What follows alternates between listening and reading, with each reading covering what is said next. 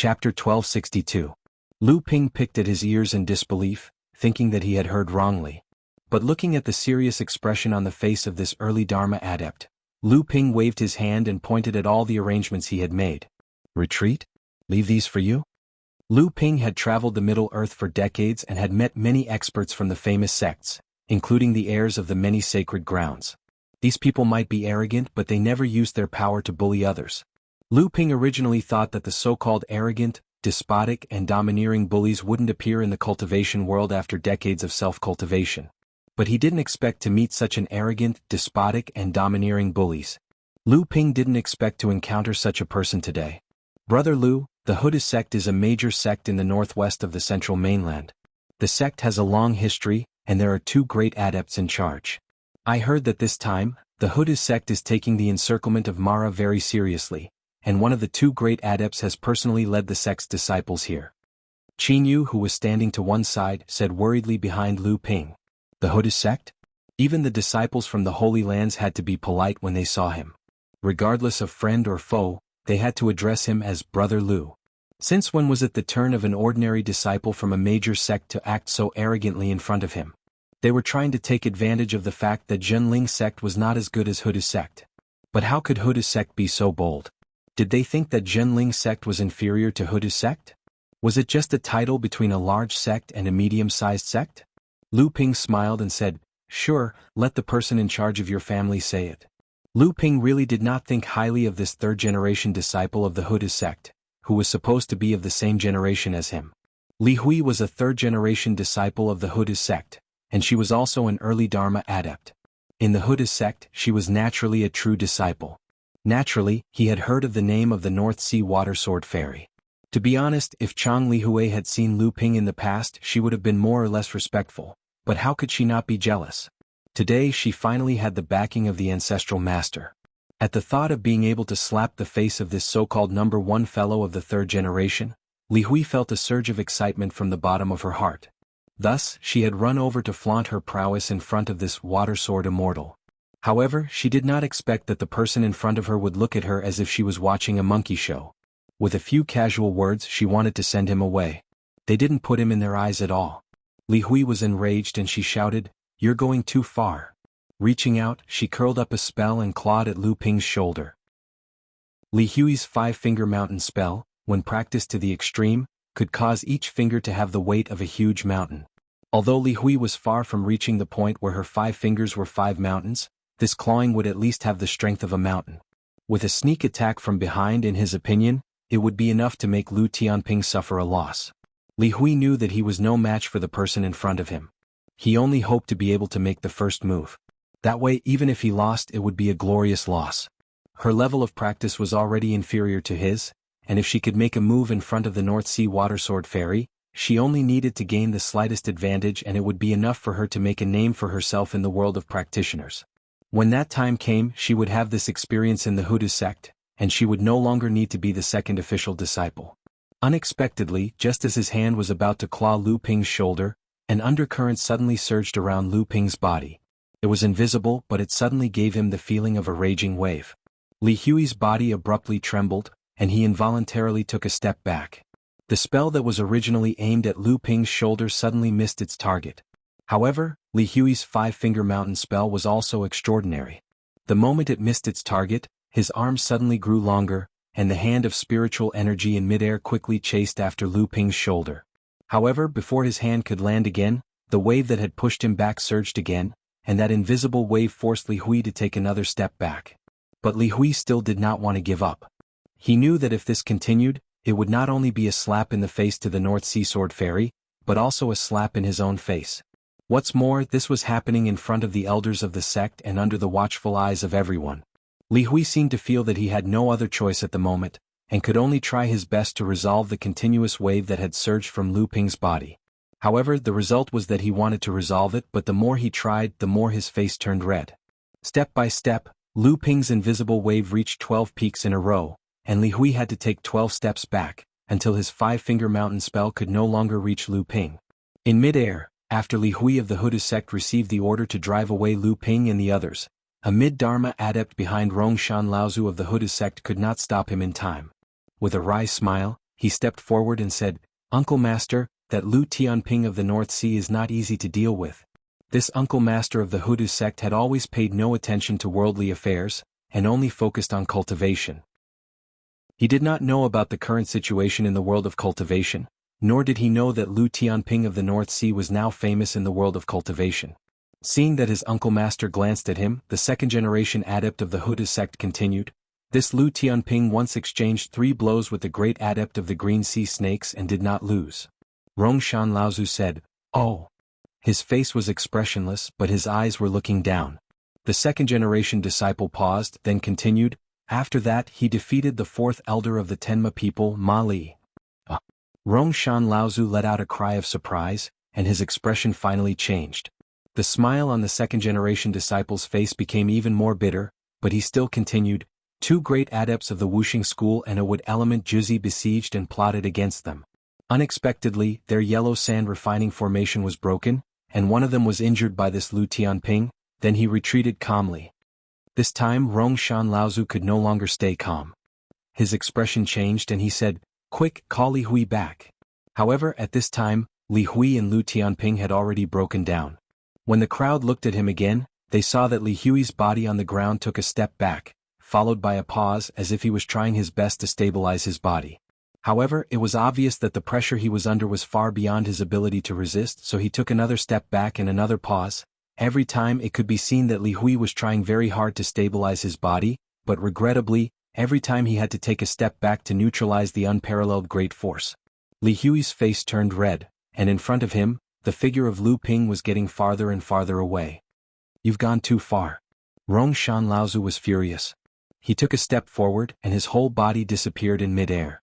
When these words came out of Rongshan Laozu's mouth, even the disciples beside him felt a little embarrassed. Who on earth was the one who had gone too far? However, at a time like this, the entire Hudu sect naturally had to unite against the enemy. However, the second-generation disciple, who was at the mid-Dharma stage, suddenly realized that the person on the ground had even defeated a few great practitioners in the past. What would happen if his Uncle Master lost if he went down alone? Although he was unwilling to admit it, the second-generation disciple still felt that his uncle might not be stronger than the 4th elder of the Tenma people, let alone the 2 great adepts of the Wuxing school. "Let's go." The second-generation disciple led the people of the Hudu sect towards the base of the Jinling sect. Even if they could not win in numbers, if their uncle was really going to lose, the younger disciples would not care about the dignity of their elders. This time, the people of the Hudu sect who had rushed to the 9 mystical tower to participate in the battle against Mara sect were led by Rongshan Laozu. 2 second-generation disciples in the middle Dharma stage had come, and 4 adepts in the early Dharma stage had come. Among them, 3 were 3rd-generation disciples. It could be said that more than half of the Dharma adepts of the Hudu sect had been sent to participate in the battle against Mara sect. Other than that, there were also 30 to 40 disciples in the core forging stage who had been brought along to broaden their horizons. When these people all headed towards the base of the Jinling sect, the scene looked very grand. Lu Ping returned to the base and was about to further adjust the simple 5 elements formation to strengthen the defense of the base.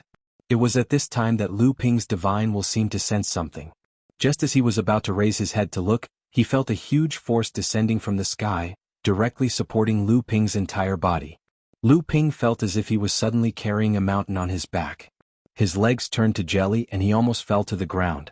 It was a good thing that Lu Ping's physical body was strong enough, and his reaction was fast enough. Just as the huge force was about to hit him, Lu Ping's inner yuan revolved around his body, and he used his inner yuan to resist the huge force that was supporting his body. Lu Ping raised his head to look, and coincidentally saw an old monk looking down at him with a shocked expression. He saw that this old man's hands were in the air, and he was using the same method that the 3rd-generation disciple of the Hudu sect had used to sneak up on him.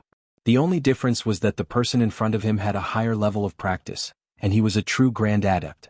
It seemed that the Hudu sect was really going to rob him.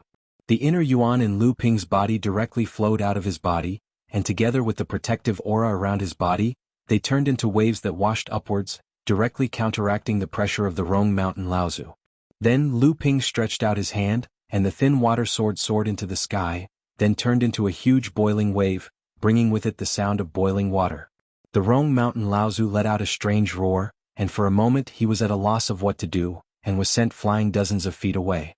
The boiling sky sword spell was activated, and the sword light directly turned into a huge boiling wave, which pushed the mountain-like power straight up into the sky. After that, Lu Ping followed the pair of swords and hovered in the air. The huge wave of sword light suddenly collapsed towards the center, and the edge of the sword light formed a huge circle of sword light, which rose high into the sky, encircling the Rong Mountain Laozu, who hadn't had the time to adjust his posture after being knocked into the sky. The collapsed wave of sword light in the center formed a huge whirlpool of sword light, which connected with the circle of sword light that rose up from the surrounding area.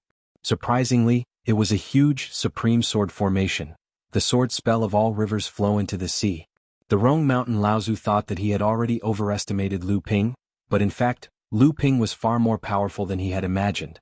The Rong Mountain Laozu was an experienced cultivator, and naturally he could see the power of the sword formation that had surrounded him at first glance.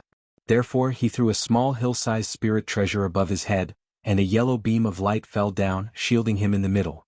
He wanted to defend himself with his life. Therefore he knew that as long as he could hold on for a while, the other disciples of his sect would come and save him. Since he had kicked an iron plate this time, he had no choice but to give up his face. However, Lu Ping sneered.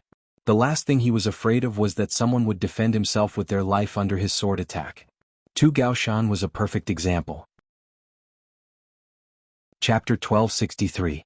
The strike launched by this Rong Mountain Laozu was as powerful as a mountain, which shocked Lu Ping. This strike was similar to the one launched by the third-generation disciple of the Huda martial school, but the power of this strike was much more powerful than that of the third-generation disciple of the Huda martial school. If Li Hui's previous attack wasn't as powerful as a mountain, then this sneaky attack launched by the great ancestor of the Rong Mountain sect, which was similar to a sneak attack, had already surpassed the power of 5 mountains when he stretched out his palms. However, it seemed that because of the nature of the cultivation method that the Huda martial school had been practicing, although the power of this magic was powerful enough, it was extremely inflexible. Once their attacks were blocked by their opponents, they would often start to completely defend because they couldn't react in time. The nature of the earth was good at defending. This was the case for Rong Mountain Laozu of the Huda martial school, Earth Spirit, a pure yang cultivator from the Wuxing school, and Tu Gaoshan, the deceased Juzi.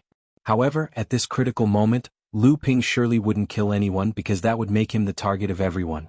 Nevertheless, he didn't mind making this Huda martial school, which had come to his doorstep, lose face, so that it would serve as a warning to the other large sects who were planning to attack the base of the Jinling martial school. Lu Ping's cultivation was improving faster and faster. Back then, when he defeated the 4th elder of the Tenma people in the Qingming River, Lu Ping's victory seemed to be extremely difficult. However, now that he was fighting against a powerful cultivator, Lu Ping seemed to be more and more relaxed. Except for the sneak attack at the beginning, which almost made Lu Ping suffer a small loss, Lu Ping turned the tables around more and more effortlessly. Rong Mountain Laozu had been trapped in the dazzling sword formation by Lu Ping. Immediately, Rong Mountain Laozu found himself in a difficult situation. The power of this supreme sword magic was much more powerful than what Rong Mountain Laozu had expected. Pieces of rocks were chopped off and sent flying in all directions. Countless sword lights shredded the mountain-shaped treasure floating above the old man's head, causing it to scatter all over the place. However, Rong Mountain Laozu was after all an experienced cultivator. Although he was trapped by Lu Ping's sword formation, he didn't just passively defend like Tu Gaoshan. When Lu Ping found a few cultivators rushing over, the thin water-flowing sword immediately sped up to kill them. However, Lu Ping immediately sensed that the mountain spirit treasure above Rong Mountain Laozu's head suddenly shone with a muddy yellow light. Next, Lu Ping felt that the thin water-flowing sword suddenly became 10 times heavier than before. Before it got close, the sword lights that were surrounding Rong Mountain Laozu's head were also disrupted. Rong Mountain Laozu surely wouldn't let go of such an opportunity. Of course, he knew that once he fell into a disadvantageous situation, his disciples would definitely come to his rescue. However, compared to that, Rong Mountain Laozu preferred to break out of the encirclement by himself. This time he couldn't defeat Lu Ping, which had already made Rong Mountain Laozu feel humiliated. If he was trapped by Lu Ping again and couldn't get out of the encirclement, he would have to rely on the strength of his disciples to defeat Lu Ping. At this moment, Rong Mountain Laozu still wanted to save some of his dignity. The magical power released by Rong Mountain Laozu's spirit treasure had brought a lot of trouble to Lu Ping's control of his sword art. However, at this moment, Rong Mountain Laozu could only slightly improve his own condition, but it was still far from enough for him to break out of the encirclement created by Lu Ping, which had been carefully set up by Lu Ping. As expected, every time Rong Mountain Laozu rushed out of the encirclement with his spirit treasure, Lu Ping would block him back every time. Sometimes Rong Mountain Laozu seemed to break through a layer of sword light, but what appeared in front of him was another layer of sword light, as if Lu Ping's supreme sword art was endless and endless. Lu Ping was getting more and more familiar with the control of the encirclement.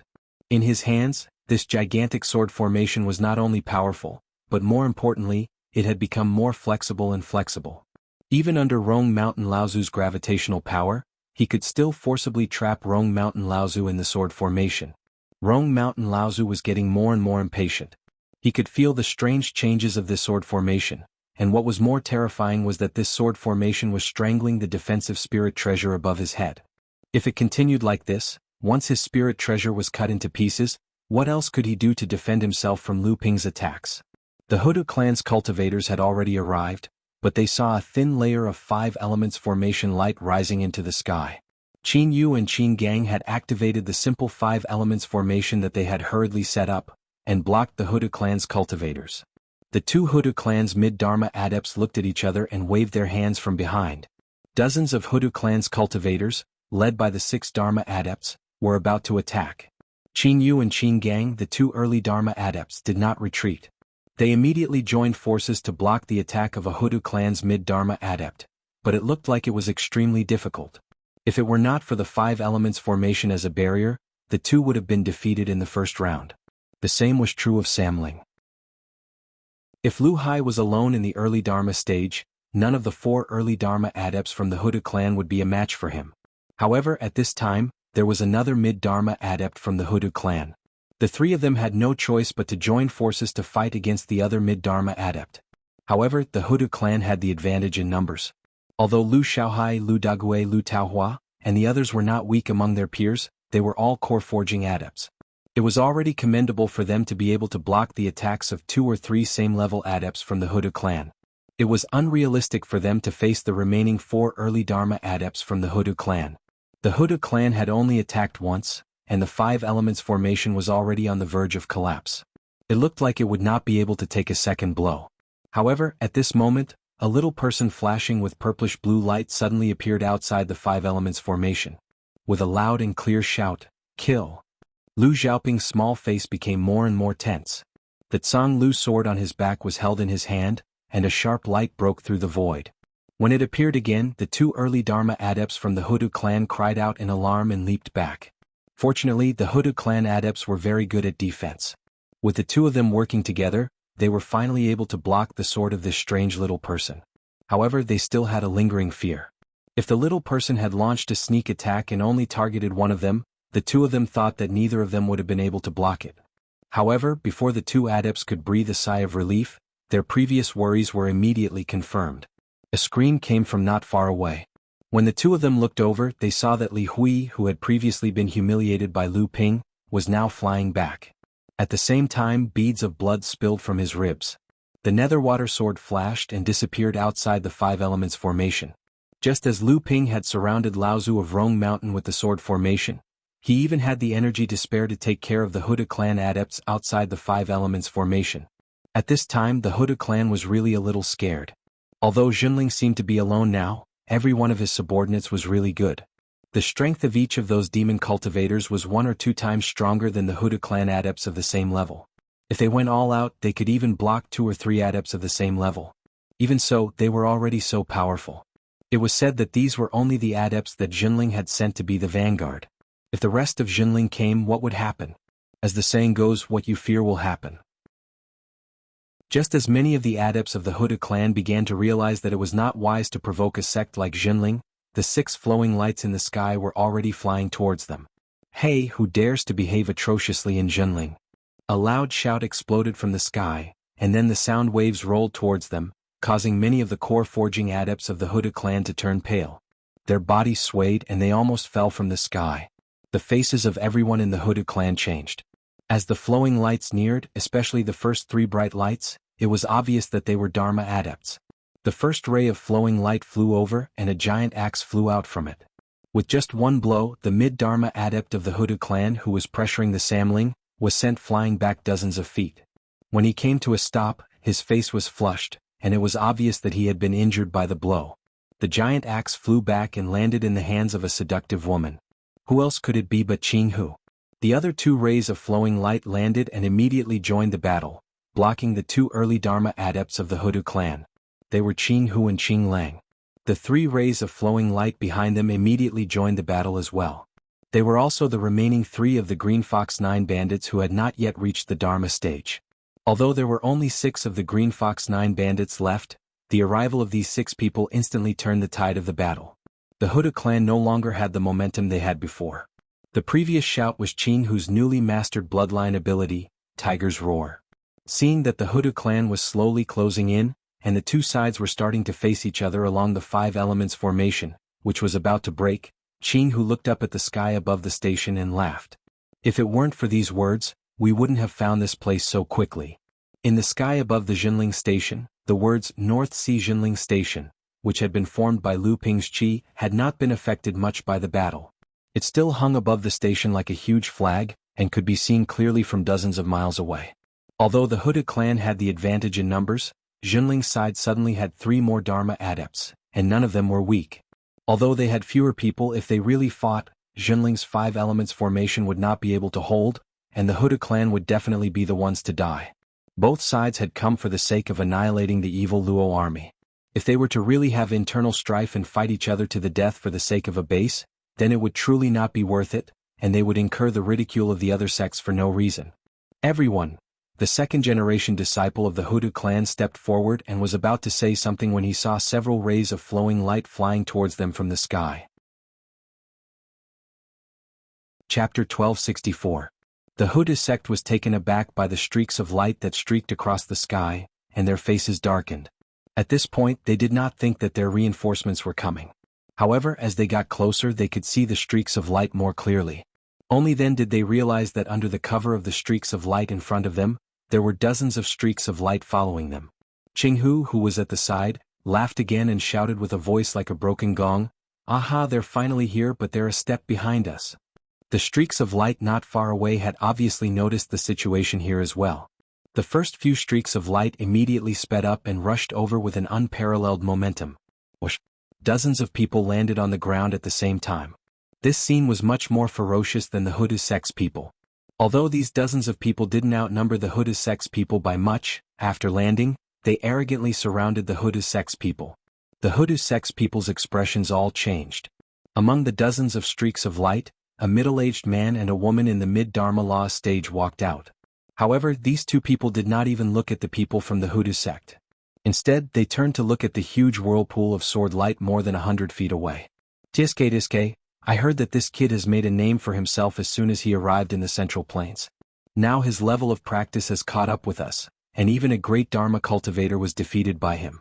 I didn't expect this to be true. The 2 cultivators seemed to be the leaders of the group. The female cultivator's expression had long been shocked by everything in front of her, but her words did not seem to be a big deal at all.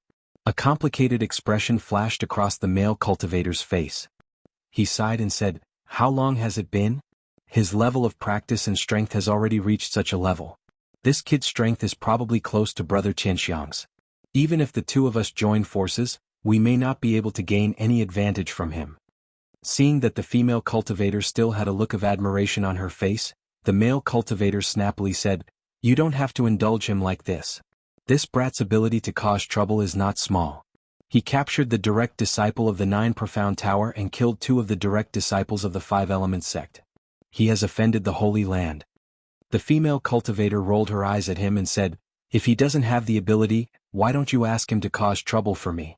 So what if it's a Holy Land? Which family doesn't have 40 to 50 Dharma manifestation cultivators? Can they run to the North Sea and destroy our sect just because a 3rd-generation disciple died?" The male cultivator could only smile bitterly and look at the void around him. There sure are a lot of people here to watch the show. The female cultivator stood beside the male cultivator and said, "Nowadays, the 9 Mystical Towers territory is like a gathering of heroes. It would be strange if no one came to watch after little Lu caused such a big commotion. However, little Lu seems to be doing this on purpose. Is he trying to kill the chicken to warn the monkey?" The male cultivator smiled and said, "That's right. You saw it on our way here. All the good places have been surrounded by arrays. Look at the terrain here, it's not any worse than those big sections. It's just that the area is a little smaller, but it's just right for our sect. However, good places have many wolves but little meat. If we chase away the Huda sect, other sects might come looking for trouble. Therefore little Lu is simply beating the Huda sect into a sorry state. If other sects want to cause trouble, they will naturally have to think twice. This can be considered as putting an end to this once and for all. Lu Ping didn't have the intention to kill, but he had made up his mind to humiliate the Huda sect and show those big sects who came late, so that they would give up on the idea of attacking Jinling's territory as soon as possible. Therefore, after trapping Rong Mountain Laozu with the sword array only focused on the first tribulation spirit treasure above Rong Mountain Laozu's head. At this time Rong Mountain Laozu was also anxious. Although he was trapped in the sword array by Lu Ping, he could still clearly see what was happening outside. A large number of Jinling's reinforcements had arrived. If the Huda sect had been a little hesitant before, they now didn't even have the right to challenge the Huda sect anymore. Looking at the people who had arrived at Jinling, excluding Qin Yu, Qin Gang and the Green Fox 9 bandits, the two mid-Dharma adepts at the front were Tian Fan and Tian Shui, the two mid-Dharma adepts. When these two joined forces, they wouldn't even lose to a Grand Practitioner.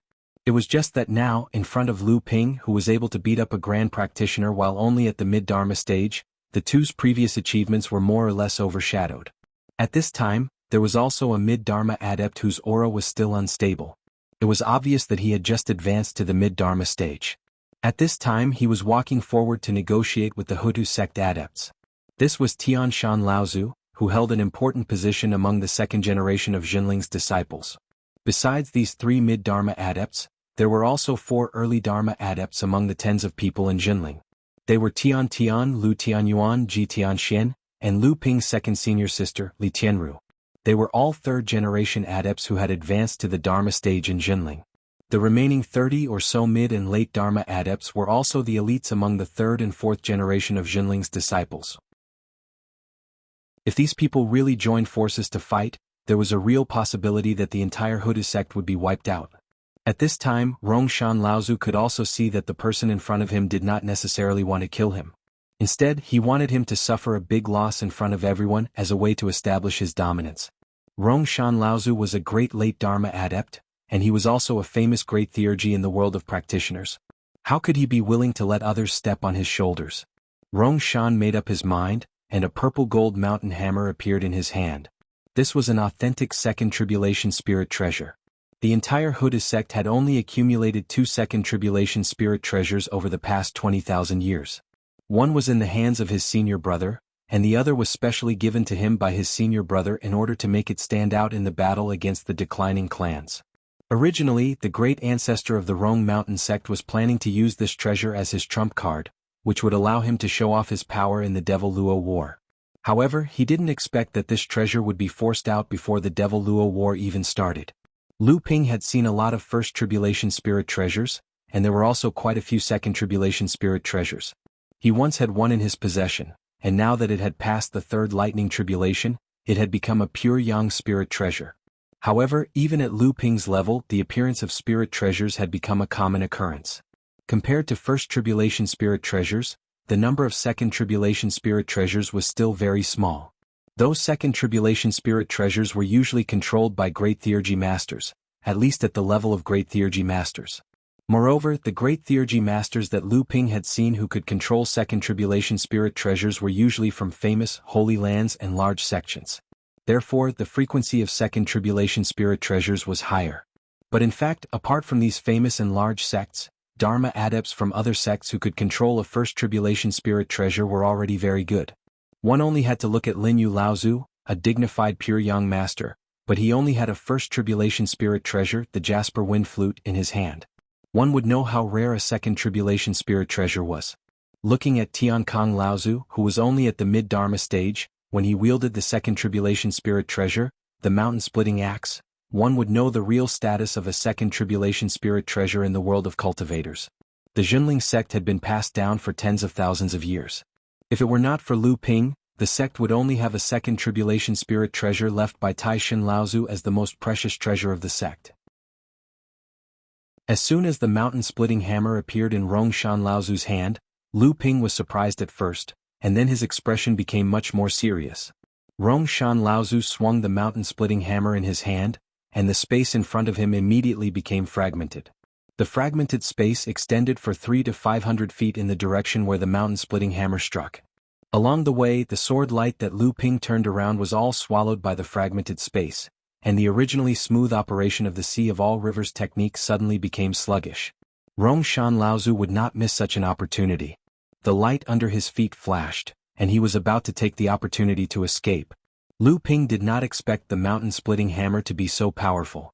After all, Rongshan Laozu was a senior cultivator, and the second tribulation spirit treasure in his hand was much more powerful than that of Tiankong Laozu, who was only at the middle Dharma plane.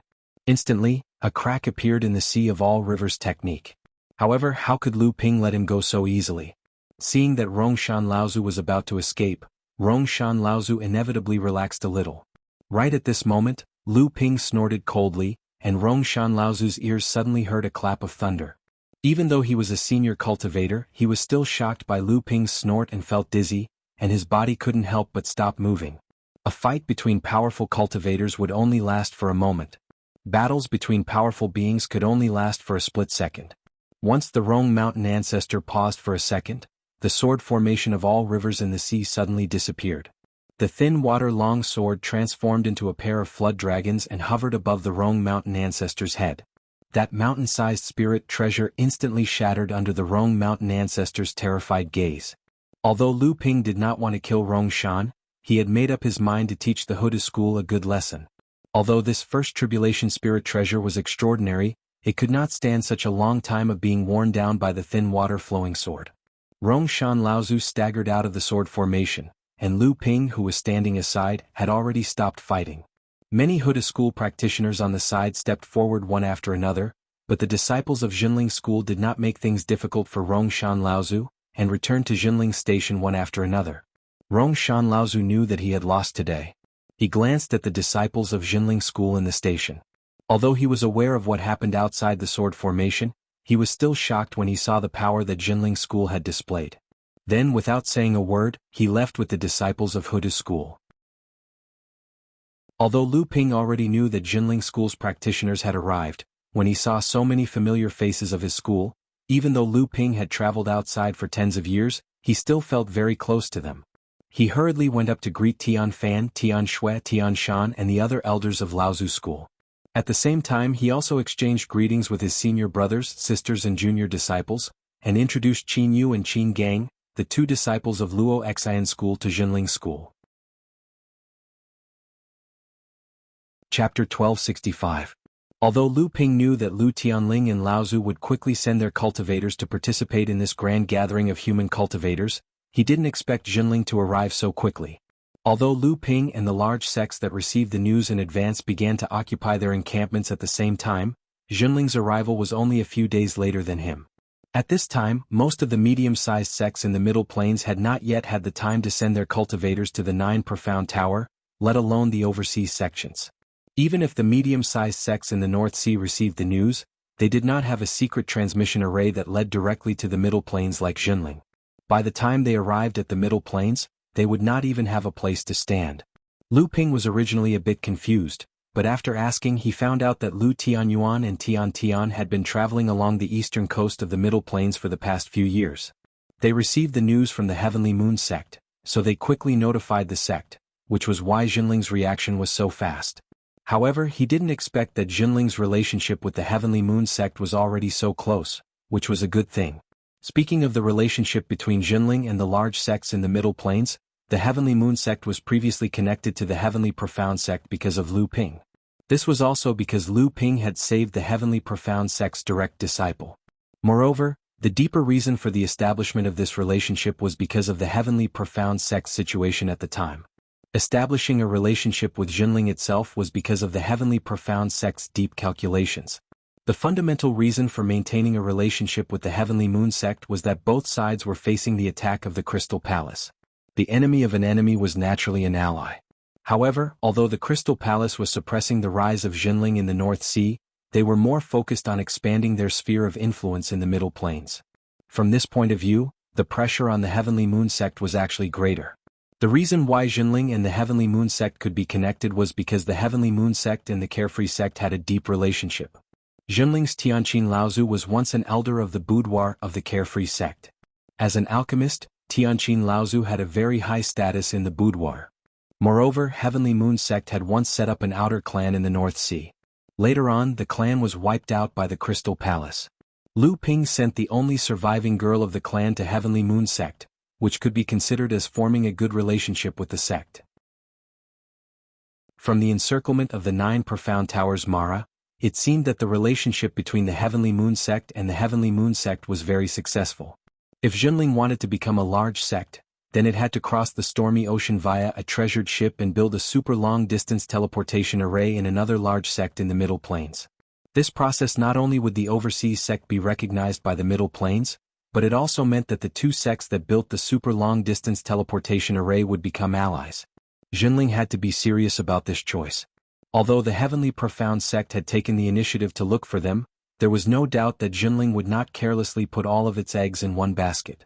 Instead, it would compare goods and repeatedly consider. However, from the looks of it now, these 2 large sects seemed to be very sincere. However, the Heavenly Profound sect had first been pressured by Wuxia school and the isolation of the other 4 holy lands, which caused the Heavenly Profound sect to have the intention to seek help from overseas. For this reason, the Heavenly Profound sect not only contacted Jinling, which was about to become a large sect, but also secretly contacted the Crystal Palace. However, the problem was that the current Wuxia school had no choice but to restrain themselves after the Battle of Luoxian Mountain because they had made too many enemies. This also gave the Heavenly Profound sect a chance to breathe. Whether the Heavenly Profound sect would be as sincere to Jinling as before was a variable. On the other hand, because the Heavenly Moon sect had a common enemy with Jinling, it seemed more logical for the 2 to cooperate. Furthermore, this time, the Heavenly Moon sect had also shown enough sincerity by revealing the matter of the 9 profound tower to Jinling. More importantly, as an important supporter of the Heavenly Moon sect in resisting the Crystal Palace, the 9 profound tower had been besieged by Mara for more than 10 years. Even if they were freed from Mara's siege, they would most likely suffer a great loss. Without the 9 profound tower as a pillar, the Heavenly Moon sect would not be able to resist the overbearing Crystal Palace. There was another more important reason, and that was that the Heavenly Moon sect was separated by the stormy ocean and the East Sea, but was much further away from Jinling in the North Sea. In the encampment, Tianfan Laozu and Tianshui Laozu gave a general introduction of the current situation of Jinling. After that, they talked about the situation of the 2 sections. However, they wanted to seek advice from Lu Ping. Although Lu Ping was only a 3rd-generation disciple, his position in Jinling was quite high. He already had the right to interfere with the decisions of the sect. This time he had made such a big name for himself in the Middle Earth. Especially now that he had defeated many great practitioners, it could be said that he had already shocked the entire cultivation world. His position in Jinling would only rise further. However, Lu Ping's teacher was the leader of Jinling, so he naturally could not casually express his opinion. In reality, even Lu Ping himself could not decide which of the 2 sects to choose. However, what made Lu Ping happy was that Jiang Tianlin Laozu was already in seclusion. This meant that Jiang Tianlin Laozu had already pushed his level of practice to the peak of the mid-Dharma stage. Once he successfully passed the 2nd lightning tribulation, then Jinling would welcome its 2nd great practitioner of the late Dharma stage. At the same time, Jinling would truly have the right to aspire to become the leader of a large sect. Of course, when Tianlin Laozu advanced to the mid-Dharma stage as well as his good friend Tian Xian and 2nd senior sister Tian Ru successfully condensed their Dharma powers, Lu Ping also went up to congratulate them. Among the 3rd generation of Jinling, there were many late core forging adepts who had hopes of breaking through to the Dharma stage. However, other than Tian Xian and Tian Ru, who had recently broken through, the somewhat impatient Shen Yong had also tried to condense his Dharma power. Unfortunately, he had failed at the last moment. Shen Yong himself had also lost his qi. Without 3 to 5 years of cultivation, he would not be able to accumulate enough energy to break through to the Dharma stage. In reality, it was not only Shen Yong. There were many other practitioners who had been at the peak of the core forging stage for longer than him, such as Shen Shang, Shen Kai, Shen Bei, Shen Lei, Shen Su, and Shen Xiang, who had all tried to break through to the Dharma stage. However, these people had all failed.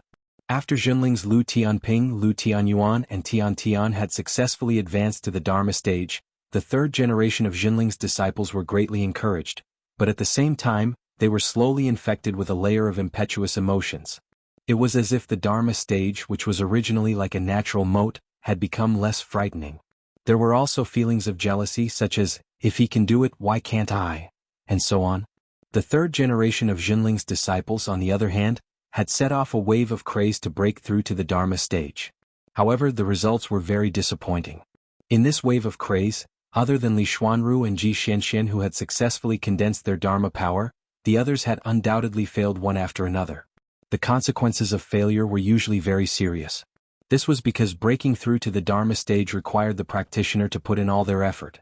Hence, once they failed, the price they had to pay was self-evident. Not only would a large amount of training resources be wasted, but the practitioner's vitality would also be greatly damaged. Like Shen Yong, it was already very fortunate that he had only delayed his breakthrough for 3 to 4 years. Even if he had to recuperate for 10 years or more, it was not impossible that his foundation would be damaged and he would completely lose all hope of breaking through to the Dharma stage. Currently, among the 3 generations of Jinling's practitioners, the number of people who had advanced to the Dharma stage had already reached 17. If the outer sect elder Xiang Lu Laozu, who wielded the vast sea bell, and the 3rd generation practitioner Yin Tianchu, who had been expelled from the sect, the number of Dharma adepts in Jinling had reached a terrifying 19. The number of Dharma adepts at this level was already more than the number of ordinary large sections. In terms of strength, they were no longer weaker than ordinary large sects like the Hudu sect. Furthermore, other than the great Dharma adepts, the proportion of 2nd and 3rd generation practitioners among the Dharma adepts was also becoming more and more reasonable. It could be said that although there were twists and turns in the development of Jinling, it was indeed moving in a good direction. The arrival of the practitioners in Jinling had greatly increased the speed of the construction of the station, especially the half-baked 5 elements formation that Lu Ping had previously set up. At this time, under the arrangement of the Jinling formation masters, it was gradually being perfected. However, at this time, Lu Ping's attention had already flown to Black Fox, who was directing a few formation masters to set up the large formation. He did not expect that Black Fox would also come this time. When Lu Ping first met her, he had already given her the complete array formation inheritance of the 5 elements sect that he obtained from Golden Cicada ancestor.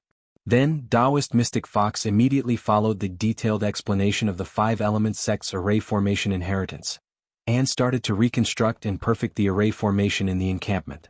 Black Fox was now also a cultivator in the late stage of the core forging realm. Over the years, she had been learning formations and restoring the formation runes of the treasure ship's wreckage with spiritual master Xianxian. Her attainments in formations had also reached the level of a formation grandmaster. Lu Ping's formation inheritance happened to solve her urgent need. Perhaps this was the opportunity for her to become a formation grandmaster. Xian, who was talented in array formations, but that was all. Compared to Deng Ming, the other array formation grandmaster that Lu Ping had recruited into the sect, Xian, who was still a far cry from him. Deng Ming's talent in array formations was more groundbreaking, and he had his own style. He was someone who could become an array formation grandmaster of his generation. On the other hand, Taoist Master Black Fox was much more disciplined. Her attainments in formations were more rigid. Therefore, she needed to study the complete inheritance system of formations, and not put it in a place like the Nether Void formation so that she could comprehend the mysteries of formations on her own. The two of them had a lot to say when they met, but it was not the right time. After greeting each other, they parted amidst the laughter of the formation masters. Lu Ping had seen a few of his disciples among the core forging realm cultivators who came to the central region from Jinling. He had not seen them for many years. He did not know how their self-cultivation was going and whether they had gone astray on the path of cultivation. Chapter 1266. Now, even the 5th generation of Zhenling sect's disciples had begun to mature. However, the disciples under Lu Ping's tutelage had turned the difficult process of becoming Lu Ping's disciple into an unwritten rule. At the very least, they still didn't have a disciple to inherit their heritage. It wasn't that there weren't people in the sect urging them to accept disciples, and it wasn't that they didn't want to accept disciples. It was just that, in their eyes, Lu Ping was only a late core forging realm cultivator with his current achievements. They were far inferior to their teacher, so how could they be qualified to teach others? Lu Ping had 3 direct disciples, Wang Xuanqi, Tian Xianyue, and Du Xianluo. There were also 3 in-name disciples, Fang Xianwei, Fang Xuanxia, and Zheng Xuanwu. Wang Xuanqi's cultivation was at the 6th stage of the core forging stage, and he stood out among the fourth generation of Jinling's disciples. Tian Xianyue didn't come with the sect, but he was an alchemist, so his cultivation progress was slower. As for Du Jialua, he had advanced to the mid-stage of the core forging stage and was only one step away from advancing to the fifth stage. Among the three unnamed disciples, only Zheng Xuanwu came. His cultivation had broken through to the mid-stage of the core forging stage, and he was the same as Du Jialua. Among the three unnamed disciples, Wang Xuanqi already had the qualifications to advance to the late stage of the core forging stage. However, he remembered Lu Ping's instructions and didn't rush to smelt the heaven and earth spiritual objects. Instead, after advancing to the sixth stage of the core forging stage, he began to follow his own path of cultivation to strengthen his foundation. Originally, Wang Xuanqi's cultivation was considered the fastest among the fourth-generation disciples. However, Wang Xuanqi's cultivation had stagnated at the core forging stage 6th layer for several years without any progress. On the other hand, there were many talented disciples among the fourth generation of Zhenling sect who had caught up to him. However, before these people could be complacent, they suddenly realized that although Wang Xuanqi's cultivation progress had slowed down, his strength was getting more and more daunting. The cultivators who were supposed to lose to Wang Xuanqi after 30 moves couldn't even last 10 moves after advancing to the 6th stage of the core forging stage. Du Xuanlua's aptitude was the strongest among Lu Ping's disciples. However, he had never displayed any outstanding talent in front of others. His cultivation speed could only be considered above average. Among the fourth generation of Zhenling sect's disciples, his cultivation speed wasn't particularly outstanding, but it wasn't particularly eye-catching. However, only Wang Xuanqi knew how difficult it was to deal with this third junior brother of his. Du Xianluo cultivated an earth elemental skill, and the density of the true essence in his body was something that Wang Xuanqi had never seen before in his life. Earth elemental skill was good for defense, and Wang Xuanqi was famous for his sharp swordsmanship in Zhenling sect. However, when the two of them fought, even though Wang Xuanqi's cultivation was far superior to Du Xuanluo's, it would take more than 50 rounds to break his defense. It could be seen how difficult it was to deal with Du Xianluo. Du Xuanluo's cultivation method was slightly different from Wang Xuanqi's. Wang Xuanqi's cultivation method was to push his cultivation to a certain bottleneck at a relatively fast speed, and then start to consolidate his foundation. When the time was right, he would break through the bottleneck in one go, causing his cultivation to increase by leaps and bounds again. Moreover, he didn't have to worry about his foundation being unstable. Du Xianluo, on the other hand, cultivated steadily from the beginning. His cultivation progress wasn't fast, but every step he took forward made his foundation extremely solid. In the early stages, his cultivation progress was very inconspicuous, but as his cultivation increased, more and more people began to gradually fall behind because of their unstable foundation and other various reasons. At this time, Du Jialua's steady progress was very eye-catching. However, because he was the direct disciple of the water sword immortal Lu Tianping, this progress seemed to be reasonable in the eyes of everyone. Du Xianluo had kept a low profile among the fourth-generation disciples of Zhenling. However, compared to Zheng Xuanwu, Du Xuanluo's identity as the direct disciple of Soundwave Manor was also eye-catching. On the other hand, up until now, most of the people in Zhenling still thought that this cultivator who patrolled Huangli Island every day was only an outer court cultivator of Zhenling. Zheng Xuanwu's aptitude wasn't outstanding when compared to Du Xianluo and Wang Xuanqi, but Zheng Xuanwu's strength lay in his diligence and persistence towards cultivation. This was also the reason why Lu Ping took him in after he gave him the opportunity to enter Zhenling to cultivate. This disciple was extremely similar to Lu Ping in many aspects. Just as Lu Ping was teaching a few of his disciples, a hurried whistling sound rang out. Lu Ping's expression froze and he had no choice but to stop teaching. After giving a few instructions to his three disciples, he had already broken through the void and disappeared. Outside Jinling Station, Lu Ping's figure appeared outside the formation shield that had yet to be completely set up. At this time, Tian Fan, Tian Shui, Tian Shan, and the other Dharma adepts of Jinling had already arrived. Not far away, a beam of light shot over.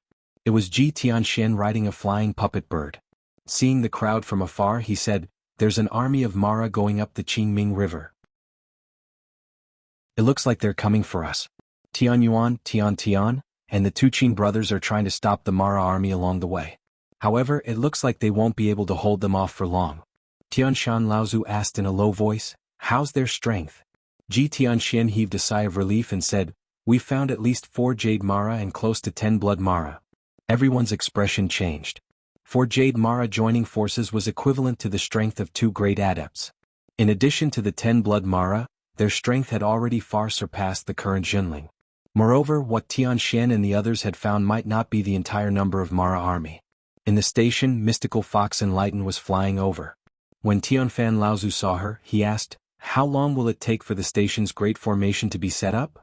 Mystical Fox Enlightened was stunned for a moment. She glanced at Lu Ping and said, "It'll probably take another 2 hours." Tianfan Laozu said, "We have to try our best to delay this group of Mara. At the very least, we have to wait until the station's great formation is set up. Otherwise, even if we manage to repel this group of Mara, I'm afraid we'll suffer heavy losses." Lu Ping also said, "Get the disciples to set up the Dao soldier formation and prepare for battle. Speed up the installation of the station's defensive formation. This disciple will first go and meet this group of Mara army." Tianfan, Tianshui and Tianfan Laozu wanted to go as well. However, Lu Ping said, "However, senior uncle Tianfan can go alone. The station still needs the 2 senior granduncles to oversee it. The arrival of this group of Mara army is very suspicious. If there's some small fry taking the opportunity to cause trouble, we'll be fully prepared." Tianshui Laozu's expression changed. "You're saying that this group of Mara army was intentionally lured here by someone to frame us?" Lu Ping muttered to himself, "There's no harm in being prepared. In any case, we must not fall into their trap of luring us away." Lu Ping was indeed worried. Jinling was, after all, an overseas sect. Furthermore, it was an unknown medium-sized sect. Putting aside the fact that they arrived early, the moment they arrived in the Central Plains, they displayed such a strong performance because of him. Furthermore, the strength they displayed was even stronger than ordinary large sections. This inevitably aroused the resentment of other sections. If someone really lured over the Mara army with Tianfan and Tianshui, who were comparable to grand cultivators overseeing the station, they wouldn't have to worry about their nest being raided. Tianxian and Tianru followed the 2 Laozu and stayed behind to guard the camp. As for Lu Ping, he brought Lu Hai and Laozu along the Qingming River to meet up with Tian Tian, Tian Yuan, and the Qin brothers. In just a short moment, the 3 of them could already hear the rumbling of the battle on the surface of the Qingming River. This place was less than 100 miles away from Jinling's station. Tianfan and Tianshui, the 2 Laozu, should be able to feel the spiritual energy vibrations from the Qingming River due to the battle. Qin Yu and Qin Gang had already suffered some injuries. Both of them tried their best to cooperate with Tian Tian and Tian Yuan to block the 6 Blood Mara that were chasing after them. Tian Yuan used his Earth Element real body to block the attack of 2 Blood Shura. At the side, Tian Tian immediately followed up with a divine ability. One of the Blood Shura couldn't dodge in time, so it cried out and took on Tian Tian's divine ability. Instantly it was injured. As for Qin Yu and Qin Gang, their attacks were slightly slower. After the 2 Blood Shura dodged their attacks, they only delayed their pursuit. However, the 4 Mara behind them caught up. Qin Yu and Qin Gang's abilities were undoubtedly much weaker than Tian Tian and Tian Yuan's. Originally, among the 3rd generation of Jinling's disciples, other than Lu Ping, Tian Tian's cultivation was the strongest. However, now that Tian Yuan's abilities had surpassed Tian Tian's by quite a bit, Lu Ping knew that this was because Tian Yuan had refined the Dharma soul left behind by Tian Kong Laozu after he passed away. After Tian Kong Laozu passed away, he left behind a second tribulation spiritual treasure, the mountain-splitting axe, which was now in Laozu's possession. However, Tianshan Laozu had refused to refine the Dharma soul, leaving it for his own disciple, Tian Yuan, to refine. After Lu Tian Yuan had advanced to the Dharma stage and refined the Dharma soul, the growth of his abilities had far surpassed that of Tian Tian, who had advanced to the Dharma stage before him. Now that Lu Tian Yuan had not only mastered his natal great magic, the Earth Element real body, his level of practice had also soared all the way to the peak of the early Dharma stage. This time, the 4 of them had obstructed the Mara's army from traveling up the river. If not for Lu Tian Yuan, their harassment would have been like sheep in a tiger's den. Lu Ping and the others rushed over. Tianshan Laozu stretched out his hand and the mountain-splitting axe appeared in his hand. With a wave of his hand, a door in space opened. When Tianshan Laozu reappeared, he was already in the air above Lu Tian Yuan and the others. "Kill!" Tianshan Laozu roared, and the mountain-splitting axe slashed towards the head of the Blood Mara that was pouncing on him again. The unparalleled power of the second tribulation spiritual treasure caused the few Blood Mara below to panic. Lu Hai looked excited, holding the Taishan tomahawk in his hand, shouting loudly to join the battle. Only Lu Ping stood still at the side. Naturally, he did not care about the few blood Mara. Instead, his gaze was fixed on the Qingming River a few miles away. There, a group of Mara's army was traveling up the Qingming River. Lu Ping had already sensed the hidden aura of Azura. Chapter 1267. To put it bluntly, the foundation of a sect was the preparation before it could be unleashed. Any sect would always be racking their brains for the growth of their own sect's foundation. However, the foundation had to be used, but there were only two types of times when it could be used. One was when the sect was in danger, and the other was when it was about to rise. However, under normal circumstances, the sects in the world of practitioners would combine these two situations together. The reason for this was the once-in-a-thousand-years Mara disaster. The rise of every sect would have a big or small impact on the order of the world of practitioners. This was because, regardless of whether the rise of a sect was successful or not, it would inevitably be met with a bloodbath. Even if it was successful, it would be greatly weakened and enter a new period of weakness. Without hundreds of years of cultivation, it would be impossible to recover. However, these hundreds of years of cultivation rarely overlapped with the disaster of Mara. Once the sect was faced with such a situation again, it was very likely that it would not be able to avoid it. However, the arrival of the disaster of Mara would also require the sect to unleash its own foundation as much as possible. It was undoubtedly impossible for a sect to consecutively accumulate so much in such a short period of time. At the very least, it was an extremely risky thing to do. Hence, when the disaster of Mara descended, taking the opportunity to complete the rise of the sect became a more reliable method. After thousands of years of accumulation, when the disaster of Mara was successfully unleashed, a medium-sized sect would usually be able to cultivate more than 10 Dharma adepts in a short period of time. Once the disaster of Mara was over, if the sect did not suffer too many losses, it would often usher in a golden opportunity to rise again.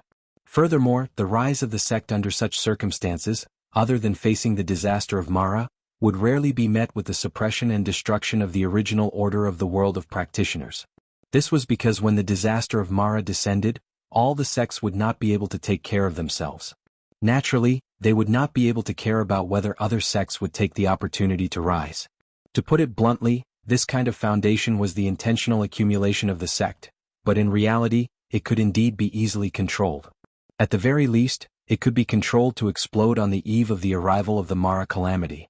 Just like Zhenling's sect, almost 20 Dharma adepts had suddenly appeared. Not only Zhenling but all the other sects would also have a large increase in the number of Dharma adepts at this time. It was just that because each sect had different accumulations, the amount of energy that erupted when the disaster of Mara descended was different. In fact, this kind of eruption was usually clearly differentiated. Which cultivators advanced due to their own strength and which ones took a shortcut. Naturally, the masters of the various sects had a tacit understanding about this. Even the cultivators themselves were aware of this. Even the cultivators who took shortcuts usually had to pay a higher price for the sect. This was because these people would not even have the qualifications to advance to the Dharma stage in the past. Now that they had such an opportunity, they had to pay the price of being cannon fodder. When danger descended, they would be the first wave of people to rush forward. And to the sects, although these people had reached the Dharma stage, they were not the true successors of the sect. This was because after they had advanced to the Dharma stage, they had no possibility of advancing further. The reason why the sect still supported them was so that they could protect the true elites of the sect. Therefore, after the great Mara calamity, the number of Dharma adepts in the world of cultivation would drop to a whole new level. However, other than some special circumstances, most of the Dharma adepts who survived were the true elites of their sects. And in Zhenling, the people who played the role of cannon fodder now seemed to be the first generation of the sect and a considerable number of second-generation cultivators. And the essence of the sect's legacy was undoubtedly the third generation of direct disciples who had successfully advanced to the Dharma stage by relying on their own strength and training. Of course, among the third generation of Zhenling adepts, there would also be people who had lost the opportunity to advance under normal circumstances and had no choice but to take shortcuts. And there would probably be more of them. And their fate would be the same as the second generation of adepts. They would also be the vanguard to protect the legacy of Zhenling. However, if Zhenling wanted to successfully rise as a complete sect in the process of the disaster of Mara, then it could only do its best to reflect the accumulated power of the sect in the explosive growth of the Dharma adepts. It also had to do its best to preserve the number of Dharma adepts in the process of resisting the disaster of Mara. Lu Ping faced the army of Mara moving upstream. Naturally, he knew that regardless of whether this was a secret plot, it was a test that Jinling was facing. And what Jinling could do was to try its best to preserve its own strength and defeat the invading army of Mara. Although Tianshan Laozu's level of practice had not yet stabilized in the face of a few blood Mara, and with the mountain-splitting axe in hand, Lu Ping did not have to worry that the cautious and steady Tianshan Laozu would fail miserably. Furthermore, there were 5 Dharma adepts beside him. In a flash, Lu Ping had already arrived at the back of the battle. There was still some distance between this place and the army of Mara that was moving upstream. However, Lu Ping was suspended in midair and did not move. However, the spiritual qi around him had begun to vibrate violently. Lu Ping was like a bottomless abyss, greedily gathering and absorbing the spiritual qi within a radius of tens of feet. This scale continued to expand until it affected the army of Mara that was coming from afar. This majestic vibration of the spiritual qi even caused the army of Mara in the Qingming River to be in a state of chaos. The aura of the Azura that was hidden within the army of Mara had also increased exponentially. Only then was the chaos suppressed, allowing the army of Mara to advance once again. However, at this time the army of Mara seemed to know that their sneak attack had failed. However, they still relied on their large numbers to forcefully attack. Countless large and small Mara rose from the waters of the Qingming River. At this time, the true power of the army of Mara was exposed in front of Lu Ping. There were more than 10 large and small blood Mara. In addition to the 6 blood Mara that had been stopped by Tianshan Laozu and the rest, there were more than 20 blood Mara. The Jade Mara did not only have 4 but 7.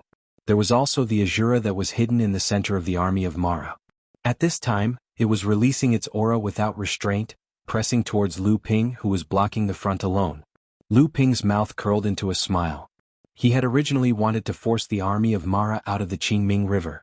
This time it was exactly what he wanted. He had a lot of time left. Lu Ping suddenly roared and said, "Rise?" As soon as he spoke, the spirit qi of heaven and earth that Lu Ping had gathered suddenly exploded, forming a huge spirit qi storm within a radius of 3 miles. Then, it gradually evolved into a vibration like a spirit qi tide. It was a reference to the spirit qi tide in the land of 5 elements. Lu Ping's hands formed a seal. As the seals formed, he shouted, "Condense." The turbulent spirit qi of heaven and earth within a radius of 3 miles suddenly calmed down with Lu Ping's shout. However, at this time, anyone could feel the uneasiness hidden under this strange calm. The Azura that was hidden in the army of Mara could no longer bear it. With a shrill cry, the army of Mara quickly moved aside to make a path. 4 Jade Mara rushed forward, 3 Jade Shura in front and 1 Jade Demon in the back. They all rushed towards Lu Ping. At the same time, the originally calm spirit qi of heaven and earth suddenly became turbulent again. It turned out that the Azura had discovered something, and began to disturb the spirit qi of heaven and earth within a radius of 3 miles that was controlled by Lu Ping. Too late. Lu Ping laughed and quickly formed a seal with his hands. A strange roar came from Lu Ping's mouth. The purple and gold clouds behind Lu Ping grew, and the Dharma of the dragon appeared in the clouds.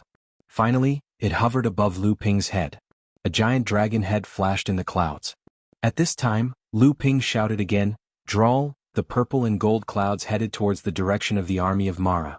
As Lu Ping shouted, it formed a whirlpool and a steady stream of water began to gather in the whirlpool. At this time, the army of Mara suddenly realized that the spirit qi of heaven and earth within a radius of 3 miles had long been under Lu Ping's control. As Lu Ping performed his magic, the spirit qi of heaven and earth turned into countless tentacles or ropes that wrapped around each of the Mara's bodies. Mara's devouring. Although the army of Mara was surprised by Lu Ping's method, they were not worried. To them, the spirit qi of heaven and earth was originally a nourishment for them, and they could absorb as much as they wanted. However, as they absorbed the spirit qi of heaven and earth into their bodies, they suddenly found that the spirit qi of heaven and earth could not be refined at all. Instead, it formed needles of spirit qi that rampaged through Mara's body, turning the world upside down. The water vapor within a radius of 3 miles had gathered in the auspicious clouds above Lu Ping's head, and the needles of spirit qi were expelled from Mara's body. However, they never noticed that as these needles of spirit qi were expelled from their bodies, streams of water vapor also dissipated, and then were absorbed by the whirlpool of the auspicious clouds. Neither the blood Azura nor the Jade Mara noticed anything strange. but the Azura hiding in the center of Mara's army had already noticed something was wrong. After a violent roar, the entire Mara's army fell into chaos again. A part of the Mara's army rushed towards Lu Ping, seemingly trying to interrupt the spell he was casting, while another part of the Mara's army gathered around the Azura. It seemed that the Azura could break Lu Ping's magic, but the area it could control was limited. It could not gather many Maras in a radius of several feet. Before the Mara's army that was rushing towards Lu Ping could reach Lu Ping, the little Mara, who was equivalent to the blood condensation realm, quickly turned into dried corpses due to the loss of water in their bodies. Immediately after, the skin of the big Mara's body began to crack, and they fell to the ground amidst the continuous howling. The Mara's army became more and more chaotic. Even the blood Azuras became listless due to the loss of water vapor in their bodies. Chapter 1268. In Junling's encampment, after Lu Ping and the rest had left, a few Junling's array masters had helped Mystical Fox Spiritual Master embed the 5 elements ring into a 5 elements array plate. With that, the construction speed of the encampment's great array immediately increased by a lot. The spiritual chi ripples from the Qingming River downstream became clearer and more intense. The entire Junling's people immediately became more alert. It was obvious that Lu Ping and the rest had already engaged in battle with Mara's army. They wanted to delay Mara's army before the encampment's great array was completed. Under the command of Li Qianru and Ji Tianxian, more than a dozen third-generation elite disciples of late-stage core forging realm each led a team of Zhenling sect cultivators and began to set up the 3 talents and 5 elements Dao soldier formation, just in case. However, just when everyone's attention was attracted by the intense spiritual chi ripples from the Qingming River downstream and Mara's miserable cries, a strange laughter suddenly rang out from the encampment. A black ray of light silently appeared in the sky above the encampment where Zhenling's disciples were gathering. Both of his hands pressed down in the air, and 2 strange rays of light flashed past the surface of his palms. A violent wave caused the surrounding space to tremble, descending towards the heads of the Zhenling cultivators. A violent and ferocious aura instantly filled the sky, causing the expressions of everyone in Zhenling to change. A late-stage Dharma adept. He was actually shameless enough to directly attack the gathered core forging cultivators of Zhenling. Presumptuous! Tian Shui Laozu shouted angrily. In the blink of an eye, he and Tian Fan Laozu appeared in the encampment. The wind-snow double fan fanned, one with wind while the other with snow. The 2 fans combined harmoniously, instantly dispelling the sneak attacker's attack layer by layer. The attacker's attack missed and was about to attack again.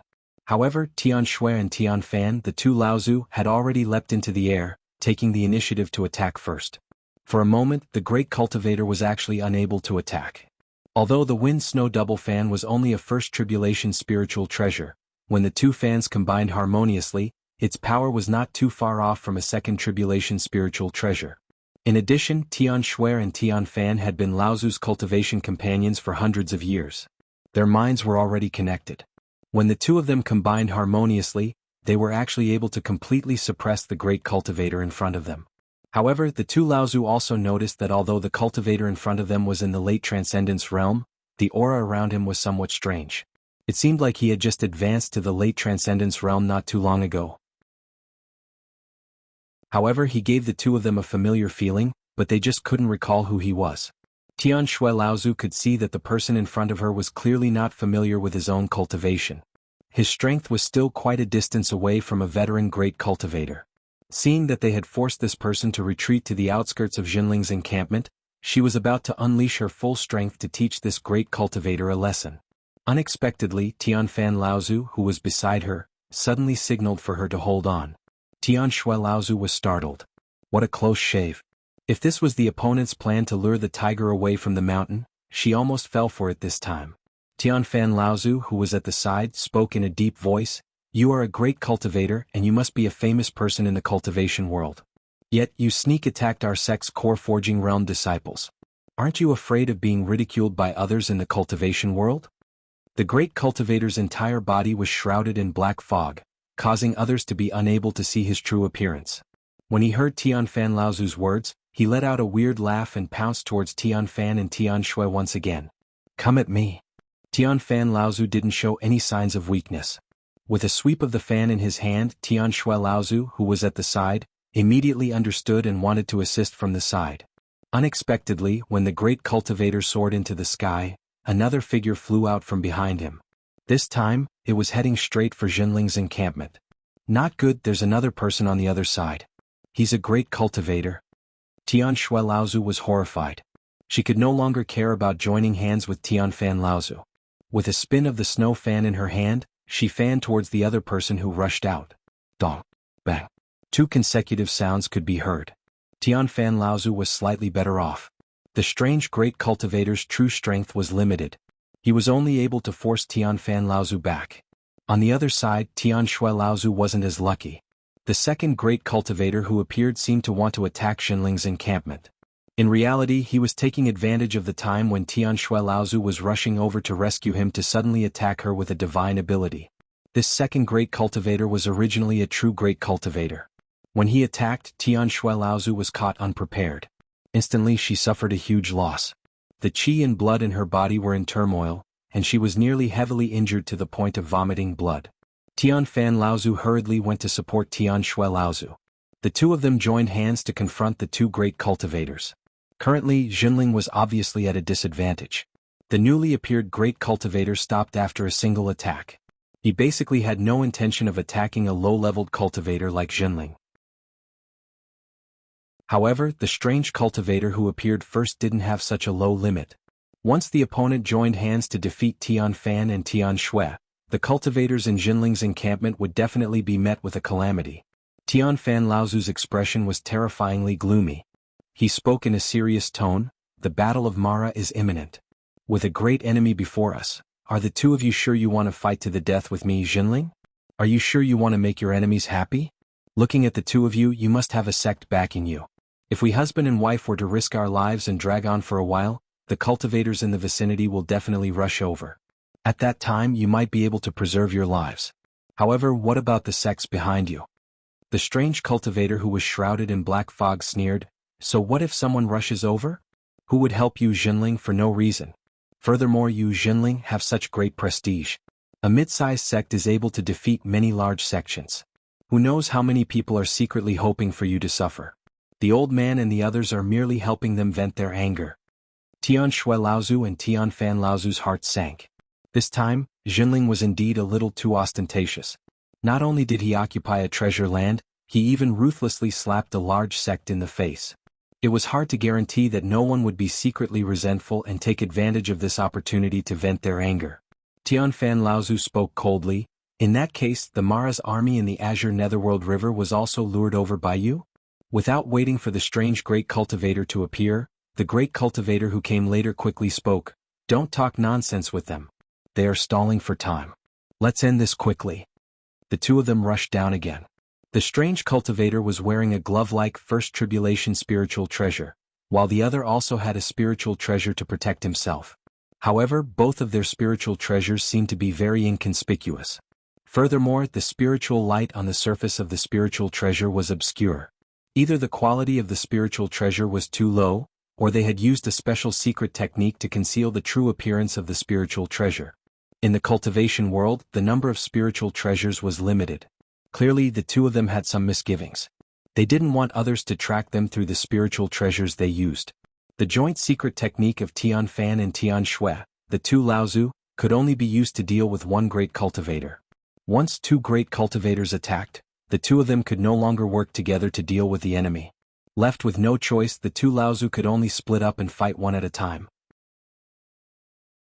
If it wasn't for the fact that the two Laozu, Tian Fan and Tian Shui, could be considered as veteran mid-Dharma adepts and had sufficient experience in fighting against their enemies, while the other party had misgivings about their identities and didn't dare to reveal too many of their techniques, the two Laozu would have long been defeated. Seeing the two Laozu retreating in mid-air, Li Tianru and Ji Tianxian were extremely anxious. However, they knew that even if the two of them rushed forward, it would be useless in front of the two great cultivators. Right now, they could only hurry up and form the 3 talents and 5 elements Dao Soldier formation. With the power of the Dao Soldier formation, they might be able to fight against the two great cultivators. However, they were afraid that the two Laozu would not be able to hold on until the Dao Soldier formation was formed. Although Li Tianru and Ji Tianxian were anxious, they still didn't dare to show the slightest bit of panic. They forced themselves to calm down and orderly commanded the cultivators under them to get into position, hoping to activate the Dao soldier formation as soon as possible. Although Tianfan Laozu was being suppressed by the strange great cultivator in front of him, the great cultivator's strength was clearly not comparable to the other great cultivator. Therefore, although Tianfan Laozu was in a sorry state, he was still able to hold on. On the other side, Tianshui Laozu had already been beaten by the great cultivator to the point of vomiting blood. However, Tianshui Laozu didn't dare to retreat anymore. Behind her was Jinling's encampment, which was slowly being strengthened. If she were to retreat again, Jinling's encampment would really be opened up to the two of them. That great cultivator could clearly see through Tianshui Laozu's determination to die. He sneered and formed a seal. The jade belt on his waist suddenly lit up. Just as a cloud of mist soared before the great cultivator's divine ability could be formed, a sharp child's voice suddenly rang out, "Kill!" A small person the size of a foot pierced through the air. In his hand was a small willow wooden sword. A cold light flickered from the tip of the sword, aiming straight for the great cultivator's eyes. Secret technique of splitting the heavens, external body incarnation. The great cultivator let out a strange cry. He tilted his head back and dodged Lu Xiaoping's attack. However, the divine ability that was gradually forming in his hand was interrupted by this sudden attack, saving Tianshui Laozu from the hopeless situation. Tianshui Laozu originally had a fiery temper. After suffering such a huge loss, she became even more furious. With a loud shout, she wanted to fight to the death with the great cultivator. In addition, with Lu Xiaoping's cultivation gradually approaching that of a normal mid-dharma adepts, the great cultivator couldn't do anything to the two of them for the time being. Lu Xiaoping was originally left behind by Lu Ping to protect himself before he left the campsite. After Lu Xiaoping had absorbed a small portion of the spiritual energy of one of the 5 spirits in the treasured cauldron of heaven and earth, his own aptitude had increased tremendously. After this period of meticulous nurturing by Lu Ping, this avatar's strength was already no weaker than a peak early Dharma adept. In addition, it was an avatar that disregarded life and death. If it continued to pester the opponent, even a mid-Dharma adept would have a headache. The great cultivator who was being pestered by Tianshui Laozu and Lu Xiaoping was anxious. This time they had taken a huge risk by sneaking an attack on Jinling. Originally they wanted to take advantage of the situation. However, they didn't expect that Jinling was already prepared. Furthermore, he was so difficult to deal with. Hence he shouted, "What are you waiting for? What are you waiting for?" Tianshui and Tianfan Laozu's expressions changed. The opponent had actually hidden someone and hadn't made a move yet. Chapter 1269. Just as the great cultivator finished speaking, a cold snort came from the void. How troublesome. When the voice rang out, Tianshui and Tianshui's hearts seemed to have fallen into an icehouse. The other party actually had a great cultivator hiding in the surroundings. As for why this person hadn't appeared, Laozu and Tianshui knew very well. That was because there were dozens of different cultivators' divine senses in the surroundings of Jinling's encampment. The time since Jinling was attacked was long enough to attract cultivators from other sects to investigate. However, these people didn't help Jinling. Therefore, Jinling was almost certain that these people were from a large sect in Middle-earth. The cultivators from other sects had also sensed or suspected their identities. However, none of them dared to step forward and offend this large sect that was targeting Jinling. After all, Jinling was an overseas sect. Moreover, it was a sect that had always been criticized in North Sea's cultivation world. To most of the sects in Middle-earth, Jinling was an anomaly. Naturally, they wouldn't offend another large sect for Jinling's sake. On the contrary, they were happy to see Jinling, a middle-sized sect that didn't know what was good for them, become a joke. However, they couldn't go too far. After all, Jinling was trying to encircle and annihilate Mara's army. He had a righteous cause. Not to mention that this large sect was taking advantage of the situation. They even sent out 2 great cultivators to seize the encampment of a middle-sized sect that didn't even have a great cultivator. This was already somewhat unreasonable. Under such circumstances, they couldn't do anything to the other party. Now they sent out a 3rd great cultivator. This was blatantly shameless. It was very likely to arouse the disgust of everyone. If they were to unite against a common enemy, it would be the same as shooting a rock and dropping it on their own feet. The 3rd great cultivator was well aware of the twists and turns in this matter, so he was originally extremely unwilling to get involved. Even if he managed to expel Jinling, his sect would definitely become the laughingstock of the entire cultivation world. However, the current situation made it difficult for him to back down, because the longer this dragged on, the more disadvantageous it would be for them. This was especially so for the third-generation adept from the North Sea sections. Even Zhou Donghuang himself did not have the slightest confidence that he would be able to defeat this person. Furthermore, the mid-Dharma adept with the second-level spirit treasure was not easy to deal with either. If they returned in time and gave up on this base and instead went all out to fight the three of them, then the three of them would be the ones who would suffer. After Jinling had successfully expelled the Huda sect, they had tried their best to estimate Jinling's strength. However, in the end they realized that they had still underestimated this medium-sized sect from the North Sea. This time they had not underestimated the strength of their experts, but the unity of the entire Jinling. Dozens of miles away above the Qingming River, countless mummified Mara corpses fell from the sky like dumplings, splashing water on the surface of the Qingming River. Lu Ping stood alone in the sky above the Qingming River. Within a 3-mile radius around him, none of the smaller Mara could escape the destruction of this spell. There were more than 10 blood Mara, and only 4 blood demons were hiding in a safe zone that Azura had fought hard to secure from Lu Ping's spell. In this safe zone, there were still 3 Jade Shuras and 1 Jade Demon. The other 2 Jade Shuras and 1 Jade Demon did not have time to hide in the safe zone that Azura had fought so hard to secure. The Jade Shura that had rushed towards Lu Ping had tried to use the strange spell that Lu Ping was casting, but before it could reach Lu Ping, its entire body had already begun to wither. By the time it had reached Lu Ping, its strength had already been reduced to 50 to 60%. Lu Ping had just used the thin water-flowing sword to gently twist the Jade Shura into pieces. The other Jade Shura was also heavily injured, but it was still able to survive the attack of Lu Ping's miraculous spell. At the same time, the 3 Blood Mara had survived. The Jade Demon was not so lucky. It had the same plan as the other Jade Shura. It wanted to use the Soul Eater spell to damage Lu Ping's will, and then break free from Lu Ping's control of the space. But the Soul Eater spell did not do anything under the protection of the Cloud Sail. On the contrary, it was hit by Lu Ping's will, which was even stronger than before. Then an invisible soul fire burned the Jade Demon and it screamed. It could no longer resist Lu Ping's spell, and it was turned into a dried corpse. When it fell into the Qingming River, it melted into wisps of spirit and disappeared. At this moment, Lu Ping had become a true demon god in the eyes of the demon Luos.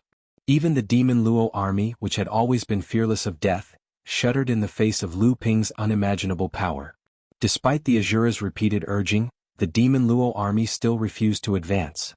The power of this strike not only frightened the demonic Luo army, but even Lu Ping himself felt a chill run down his spine. He never thought that the supreme divine art, Sea of Mulberry Fields chant, could be used in such a way, and it could even create such a terrifying effect. With this attack, 700 or 800 big and small Mara were killed. 7 Blood Mara and 2 Jade Mara were completely killed. 1 Jade Shura and 3 Blood Mara were seriously injured.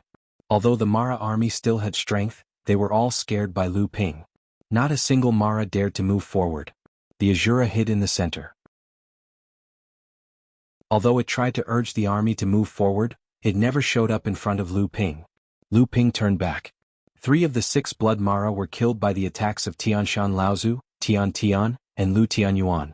The remaining 3 were not scared by Tianshan Laozu's second tribulation spiritual treasure. Instead, they were scared by Lu Ping's shocking attack. Before Lu Ping could turn back, they had already covered their heads and fled. Seeing Lu Ping return, Qin Yu and Qin Gang were already scared out of their wits. Even though Tian Tian and Lu Tianyuan had seen many miracles of Lu Ping, they could only be speechless in front of such a powerful attack. Only Tianshan Laozu was still somewhat clear-headed. However, he was also scared out of his wits by Lu Ping's thunderous attack. He coughed and said, "Junior nephew Lu Yu, junior uncle." Lu Ping interrupted Tianshan Laozu's words without hesitation and said, "Mara's army was scared out of their wits for the moment. However, they will soon realize that there are still reinforcements behind this Mara's army. Now that we have bought enough time, we must return to the station immediately." A hint of clarity flashed across Tianshan Laozu's eyes and he immediately said, "Now is the time when Mara's army is scared out of their wits. We can charge forward and kill for a while. This will also reduce the pressure on our sect before Mara's army reaches the station." Lu Ping sighed and said worriedly, "Something has happened to the station. Someone is taking advantage of the situation.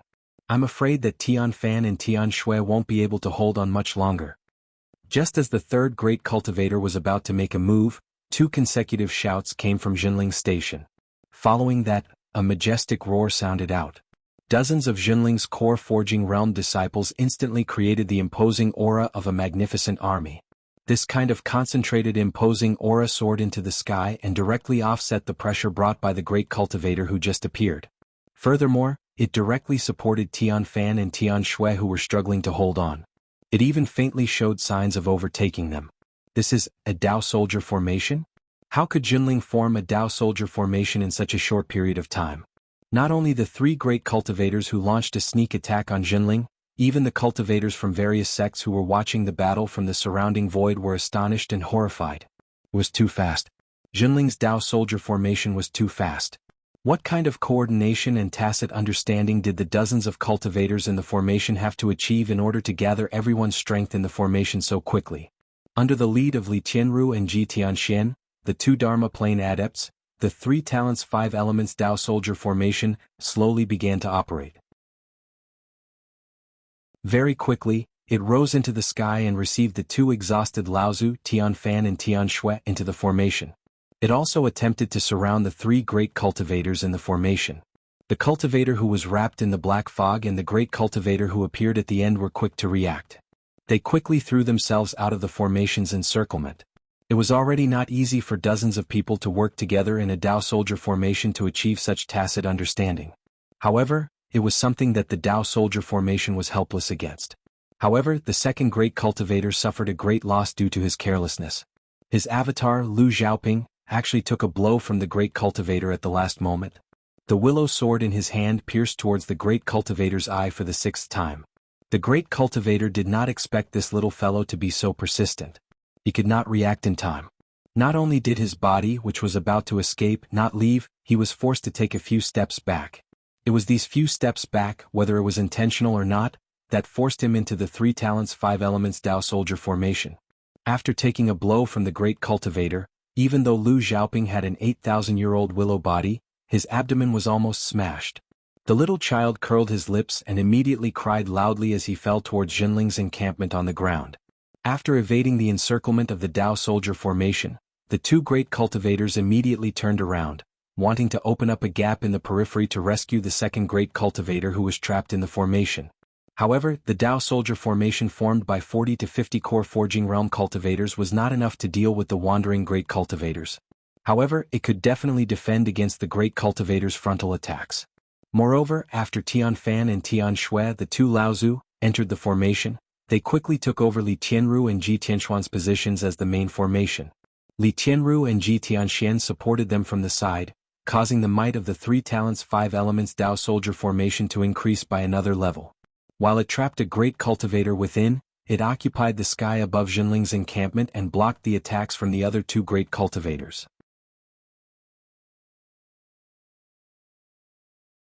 Chapter 1270. The divine wills that swept across the sky and the surroundings of Jinling sect's encampment exclaimed in amazement. However, at this moment, Jinling sect's encampment beneath the Dao soldier formation suddenly emitted a rhythmic wave of spiritual qi, and it quickly spread to the surroundings.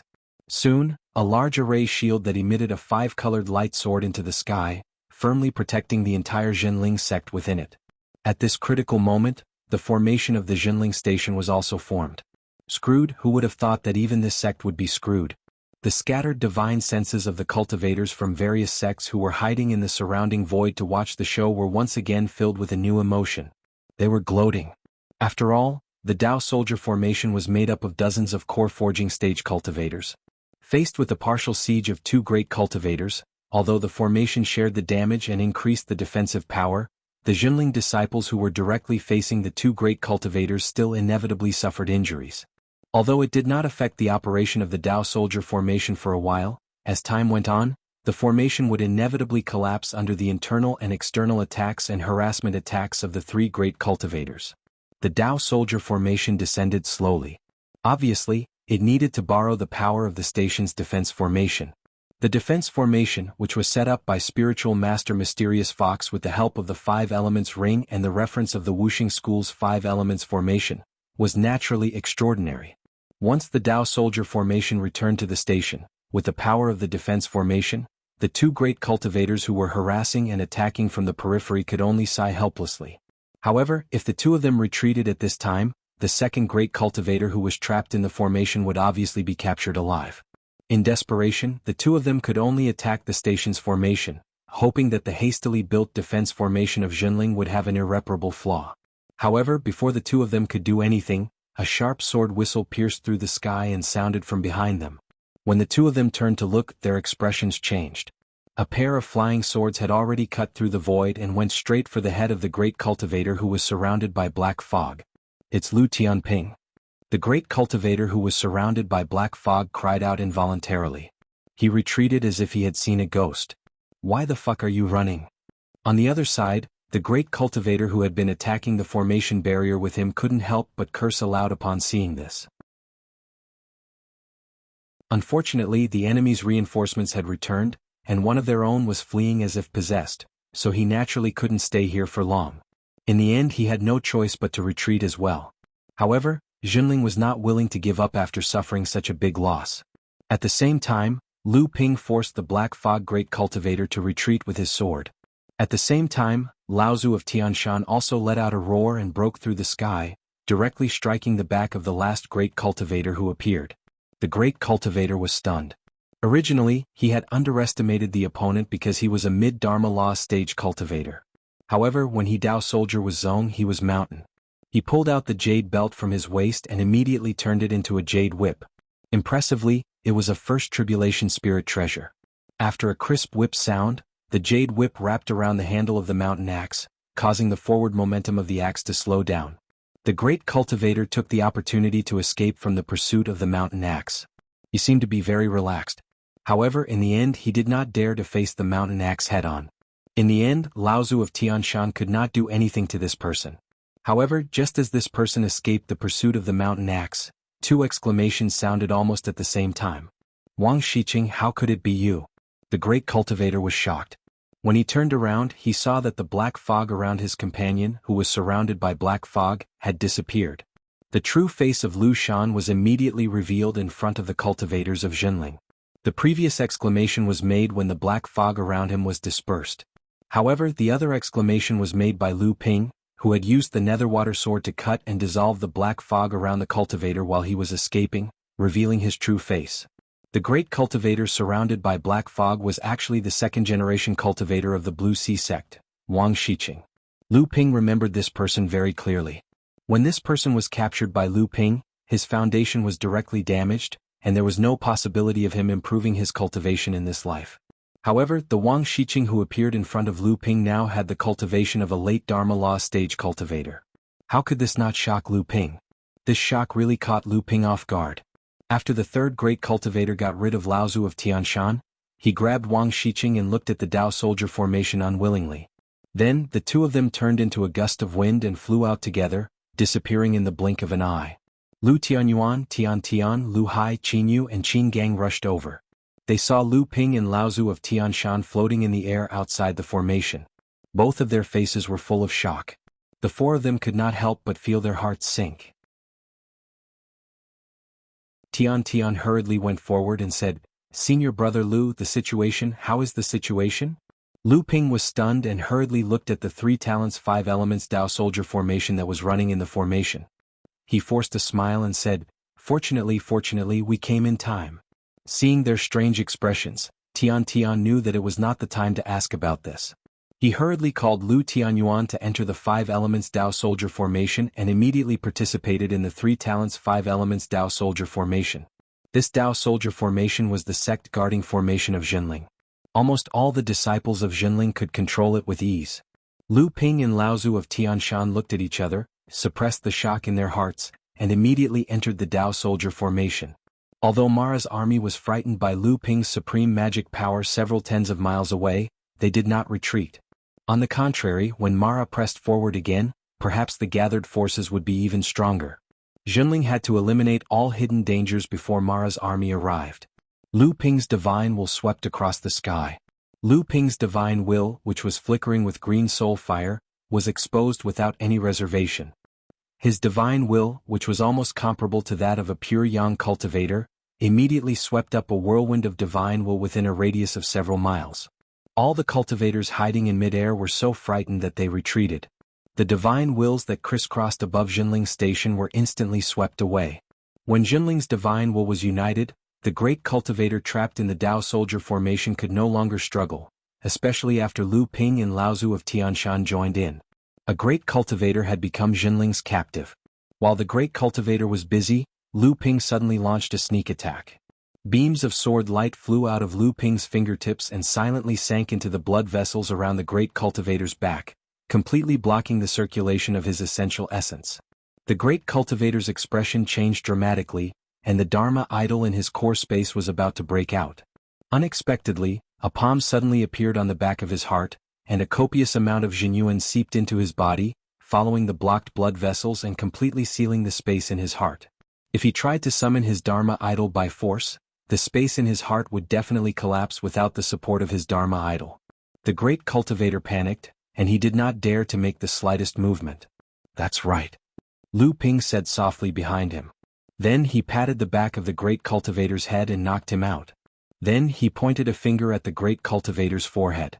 A green flame seeped into the great cultivator's head through his fingertip, and a look of pain flashed across the great cultivator's face. Lu Ping snorted coldly and pressed his palm on the great cultivator's chest again. A stream of dense purplish-blue essential essence was injected into the great cultivator's chest along with a faint roar. The great cultivator immediately spat out a mouthful of blood. "What's wrong?" Lao Zu of Tianshan asked curiously when he saw that Lu Ping was so cautious and even injured the great cultivator while he was unconscious. Lu Ping smiled and said, "These great cultivators have too many tricks up their sleeves. It's impossible to guard against them. So, we might as well injure his core. Even if he still has some strange tricks up his sleeve, he won't be able to do anything with his current strength." Lao Zu of Tianshan's mouth twitched. He was very clear about the consequences of injuring his core. This could be considered as a death feud. However, when the great cultivator took advantage of the situation, he obviously didn't leave a way out for Jinling. Since the great cultivator was captured by Lu Ping, Lao Zu of Tianshan couldn't say anything. However, he could feel that the current Lu Ping was less cautious than before, and more ruthless and overbearing. However, when he thought about Lu Ping's current strength and achievements, Lao Zu of Tianshan felt relieved. The truth of the cultivation world was always the one with the bigger fist. Lu Ping looked at Tian Fan and Tian Shui, the two Lao Zu of Tianshan, and asked, "Are the two martial granduncles all right?" Tian Shui Lao Zu touched the blood stain at the corner of his mouth and said, "It's fine. These are just some minor injuries caused by the turbulence of essential essence. After calming down, there won't be any major problems." Lu Ping nodded his head. Although the two Lao Zu of Tianshan no longer had the possibility of advancing into the great cultivator realm, their cultivation had become more and more profound. Even though they were suppressed by the two great cultivators earlier, they didn't suffer any serious injuries. A trace of worry flashed past Tianfan Lao Zu's face. "Let's see who this person is first." At this moment, Lu Ping seemed to have thought of something and said coldly, "Who else could it be?" He extended his hand and wiped the face of the great cultivator who had fainted on the ground. A slightly pale middle-aged cultivator's face was revealed. Lu Tianyuan and Tian Tian, who were bewildered earlier, seemed to have confirmed something. Lu Tianyuan said, "It's really them." Lu Ping looked at the two of them. Although Lu Ping's reputation had risen in Middle-earth, the ones who had truly traveled around Middle-earth were Lu Tianyuan and Tian Tian. In terms of the famous cultivators in Middle-earth's cultivation world, Lu Ping didn't know as much as the two of them. Tian Tian took a deep breath and said, "Supreme Shen Sec's Wind Rain Dual Whips. The one who escaped earlier should be the Wind Whip Han Wuya, and this one should be the Rain Whip Huo Wuyin." The Wind Rain Dual Whips are two of the Supreme Shen Sect's famous great cultivators. The Wind Rain Dual Whips in their hands are a treasure that is not inferior to a second tribulation spiritual treasure. Back then, the two of them joined forces and managed to escape from the seven Fan Lao Zu's hands. That's how they became famous in the cultivation world. In today's battle, it's obvious that the two of them were too arrogant, or perhaps they were unwilling to reveal their identities. Otherwise, if the two whips joined forces, it would be difficult for us to capture either one of them.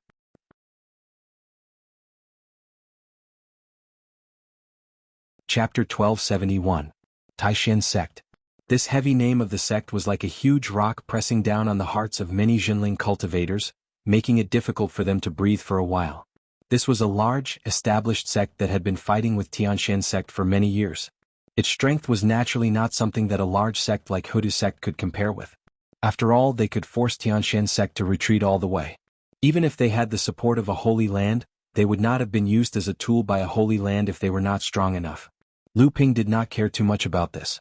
Taishan sect had tried to collude with Songhai sect a long time ago and expressed hostility towards Lu Ping. In Lu Ping's opinion, this hostility was most likely because of the contact between Jinling and Tianshan sect. Jinling wanted to become a large sect, so it had to choose a large sect in Central Plains to build an ultra-long distance transmission array. Whether it was Tianshan sect or Tianyue sect, it was a test for Jinling.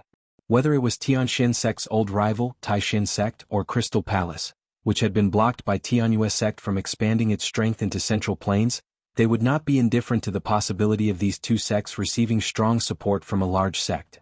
These were serious tests that Jinling had to face in order to rise. Even if Lu Ping had been in another large sect, he would have encountered similar situations. What he was more concerned about was Wang Shiqing, who was previously covered by the black fog. This person's original foundation had been destroyed by Lu Ping using a secret technique, but now he had a solid late Dharma cultivation. In just a short period of nearly 100 years, Wang Shiqing had recovered his original foundation, but he had pushed his cultivation from the early Dharma stage all the way to the late Dharma stage. This was really incredible. After all, going through 2 consecutive thunder tribulations was no joke. Tian Fan and Tian Shui, the two Laozu, had clearly maintained sufficient vigilance towards Wang Shiqing's appearance. After all, the appearance of a single grand cultivator in the Northern Sea could be said to be a world-shaking event. However, before they came to the Northern Sea, the Azure Sea sect did not have any news regarding the appearance of a third grand cultivator. However, Wang Shiqing had suddenly appeared in the Middle Earth with the cultivation of a grand cultivator. If he were to return to the Northern Sea's cultivation world, it would definitely cause an uproar in the entire Northern Sea. When Lu Ping saw the strange expressions on the two Laozu's faces, he asked, "Martial Granduncles, did you discover anything unexpected in your fight with Wang Shiqing?" After some thought, Ancestor Tian Fan said, "That's far too unbelievable, but now that I think about it, that Wang Shiqing did indeed give the two of us a feeling of déjà vu when we clashed earlier. I never thought he'd be a member of the Neptunian sect." Tian Fan and Tian Shui Laozu's suspicions had obviously disappeared after the other party revealed his identity as a Azure Sea sect cultivator. The two Laozu had been in the Northern Sea's cultivation world for close to 1,000 years. Naturally, they were very familiar with the Azure Sea sect's heritage. However, Lu Ping still had some doubts. He could not help but ask, "Martial Granduncles, don't you feel that this Wang Shiqing's appearance is too strange? The growth of his cultivation is really too unbelievable. In just 100 years, he went from the early Dharma stage to the late Dharma stage." Tian Shui Laozu's expression was filled with hatred. She said unhappily, "It must be the Taishan sect playing tricks behind the scenes. They must have used some secret technique or shortcut. I wonder what kind of price Wang Shiqing will have to pay." Lu Ping still had some doubts. He said, "How could the Taishan sect have such a miraculous secret technique?" Tian Shui Laozu paused for a moment before saying, "Even if the Taishan sect doesn't have it, the Wuxing school behind them might not have it. These holy lands have a long history and deep heritage. Who knows what kind of secret technique they have in their hands? This time, you consecutively killed the Wuxing school's 2 great disciples. You have offended them greatly. Who knows, it might be the Wuxing school who is behind this." Although Lu Ping still had some doubts in his heart, what Tian Shui Laozu said was not without reason. Lu Ping could only suppress the doubts in his heart. At this time, Mara's army in the Qingming River had regrouped and attacked again. This was not the time for Lu Ping to worry about other things. The 3 talents and 5 elements great formation had already been formed, and the garrison's defense array had also been successfully built. This 5 elements great formation looked similar on the outside, but on the inside it was different. Lu Ping was not afraid that the Wuxing school would be able to see through it. As long as he did not reveal the 5 elements ring, even Jin Chan Laozu himself would not know that the 5 elements great formation that Jinling had set up was the Wuxing school's formation technique. Tianshan Laozu asked again, "Then how should we deal with this Huo Wuyin? No matter what, he is still a hot potato, right?" Tian Fan and Tian Shui Laozu also did not know what to do. Lu Ping said straightforwardly, "Take away his storage artifact and his whip. Even if he wakes up, he will not be able to break free from the restriction disciple placed on him. Let's not bother with him for now. Let's talk about it after we get through Mara's attack. Just as Lu Ping and the others were preparing for the upcoming battle, the void outside the encampment trembled.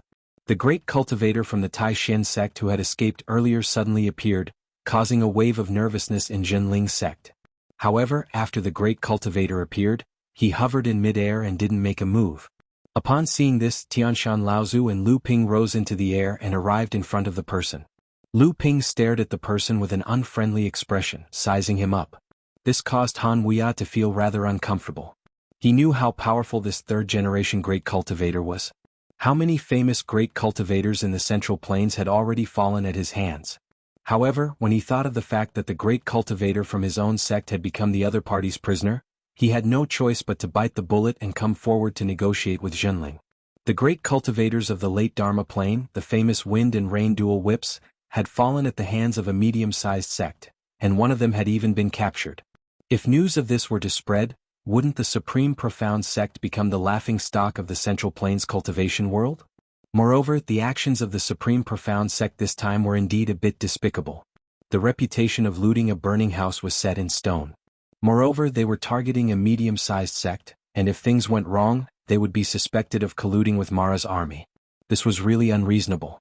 However, in his view at this time, Zhenling was facing a great dilemma, and there was no reason for him to make another strong enemy. If he could pay a price to rescue his partner who had fallen into the other party's hands, it was not impossible. At least it could save a little face for the Supreme Profound sect in the Central Plains. Thinking of this, Han Wuya Laozu smiled and went straight to the point. What will it take for you to release my brother Hua? Ha! Lu Ping did not wait for Laozu of Tianshan to speak. He looked up to the sky and laughed as if he had heard a joke and said, "The Supreme Profound sect secretly lured Mara to attack our sect's encampment, and then ganged up to attack our sect. Now you want us to release him? What kind of logic is this? Since when has the Supreme Profound sect become so domineering in the Central Plains?" Han Wuya's expression changed and he said, "Don't slander us, sir. When we attacked, we did not know that Mara's army had arrived." Lu Ping said mockingly, "Do you think anyone will believe you? Why don't you go and explain to the various sects of the Central Plains?" Han Wuya laughed coldly and said, "I'm afraid there is no need for me to explain. I'm afraid that your sect's midway trip this time will vanish like smoke in thin air." Han Wuya paused and then said, "I'm afraid you still don't know, but Mara's army has increased again. An Azura has already brought 6 Jade Mara, 10 Blood Mara, and nearly 1,000 small and large Mara to meet up with the previous Mara team. At this time they are not far from the encampment of your sect." Laozu of Tianshan's expression changed slightly, but he heard Lu Ping next to him say indifferently, "Sir, you also said that you have not colluded with Mara. Otherwise, how could you have investigated Mara's forces so carefully?" Han Wuya snorted coldly and said, "The old man is not willing to talk to you. In short, as long as you can release my junior martial brother Hua, you can state whatever conditions you have." Lu Ping chuckled but did not say anything else. Laozu of Tianshan, who was at the side, said, "That's fine. As long as you bring me that Wang Shiqing's head, we will release fellow Taoist Hua Wuing. What do you think?" Han Wuya's expression changed and he said, "Fellow Taoist Wang is not a cultivator of our sect, so forgive me for not being able to do this." Laozu of Tianshan also seemed to know that this matter could not be used as a bargaining chip, and so he said, "Since you have appeared now, I presume that you have some understanding of the predicament that our sect is currently facing, and you have made preparations. This is fine as well. Then please lead the Azura and Mara's army away. What does fellow Taoist Han think?" Han Wuya's expression changed, and he could not make up his mind for a moment. If there was only one Azura and Han Wuya joined forces, then Wang Shiqing might be able to temporarily hold it back. But at this moment 2 Azuras were leading an army of nearly 3,000 Mara. If they attacked together, not to mention 2 great cultivators joining forces, even 4 great cultivators joining forces would not dare to say that they would be able to draw out 1 Azura from Mara's army. If they were not careful, then the entire army might be wiped out. Han Wuya's expression darkened, and he simply revealed his true intentions. He said, "Your sect should think about the consequences of offending my supreme mystery sect." Lu Ping, who was at the side, sneered, "It seems that your sincerity is limited." "You can't say that." An unfamiliar voice came from the void not far from Han Wuya, and a cultivator in his 40s wearing a tall hat flashed out of the void. He said, "Brother Han naturally has sincerity, but your sect is too insatiable. After all, the Supreme Mystery Sect is a well-known large sect in the Central Plains, and is the backbone of the resistance against Mara's army. Your sect is only a poor middle-sized sect. Relying on tricks to capture Brother Hua, you demand an exorbitant price, and this weakens the power of the cultivation world to resist Mara's army.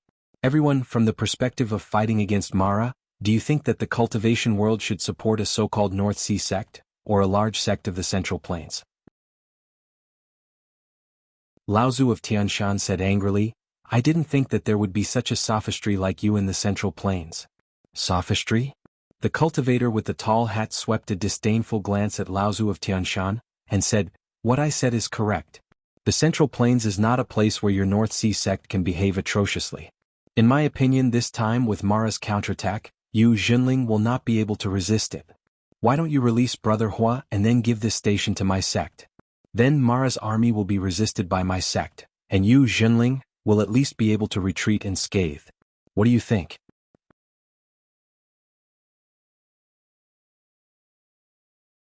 Chapter 1272. Feiyun Pavilion was another large sect that was quite famous in Central Plains. "Fellow Chuyun, you're right." Han Wuya clapped his hands and said, "It's a small matter that you Jinling can't stop the counterattack of Mara's army. If Mara's army opens up a gap in the encirclement that the cultivators of the various sects have painstakingly built, then it will be your sect's fault. At that time, I don't think your sect will be able to bear the condemnation of the cultivation world, right? If you let Junior Brother Hua out and hand this place over to Feiyun Pavilion to guard, the counterattack of Mara's army will definitely not be a problem. Furthermore, Jinling won't lose a single soldier, so why not?" The two of them echoed each other, vividly displaying the phrase sophistry. Even someone as cultured as Tianshan Laozu was dumbfounded by the two of them. Meanwhile, Lu Ping was even more infuriated by the two of them. The mocking smile on Lu Ping's face made Chuyun Laozu of the Feiyun Pavilion feel embarrassed. He said, "Brat, what are you so happy about? Don't think that just because you've defeated a few great cultivators that you don't know the immensity of heaven and earth. There are also differences in strength among great cultivators. Do you think that you can already run amok in the cultivation world of Central Plains?" As they spoke, Mara's army had already reached the shore of Qingming River. Nearly 3,000 Mara's army, led by 3 Azuras, stopped about 1,000 feet away from Jinling's encampment. "Brat, this is your last chance. Let fellow Hua go immediately, and the cultivators of Feiyun Pavilion will immediately enter this 5 elements formation to reinforce your sect. Otherwise, you can just wait for your entire army to be destroyed," the ancestor of the Chuyun sect said sinisterly. However, at this moment, it became a joint effort to resist the evil Luo army. He had forgotten that Jinling sect wanted to remove the 5 elemental great formation and that their flying cloud pavilion would resist the evil Luo army alone. Of course, no matter which one it was, the encampment would not belong to Jinling sect in the end. "He's here." Lu Ping still had a smile on his face, but no one could understand the words that came out of his mouth. "What do you mean by coming? Brat, what do you mean by that? If you can't make the decision, call a few old fellows over." Han Wuya was more anxious than the Yun nation's Laozu. After all, his junior brother was still in the enemy's hands.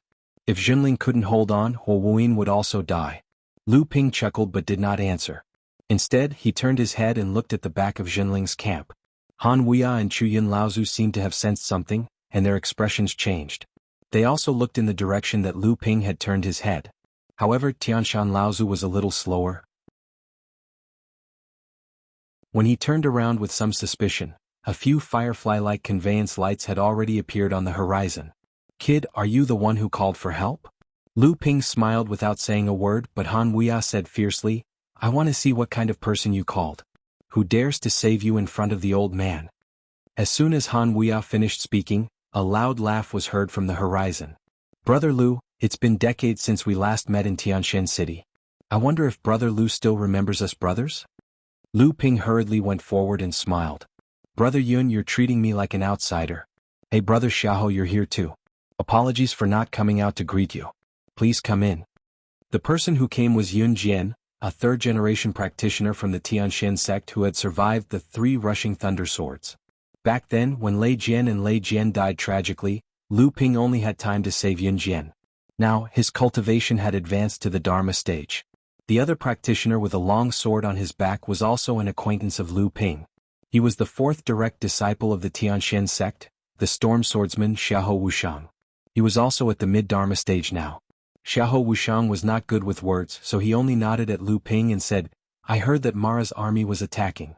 Fortunately, I didn't arrive too late." Lu Ping cupped his hands in gratitude and said, "Thank you." Yun Jian said from the side, "Brother Lu, you're treating me like an outsider. If it weren't for your help back then, we wouldn't be alive." Lu Ping hurriedly declined, but Yun Jian seemed to have suddenly discovered something new.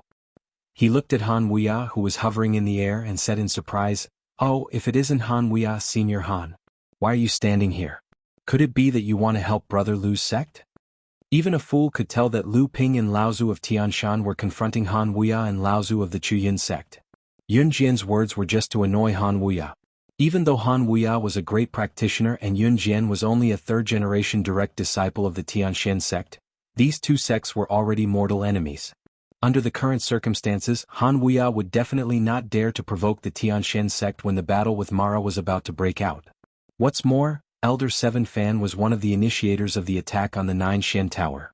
Now that he was on good terms with Xiao Baiyu and the others, Han Wuya naturally did not want to offend them. Yun Jian had also found out about this, which was why he dared to provoke a great adept of the late Dharma stage. Han Wuya was furious, but under the circumstances where he could not fight, he would not give up his status and argue with a third-generation disciple. He could only vent his anger through his nose. Although the current strength of the Jinling station was not weak, Xiahou Wuxiang was no weaker than Lao Zu of Tianshan, and Yun Jian's strength was comparable to that of Lu Tianyuan and Tian Tian. The arrival of these two people could be regarded as strong reinforcements for Jinling, so everyone in Jinling was naturally overjoyed. The most important thing was that although their arrival was nominally due to Lu Ping's life-saving grace, who could ignore the Tianshan sect behind them? Whether it was the Tianshan sect or the Feiyun Pavilion, when it came to the strength of their respective sects, they were undoubtedly inferior to the Tianshan sect. Therefore, when he saw Yun Jian and Xiahou Wuxiang rushing over to support them, Han Wuya did not feel anything, but Lao Zu of the Chuyin sect, who was beside him, seemed to be a little uneasy. Although the Feiyun Pavilion was also a well-known large sect in the cultivation world of the central region, its strength was only comparable to the Tianshan sect. Compared to the Tianshan sect, it was undoubtedly much weaker. However, after welcoming Yun Jian and Xiahou Wuxiang into the station, Lu Ping did not return to the Five Elements formation. Instead, he and Lao Zu of Tianshan continued to hover in the air, facing the direction from which Yun Jian and Xiahou Wuxiang had come. Could it be that someone else was coming? Chuyun Lao Zu could not help but feel a jolt in his heart. Indeed, what he feared had come. Another two rays of light broke through the air. Even Han Wuya felt that something was wrong at this time, and his expression began to change. "Are you the North Sea Water Sword Celestial Lu Tianping, who has recently become famous in the central region?" A soft voice came from the air, and Lu Ping was a little stunned for a moment. Obviously, this voice surprised Lu Ping for a moment. On the other hand, Lao Zu of Tianshan thought of something. Seeing the shock on Lu Ping's face, he hurriedly said, "Are you a fellow from the Tianshan sect? Jinling Tianshan and martial nephew Lu Tianping greet you." Lu Ping, who was at the side, saw Lu Tianyuan hurriedly flying over from the encampment and immediately understood what was going on. An expression of amusement flashed across his face, but he immediately put on a smile and said, "So it's a senior from the Heavenly Moon sect. I am Lu Tianping, sorry for not going out to meet you." Two women dressed in palace clothes descended and stopped in front of Lu Ping and Lao Zu of Tianshan. One of the female practitioners was older, and her cultivation was already in the middle Dharma stage. She had a smile on her face, but her eyes were cold. Obviously she was a proud person. Lu Ping could even feel an unapproachable aura from her body, especially when she looked at Lu Tianyuan, who was flying over from the side. There was even some displeasure in her gaze. However, the person who spoke earlier was not her. Instead, it was the younger-looking female cultivator beside her. Although this female cultivator could not be considered a beauty, she was gentle and delicate. Her cultivation was also in the middle Dharma stage. From Lu Ping's point of view, if these two were the third-generation cultivators of the Heavenly Moon sect, then they would definitely be among the top direct disciples. The two female practitioners bowed to Lao Zu of Tianshan and greeted Lu Ping. As expected, they were the third-generation disciples of the Tianshan sect. At this time, Lu Tianyuan also hurriedly rushed over. Seeing the other female practitioner beside the gentle female practitioner, he was slightly stunned, and an uneasy expression flashed across his face. Only then did he say, "Senior Sister Chan Yu, Junior Sister Chan Xiang, I didn't think that the two of you would also come." Lu Ping saw that Lu Tianyuan's expression was slightly awkward when he arrived, and that Junior Sister Chan Xiang's face was also red. It was obvious that the "didn't think" that Lu Tianyuan said was only directed at the slightly older Senior Sister Chan Yu. He could not help but find it somewhat funny. As expected, that Senior Sister Chan Yu said coldly, "I only came under orders. You probably already knew that Junior Sister Chan Xiang could come, so there is no need to pretend to be so fake." This sentence made Lu Tianyuan feel very awkward. Seeing this, Lu Ping, who was at the side, hurriedly said, "The arrival of these two senior sisters is undoubtedly a timely help. Senior Brother Tianyuan, why don't you quickly invite these two senior sisters into the station to rest for a while?" Lu Tianyuan patted his head as if he suddenly realized something, and hurriedly said, "Quickly invite them in, quickly invite them in." The three of them returned to the station together. Lu Ping smiled at Lao Zu of Tianshan, who was at the side, and said, "I have to congratulate Martial Uncle." However, Lao Zu of Tianshan did not seem very happy and instead said, "Everything should go with the flow. Some things cannot be forced." Han Wuya, who was at the side, laughed coldly and said, "Not bad, you even managed to seduce the for beauties of Heavenly Moon. This disciple of your sect is very good at living off women." Anyone could see that there was something fishy going on between that Junior Sister Chan Xiang of the Heavenly Moon sect and Lu Tianyuan. However, the difference between the two of them was too obvious. Whether it was in terms of cultivation or status, Lu Tianyuan could not compare with that Junior Sister Chan Xiang. Previously, Lao Zu of Tianshan did not seem very happy about this, and it was likely that he had also thought of this. However, Lu Ping was not worried. Lu Tianyuan's natural endowments were not bad, and he was also someone who was willing to improve. Moreover, he had previously refined the Dharma soul left behind by Tiankang Laozu. Advancing to the mid-Dharma stage was already a sure thing, and there was a high possibility that he could even advance to the late Dharma stage and become a great adept in the future. As for the status of the two of them, it was not that they could not make up for it. Now that Junling had taken the last step to enter a large sect, he was only lacking one late Dharma adept. Lu Ping did not take Han Wuya's sarcasm to heart, but Chu Yun Laozu, who was at the side, remained silent this time. This was because he saw that Lu Ping and Laozu of Tianshan were still hovering in the air outside the station.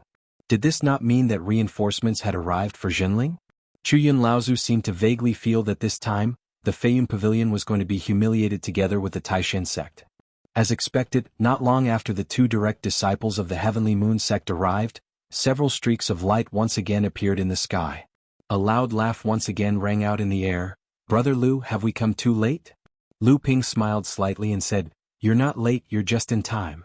The beams of light disappeared, and Xie Tianyang, Sang Yu, Su Jin, as well as Qinghu, Qinglang, and Qinghu appeared at the same time. This time Han Wuya and the two Laozu of the Chu Yun were not just shocked, but their stomachs were spinning. When Lu Ping saw Su Jin, he hurriedly said, "I didn't expect Brother Su to come too." Su Jin smiled and said, "It's boring staying in the sect station. I heard from Sixth Brother that Brother Lu is going to have a good show here, so I specially came over to see what is going on. I hope Brother Lu and the elders of your sect will not blame me for being rude." Laozu of Tianshan smiled at the side and said, "This time, the matter of our sect has troubled all of you. Tianshan thanks all of you for your help." Su Jin, Xie Tianyang, and Sang Yu repeatedly said that they did not dare. At this moment, a woman flashed out from behind Sang Yu and said with a charming smile, "Brother Lu, do you still remember me?" Lu Ping was slightly stunned. When he saw Sang Yu's slightly unnatural expression, he immediately remembered the female cultivator of the Spirit Beast sect who had taken a fancy to Lu Xiaohai at the river source. He smiled and said, "Isn't this Miss Wu Yinglan? I didn't expect you to also come to help this time. I'm very grateful." Previously, Lu Ping had only sent Qinghu and the other two to ask for help from Xie Tianyang and Sang Yu.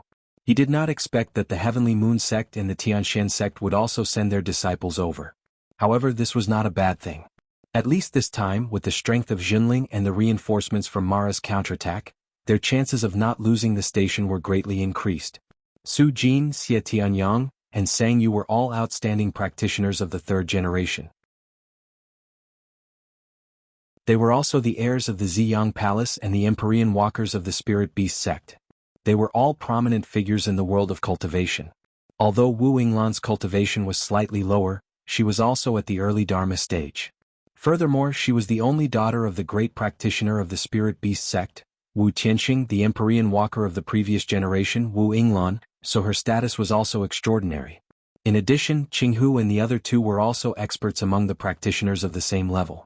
This time, it could be said that Jinling's ability to resist Mara's counterattack had greatly increased. As everyone exchanged greetings, Xie Tianyang saw Han Wuya and Chu Yun Laozu, who looked a little uneasy. These two were prominent figures in the world of cultivation, so Xie Tianyang and the others naturally recognized them. Are Senior Han and Senior Chu Yun also here to help Brother Lu's sect this time? With the help of these two seniors, I think our chances of defending this time will be much higher. Whether Xie Tianyang really did not know the inside story or was doing it on purpose, his words made the two of them feel extremely awkward. Chu Yun Laozu, who was at the side, did not even think about it. He hurriedly laughed and said, "The old man is just passing by." He was passing by and revealed to Jinling the number and scale of Mara's army's counterattack. Other than that, there is nothing else. With the help of the rising stars of the cultivation world, I think there is no need for the old man to meddle. The old man still has other matters to attend to, so he has to leave. Yes, he's leaving. Chu Yun Laozu's hurried departure caught Han Wuya off guard. However, his junior brother was still in the hands of the other party. In front of these direct disciples of the Holy Land, Han Wuya did not have the courage to threaten Jinling. He could only hover in the air, not knowing whether to advance or retreat. He felt very awkward. Chu Yun Laozu's hurried departure made Xie Tianyang and the others a little puzzled. Seeing the suspicious gazes of Xie Tianyang and the others, Lu Ping smiled and said, "This is not the place to talk. Let's go to the station and rest for a while. I'm afraid there will be a fierce battle later, and I will need your help then." Sang Yu was from the Spirit Beast Taming sect and was also an Empyrean Walker. The cultivators of the Spirit Beast Taming sect liked to hide their identities and travel around the world, so they knew a lot about the secrets of the cultivation world. When she saw Han Wuya and Chu Yun Laozu hovering outside Jinling's station, she seemed to have guessed something. After hearing what Lu Ping said, she smiled and said, "This time we came for this fierce battle. It's rare for Brother Lu to personally ask for help, so we naturally have to do you a favor." Su Jin was also a Linglong person. He laughed and said, that's right. This is a rare opportunity. With Brother Lu's achievements in the future, I'm afraid you won't give anyone the chance to owe you a favor anymore. When Han Wuya saw the direct disciples of the Purple Sun Palace, Spirit Beast Taming sect, Heavenly Moon sect, and Heavenly Xian sect coming to help one after another, he naturally knew that all his plans had failed today. At this time he finally made up his mind to leave. However, he was still one step behind Chu Yun Laozu. Just when Lu Ping welcomed the various reinforcements into the station and looked at Han Wuya with a smile, Han Wuya turned around to leave. Unexpectedly, the space around him suddenly became sticky, and a voice sounded in his ear asking, "Where are you going?" Han Wuya was shocked, and the qi all over his body shook in an attempt to break free from the shackles. Unexpectedly, it was better if he didn't move, but once he moved, the shackles around his body became even tighter. This made Han Wuya even more shocked. Could it be that there was an unknown master in Jinling? After all, to be able to imprison a great cultivator like him without him knowing was not something that an ordinary person could do. An old man holding a green jade flute suddenly appeared beside Han Wuya. Lu Ping, who was previously smiling, hurriedly went forward to greet him and said, "I didn't expect you to come as well." The old man smiled and said, "The old man's injuries have not yet healed. You promised before that if the old man wants to recover, this matter naturally falls on you, kid." Han Wuya's heart had long sunk to the bottom. The person who came was none other than one of the 13 pure young Laozu who had called for the world of cultivation to gather at the 9 Profound Tower to besiege Mara's army. He was Lin Yu Laozu, who represented the forces of the Central Plains individual cultivators. Lu Ping smiled and said, "Don't worry, ancestor. I've already gathered most of the spirit herbs required to concoct the pure yang stasis removal pellet. I'm just waiting for ancestor's arrival and I can start concocting the pellet." Lin Yu Laozu smiled and said, "Rest assured, old man. If before, old man still had some doubts, but this time I heard from fellow Daoist Xiao about your reputation in the overseas cultivation world. I didn't expect that your alchemy skills have already reached such a level.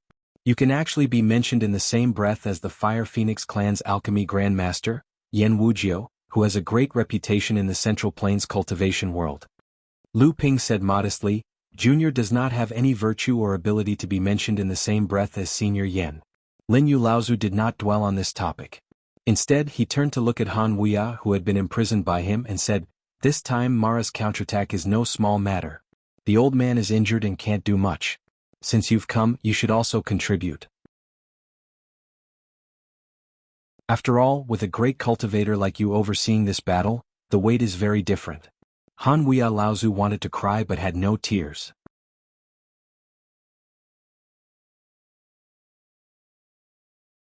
Chapter 1273. This time Mara's counterattack is no small matter. It is a pity that the old man is injured and unable to intervene. Since you are here, you should help out. It is better than giving the Taishan sect the reputation of not helping a dying sect. Lin Yu Laozu's words made Han Wuya want to cry, but he had no tears. This time, the Taishan sect could be considered to have suffered a double loss. His own brother was still in the hands of others, and this time he had fallen into the hands of Lin Yu Laozu and was forced to work for Jinling. At that time, the Taishan sect would definitely become the laughingstock of the entire cultivation world. Unfortunately, when people under the eaves, they had to bow their heads. Lin Yu Laozu's level of practice was not considered powerful among the pure young Laozu, but the secret techniques that he had inherited from the ancient times were not to be taken lightly. The foundation of this set of inheritance was completely based on the practitioner's divine will, and half of Lin Yu Laozu's strength was in this. Unfortunately, when Lin Yu Laozu received this set of inheritance, he was already a Dharma adept. His divine will was almost fixed, and it was extremely difficult to improve on the original foundation. Even so, Lin Yu Laozu had relied on this set of secret techniques to finally push his level of practice to the pure yang stage. Now, although Lin Yu Laozu could not use this set of secret techniques to deal with pure yang adepts of the same level, it would not be difficult to deal with a great adept of the late Dharma stage. At the same time that Han Wuya was imprisoned, Lin Yu Laozu used a secret technique to seal his divine will, but did not use any of his inner yuan. However, when Han Wuya was awake, he was horrified to find that he could not control his own body at all, and a strange but unparalleled power of divine will had directly invaded his core space, subduing his Dharma power in the blink of an eye. In an instant, Han Wuya Laozu's physical body, cultivation, and magic had been used by Lin Yu Laozu, and Han Wuya was now just a puppet in Lin Yu Laozu's hands. What a marvelous skill! Lu Ping saw that Han Wuya, a great adept, was like a puppet following Lin Yu Laozu's commands. While he was praising Han Wuya, he felt a chill run down his spine. Lin Yu Laozu smiled slightly and said, This time I just caught him off guard. It is not easy to control a great adept, and this kind of opportunity is not common. With the old man's level of practice, the most he can control is a mid-Dharma adept, but what use is a mid-Dharma puppet to the old man? However, Lu Ping didn't think much of it. The secret technique was clearly extraordinary, and the heritage Lin Yu obtained in the past wasn't simple at all. Lin Yu Laozu saw Lu Ping's drooling expression. Laozu smiled slightly and said, What do you think? Do you want to learn it? Lu Ping came back to his senses and smiled bitterly. It would be a lie to say that I don't want to learn such a secret technique. Lin Yu Laozu laughed loudly and said, You saved the old man's life, and you owe him a great favor for refining the pure yang blood stasis removal elixir. What harm is there in giving this ancient technique to you? Lu Ping's eyes lit up, but he was still a little hesitant. Really? Lin Yu Laozu sighed and said, This inheritance was the cause of the Yi Yun sect's destruction, but it is not the Yi Yun sect's own inheritance. The old man did not violate the sect's rule of not divulging the sect's inheritance to you. Speaking of which, from the time the seventh patriarch opened the sky until 10,000 years ago, the cultivation world mostly discussed and learned from each other. Even exchanging inheritances was not uncommon. Therefore, there were often amazing figures among the loose cultivators. However, in the past 10,000 years, the sects have become more and more powerful. They have collected the world's inheritances for their own use. Now that the power structure of the cultivation world has been set, the sects have become more and more powerful, while the loose cultivator situation has become more and more difficult. No matter what, this inheritance cannot be passed down among the loose cultivators. And the reason why I gave it to you was not because the old man felt like it, but because this inheritance is closely related to the practitioner's divine will. The stronger the divine will, the more powerful the inheritance. It's a pity that the old man's divine will had already been fixed. Otherwise, he might not be weaker than those pure yang practitioners from the Holy Lands. As for your divine will, it is extremely unique. You are only at the mid-Dharma stage, but your divine will is second only to that of a pure young adept. You are the perfect candidate to inherit this ancient secret technique. Only such a person would be able to unleash the true power of this ancient technique. When Lu Ping saw that Lin Yu Laozu was determined to pass this inheritance to him, he said, "I wonder what this secret technique is called. Does Elder need me to do anything?" Lin Yu Laozu shook his head and said, "This inheritance is actually just a set of 3 great secret techniques. These 3 great secret techniques are called Shadow Flow, Sealing Image, and Stealing Aura. The 3 combine to form the great secret technique, Slaying Spirit. But those who are hit by it are rarely able to escape from it so quickly. It's a pity that when masters fight, they are always on guard against each other. It's not easy for this secret technique to be effective. But once it is effective, it will definitely be a fatal blow." Hearing this, Lu Ping nodded. If this kind of heaven-defying secret technique could be used at will, it would not be called heaven-defying. But even so, once it was successfully cultivated, it would definitely be a killer move. At this time, Lu Ping saw Lin Yu Laozu crooked his finger, and Han Wuya started walking towards the 2 of them. However, Lu Ping noticed that at this time Han Wuya's gaze seemed to be a little more lively, and his body seemed to be trying very hard to escape from something. It was just that it did not work, and he continued walking towards the 2 of them. Lin Yu Laozu explained, "This secret technique only seals the divine will and essential yuan of a cultivator, but it does no harm to the cultivator himself. Therefore, it is very easy for someone to escape from the state of being cast. At this time, the caster needs to continuously increase the power of the seal." After a pause, Lin Yu Laozu continued, "Back then this also had something to do with the caster's own level of attainment. With the old man's divine will, it was only a matter of time before he was able to trap a great cultivator. If it was a mid-Dharma adept, perhaps the old man would not have needed to care about him for an entire day." When he saw Han Wuya walk over, Ancestor Lin Yu tapped the center of Han Wuya's forehead, and then he slapped his palm down towards Han Wuya's chest. "Go!"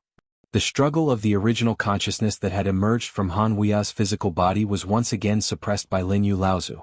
Although he looked like an ordinary person, his entire person felt like he had killed a portion of spiritual qi. Outside the station, under the leadership of a few blood Mara, the Mara army had already begun to launch a probing attack on Jinling. However, with the protection of the defensive formation and the 3 talents and 5 elements formation, the disciples of Jinling did not need to rely on the strength of reinforcements to repel the invading Mara army. They also annihilated nearly 100 big and small Mara in one fell swoop, and a blood Shura was also seriously injured. Currently, the 2 great practitioners Lin Yu Laozu and the controlled Han Wuya were in charge of Jinling's station. However, Lin Yu Laozu was injured, and unless it was absolutely necessary he would not intervene. At this time, this pure yang was here to deter the practitioners from the various sects who wanted to take advantage of the situation. The mid-Dharma adepts were Tianfan, Tianshui, Tianshan, Lu Ping, Chanyu, Chanxiang, Xiahou Wushang, Sangyu, Sujin, Xie Tianyang, and Qinghu, and the early Dharma adepts were Lu Tianyuan, Tian Tian, Ji Tianxian, Li Tianru, Yun Jian, Wu Yinglan, Qinglang, and Qinghu.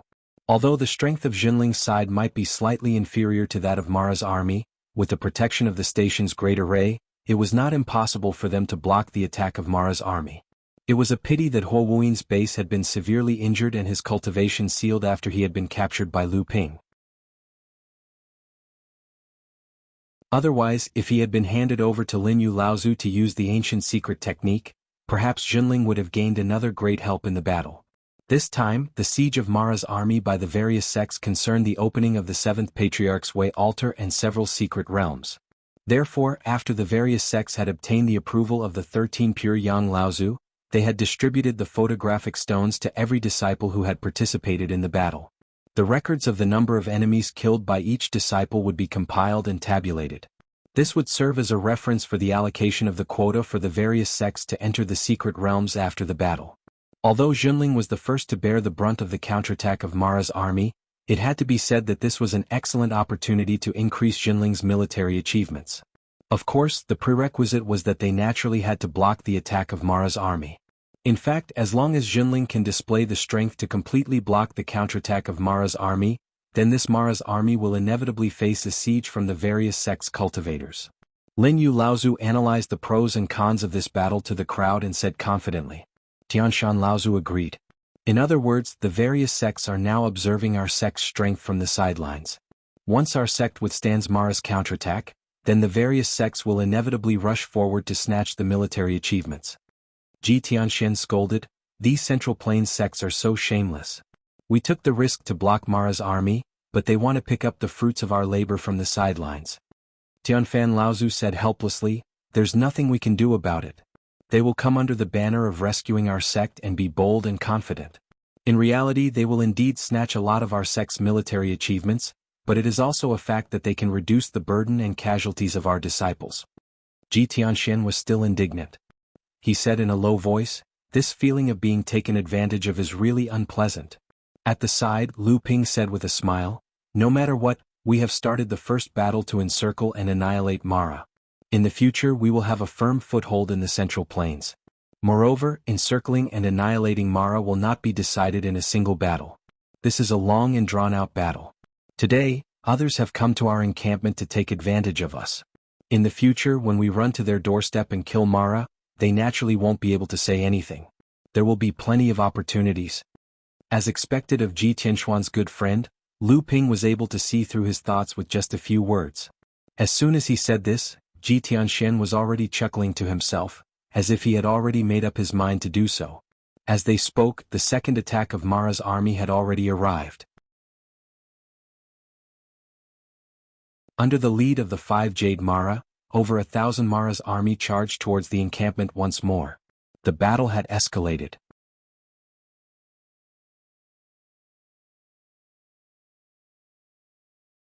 Chapter 1274. Seeing Mara's army charge over again, Lu Ping was about to make a move, but unexpectedly he was blocked by his two good friends, Sang Yu and Xie Tianyang. Xie Tianyang said, "I heard that you guys already had a battle outside the Qingming River. Leave it to us this time. It'll be good for you, the number one of the third generation, to see our cultivation achievements over the years. This number one of the third generation title is not that easy to obtain." Sang Yu also laughed, "That's right, we are very unconvinced. Coincidentally, we have the reflection stone to accumulate battle merits, so let's compete fairly. Since Brother Lu has already made a move, then don't make a move again this time. If you are interested in competing, then everyone can make a move." The two echoed each other, but the target of their provocation was naturally not the Jinling cultivators. Speaking of the Jinling, only Lu Ping could be taken seriously by these Holy Land sections. The two of them were naturally targeting the Sky Profound sects Wind and Cloud Swordsman Xiahou Wushang, as well as the Heavenly Moon sects Chan Yu and Chan Xiang. Lu Ping knew the thoughts of his two good friends and was moved. However, he also knew that since things had reached this point, Lu Ping naturally couldn't refute the thoughts of his two good friends. In any case, the one who benefited was Jinling. They were all the best of the third-generation direct disciples of their respective sects, so naturally they were all proud and arrogant. Xiahou Wushang did not speak, but the long sword on his back trembled. The two senior and junior sisters of the Heavenly Moon sect giggled, and the aura around their bodies did not seem to be at a disadvantage in the slightest. To the side, Su Jin had long since become impatient and said hurriedly, "Let's go, their core forging cultivators have already fought. What are we still doing here? There are only 5 Jade Mara coming up this time, whoever snatches them gets it." As soon as he finished speaking, Su Jin had already arrived outside of the encampment's great formation. His body was instantly covered by a layer of formation barrier. Su Jin let out a sound of surprise and shouted, "What a good formation!" Finished speaking, the ice brocade sword trembled and charged into the midst of Mara's army. Immediately, the heads of two great Azuras flew high into the air. Chan Yu of the Heavenly Moon sect snorted delicately and said, "Making a move against two great Azuras, what's so great about being a direct disciple of a holy land? It's not like it will be counted as battle achievements." When she spoke up to hear, Chan Yu's voice stopped because she saw Su Jin turn around and launch a surprise attack after he killed two great Azuras with his sword, and he caught a Blood Azura off guard, causing one of its arms to fly into the sky. Killing a Blood Shura would be counted as a battle achievement. Chan Yu didn't have time to say anything else. She called out to her junior sister Chan Xiang beside her, and the two of them leaped out of the station's defensive formation as well, charging towards Mara's army. After these two seniors and junior sister charged out, Lu Tianyuan hesitated for a moment, then followed them out of the encampment. Seeing this, Qing Hu and the other two naturally did not show any weakness. Although Jianghu was a non-affiliated practitioner, she was not completely without a foundation. Otherwise, her level of practice would not have been able to reach the mid-Dharma stage. Seeing that Xie Tianyang and the others had about 3 generations of mid-Dharma adepts, she naturally had to go out and compete with them. Xie Tianyang winked at Lu Ping, then said, let's go, let's go. They've already made the first move, we can't fall behind anymore. Sang Yu was about to follow, but unexpectedly, Wu Yinglan also wanted to go out. Sang Yu's expression immediately darkened. Although Wu Yinglan was also an early Dharma adept, in Sang Yu's eyes she was the weakest. Now that this lady was going out, he would definitely follow by her side to ensure her safety. If he lost even a hair on her head, he would be hunted down by Wu Tianxing and Laozu. Under such circumstances, how would he have the energy to fight others? Xie Tianyang was naturally gloating from the side. Without waiting for Sang Yu to react, he had already charged out of the encampment. Sang Yu had no choice but to team up with Wu Yinglan and leave the encampment. Li Tianru and Ji Tianxian continued to control the 3 talents and 5 elements formation, firmly guarding the encampment. When Mara's army surged forward, Li Tianru and Ji Tianxian reached out their hands, and 2 spiritual-level bronze bells flew out of the encampment. Clang, clang. 2 crisp sounds rang out, and the hundreds of large and small Mara flying at the front immediately swayed, causing the entire attacking Mara army to be thrown into chaos. Li Tianru and Ji Tianxian took the opportunity to command the formation to charge out of the encampment, killing as many of the large and small Mara that were attacking the protective walls of the encampment as possible. Then, when Mara's army reacted again, they did not linger and immediately retreated into the encampment, relying on the protective walls of the encampment to resist the tide-like attacks of Mara's army. These 2 bronze bells were replicas of the 2 sea bells that Junling had successfully replicated over the years, according to the method provided by Lu Ping. However, the concentrated spiritual materials needed to make this kind of magic treasure were too rare. Even though Junling had occupied the majority of the few mineral veins discovered in the North Sea over the years, it was already commendable to upgrade these 2 replicas to the level of spiritual-level magic treasures. In addition, Lu Ping also had a replica of the sea bell that had reached the level of a spiritual-level magic treasure. In all of Junling there were only these 3. It was a pity that Xianglu Laozu did not come to the Central Plains with them this time. Otherwise, with the help of the Real Sea Bell, Junling's achievements in encircling and suppressing Mara would be even more glorious. However, the Sea Bell, a spiritual treasure, had too many implications. If it was exposed in the Central Plains, it was unknown whether Junling could keep this spiritual treasure. Just in case, Xianglu Laozu did not bring the Sea Bell to the Central Plains this time. Even so, the replica of the Sea Bell still attracted the attention of Linyu Laozu. This magic treasure copper bell is interesting. It seems to have some special restraints on Mara. It's a pity that its power is a little lacking and its grade is too far off. Otherwise it would be a treasure that can restrain Mara. Linyu Laozu saw through the nature of these 2 copper bells with a glance. He pondered for a moment and said, these 2 magic treasures must not have been easy for you to obtain. However, it's best to upgrade them, but don't use them too much in front of others. Otherwise it'll be bad if other sects covet them. Lu Ping smiled bitterly and said, of course I want to upgrade the quality of these 2 magic treasures. However, the spiritual materials needed to refine these 2 magic treasures are too rare, and the difficulty of refining them is far higher than magic treasures of the same grade.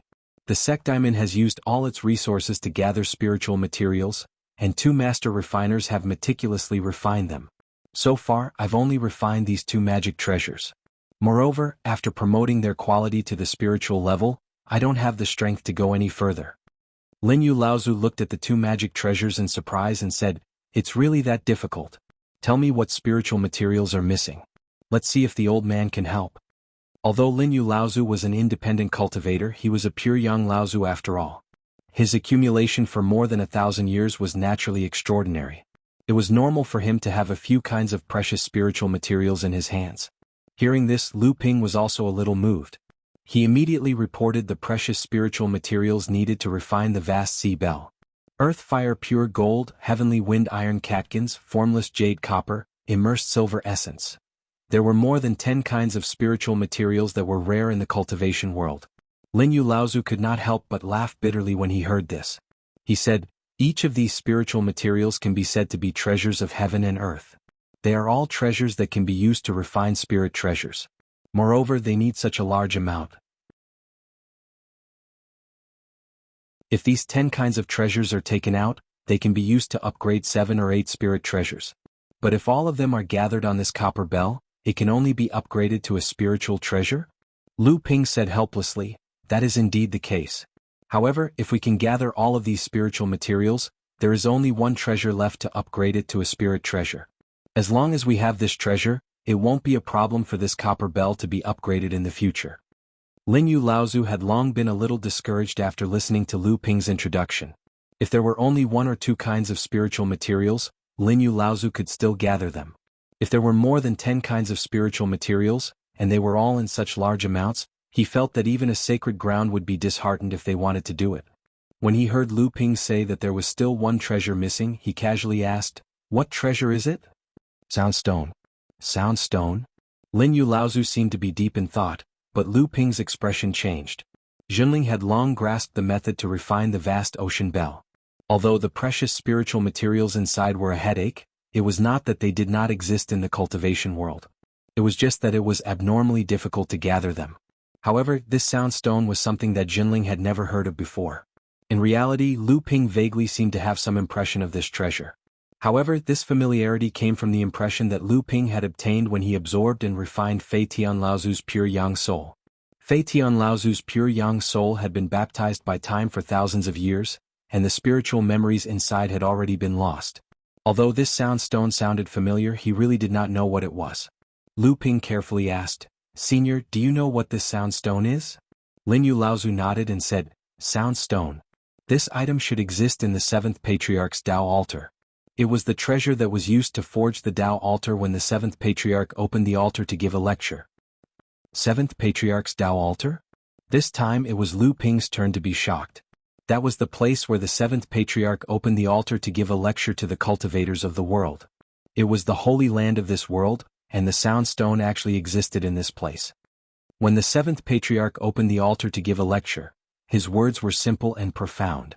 Just a few words could make people have an epiphany. Even his tone could give people a shock. However, the 7th Patriarch's power was so great that it was impossible for the people listening to the 7th Patriarch's lecture to comprehend everything. Usually, after listening for a short while, they would be immersed in their own epiphany and unable to extricate themselves. Naturally, no one could listen to the 7th Patriarch's lecture in its entirety. This was also the reason why the 49 true teachings of the 7th Patriarch were passed down to the world. In order to record the 7th Patriarch's lecture in its original form, the cultivators of the world used the soundstone to forge the 7th Patriarch's Tao altar. This soundstone could preserve the original sound of the 7th Patriarch's lecture and continue to echo until now.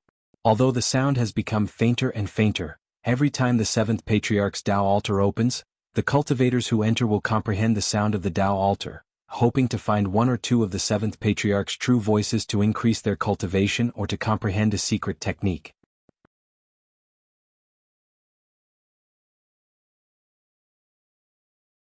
Chapter 1275. In this battle against Mara, the battle credit calculation was extremely strict.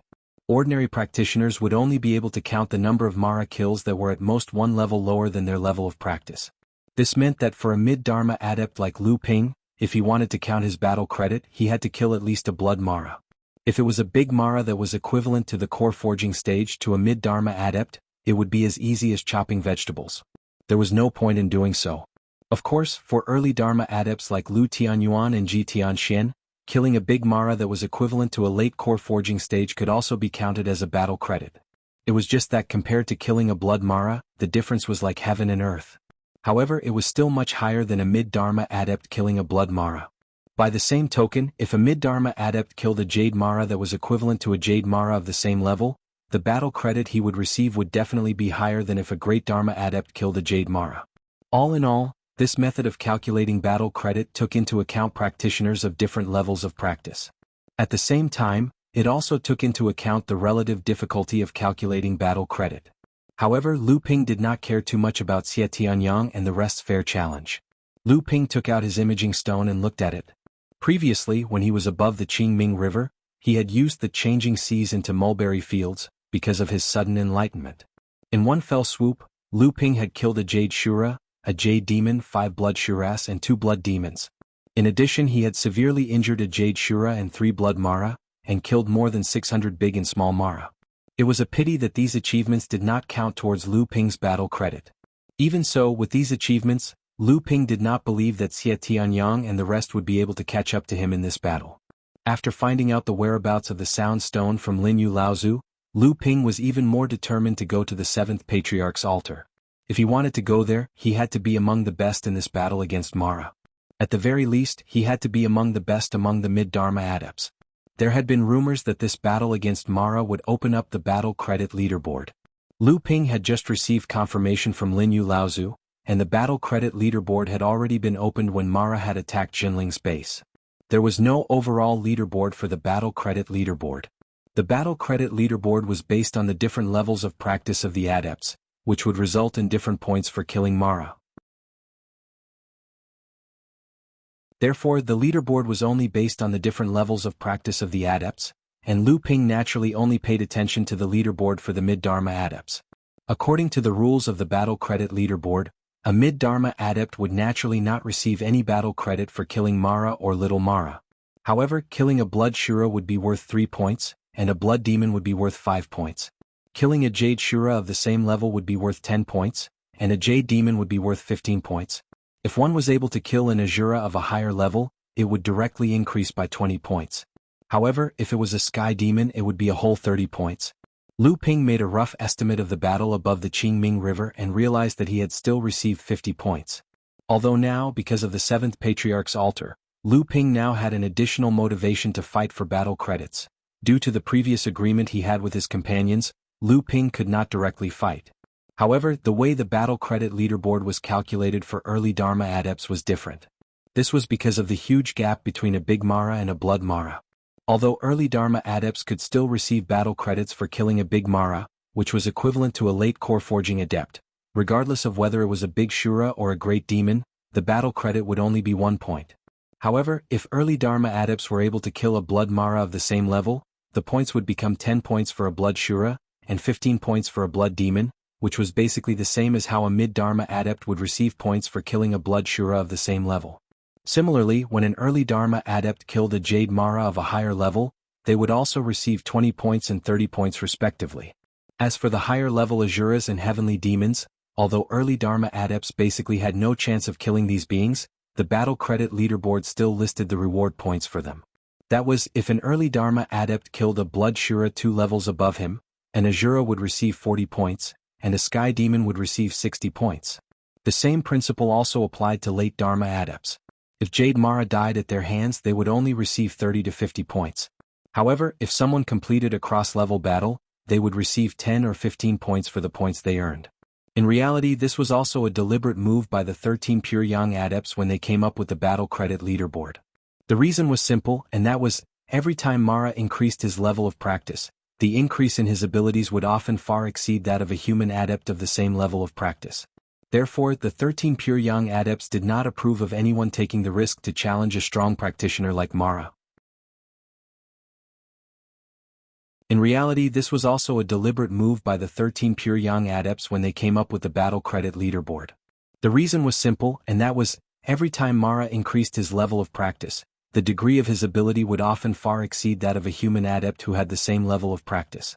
These 13 Pure Yang adepts did not approve of anyone taking the risk to challenge a strong practitioner like Mara. Among the Mara adepts whose level of practice was comparable to the Dharma adepts, Mara of the same level was often stronger than human adepts because of his spiritual treasure. Those who could fight a Mara of the same level of practice were usually the best of the best among human adepts of the same level of practice. At this time, the battle outside the station was already in full swing. When Lu Ping looked over, he saw that the 3 mid-Dharma adepts, Xiahou Wuxiang, Chanyu and Chan Xiang, were barely able to fight a Jade Shura to a draw. This also showed that the 3 of them were strong among the same level of practice, and they were worthy of being adepts of their respective sections. Compared to the 3 of them, Green Fox was much weaker. She had tried to challenge a Jade Shura on her own, but the Jade Shura had the upper hand. She had no choice but to call for Green Tiger and Green Wolf's help, and only then did she have the upper hand in the battle against the Jade Shura. And Su Jin and Xie Tianyang's abilities were undoubtedly stronger than Xiahou Wuxiang and the other 2. Even if the 2 of them each dealt with a Jade Shura, they could still do it with ease. And Lu Ping could see that Xie Tianyang's abilities were even slightly stronger than Su Jin's. Sang Yu wholeheartedly wanted to compete with people of the same type, but he now had a grand aunt by his side. Wu Yinglan was only at the early Dharma stage, and her abilities were barely satisfactory, but it was not an easy task for her to take on a blood Shura alone. Sang Yu could only escort her along the way. However, in this way he had seized the opportunity to kill a blood Shura and severely injure a blood demon. Compared to the others, he was the first to achieve results. When Lu Ping saw that his side wasn't in a disadvantageous position, he felt relieved. After all, there were still Tian Fan and Tian Shui, the two Laozu experts on the battlefield. When the two of them worked together, they were equivalent to the existence of a grand cultivator. As long as Mara's army didn't send out any Azuras, Mara's army wouldn't have any problems charging forward. Lu Ping simply ran to the array disk of the 5 elements formation to talk to the Black Fox. When the Black Fox saw Lu Ping, she was very surprised. "Why are you here? Aren't you going to fight?" Lu Ping chuckled and told her about the arranged battle, then asked, "How is it? How's the control of the 5 elements formation?" The Black Fox Immortal rolled her eyes at him and said, "The Wuxing School's formation detailed explanation is a formation passed down from Wuxing School for tens of thousands of years. It's extensive and profound. How can it be so easy to control? The 5 elements formation in the encampment this time is just borrowing the effect of the spiritual treasure, the 5 elements ring, to simplify the construction of many originally complicated and profound formations, without weakening the formation's power. Under normal circumstances, it wouldn't take such a short time to set up such a formation." As the two of them spoke, they entered the location of the 5 elements formation. On the formation disk, which had a circumference of 30 feet, there were dozens of top-grade spirit stones embedded in it, and in the center of the formation disk was the 5 elements ring, which was shining with a 5-colored brilliance.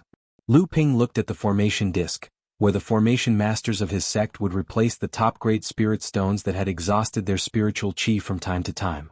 He could not help but ask, "The consumption of top-grade spirit stones is so fast. Do the sect have enough spirit stones?"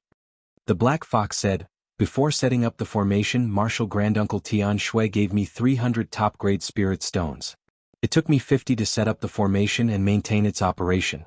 But now that the battle is going on, the consumption of spirit stones will increase. But 300 top-grade spirit stones are enough to last for a while." Lu Ping nodded and said, "Although there are a few places that are not used for gathering spirit, they are not spiritual veins. Otherwise we can greatly reduce the consumption of spirit stones." The Black Fox also said, "There is nothing we can do about it. Our sect's foundation is not as good as those famous sections. It is rare to be able to take out 300 top-grade spirit stones in one go. But who would have thought that Mara's counterattack would be so fast, and he is even coming for our sect?" Lu Ping said, "I have a few spiritual gathering pearls with me, but it is too late to use them to cultivate spiritual veins. Now the fastest way is to find 1 or 2 spiritual veins and bring them to the station. Or we can just separate a water vein from the Qingming River." "Separate water vein?" The Black Fox was a little surprised and said, "This is a secret technique that only a few sacred lands and famous sects can master. How can we do it?" Lu Ping lowered his head and muttered to himself. He took out a storage bag and said, "There are 100 top-grade spirit stones in here. Just in case." The Black Fox was a little unhappy and said, "This is a matter for the whole sect. How can you use your own things?" Lu Ping smiled and said, "This is not for the sect but for you. You can use it as you see fit." At this time, the Black Fox realized the number of 100 top-grade spirit stones. Although she knew that her man was powerful, he could easily take out 100 top-grade spirit stones. She thought that even Celestial Phenomenon Laozu would not be able to do it so easily. She could not help but ask, "Where did you get so many top-grade spirit stones? Do you have enough for yourself? Why don't you just leave 50 and take the rest for yourself?" Lu Ping wanted to show his wealth to the Black Fox, but he was afraid that he would scare her, so he just smiled and said, "You can take it. I don't lack these." After saying that, Lu Ping stretched out his hand and threw the Linglong wine cauldron onto the 5-element ring in the center of the formation plate.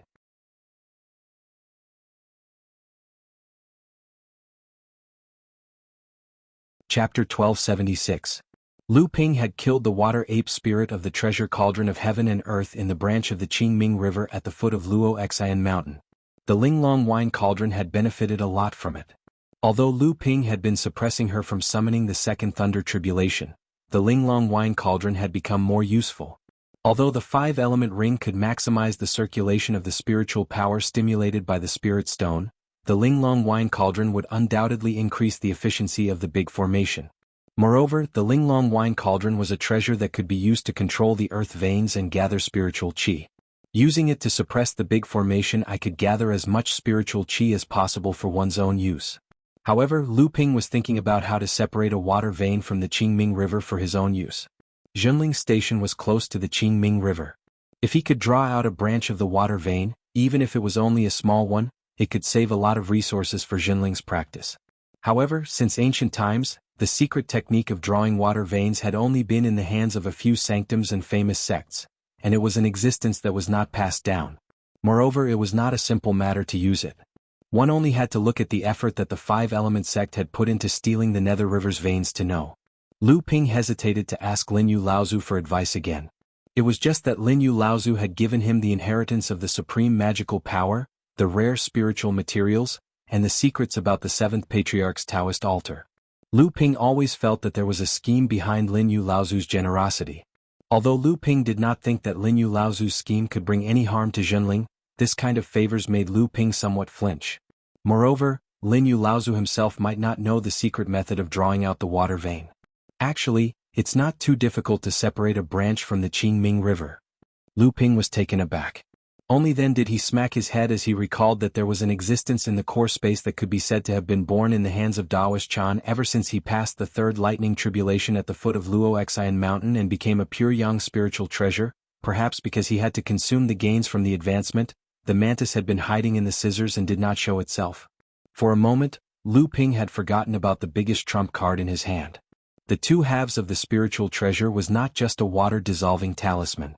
Back then, the Wuxia school had tried every means to find it, in order to make a cut in the water vein of the Qingming River so that they could separate a water vein. It was precisely because they failed to find it in the end that the Wuxia school had to plan for hundreds of years and use other secret techniques to successfully draw out a water vein from the Qingming River. Now that the spiritual treasure had been cut in half, although it had fused the other half of the water transformation talisman together, its ability to separate the water veins would not disappear because of this. On the contrary, in the eyes of the mantis, cutting off a branch of the Qingming River was at least much easier than before. Lu Ping suppressed the joy in his heart and asked in a low voice, "Although you can separate a branch from the Qingming River, what do you need me to do? Will the separation process cause a lot of noise?" Although the two halves of the spiritual treasure could separate the water vein, it did not mean that Lu Ping could immediately put it into action. First of all, a pure young spiritual treasure was not that easy to control. Even if it could be controlled, it might not be able to fully exert the power of the pure young spiritual treasure. It also depended on who was in possession of the two halves. Back when it was only a second tribulation spiritual treasure, the pure young Laozu of Wuxia school was already able to use it to separate the water vein. Now that it was a pure young spiritual treasure, if it was in the hands of Lu Ping, it would not be able to fully exert its potential, and he would not be able to separate the water vein either. After the mantis had become a pure young spiritual treasure, its spiritual intelligence had obviously increased greatly. After a moment of silence, it said, "If it were an ordinary mid-dharma adept, it would naturally be impossible to control a pure young spiritual treasure. But back then, the water ape said that the technique you practiced was one of the 7 authentic techniques that Jiao Daoren had left behind.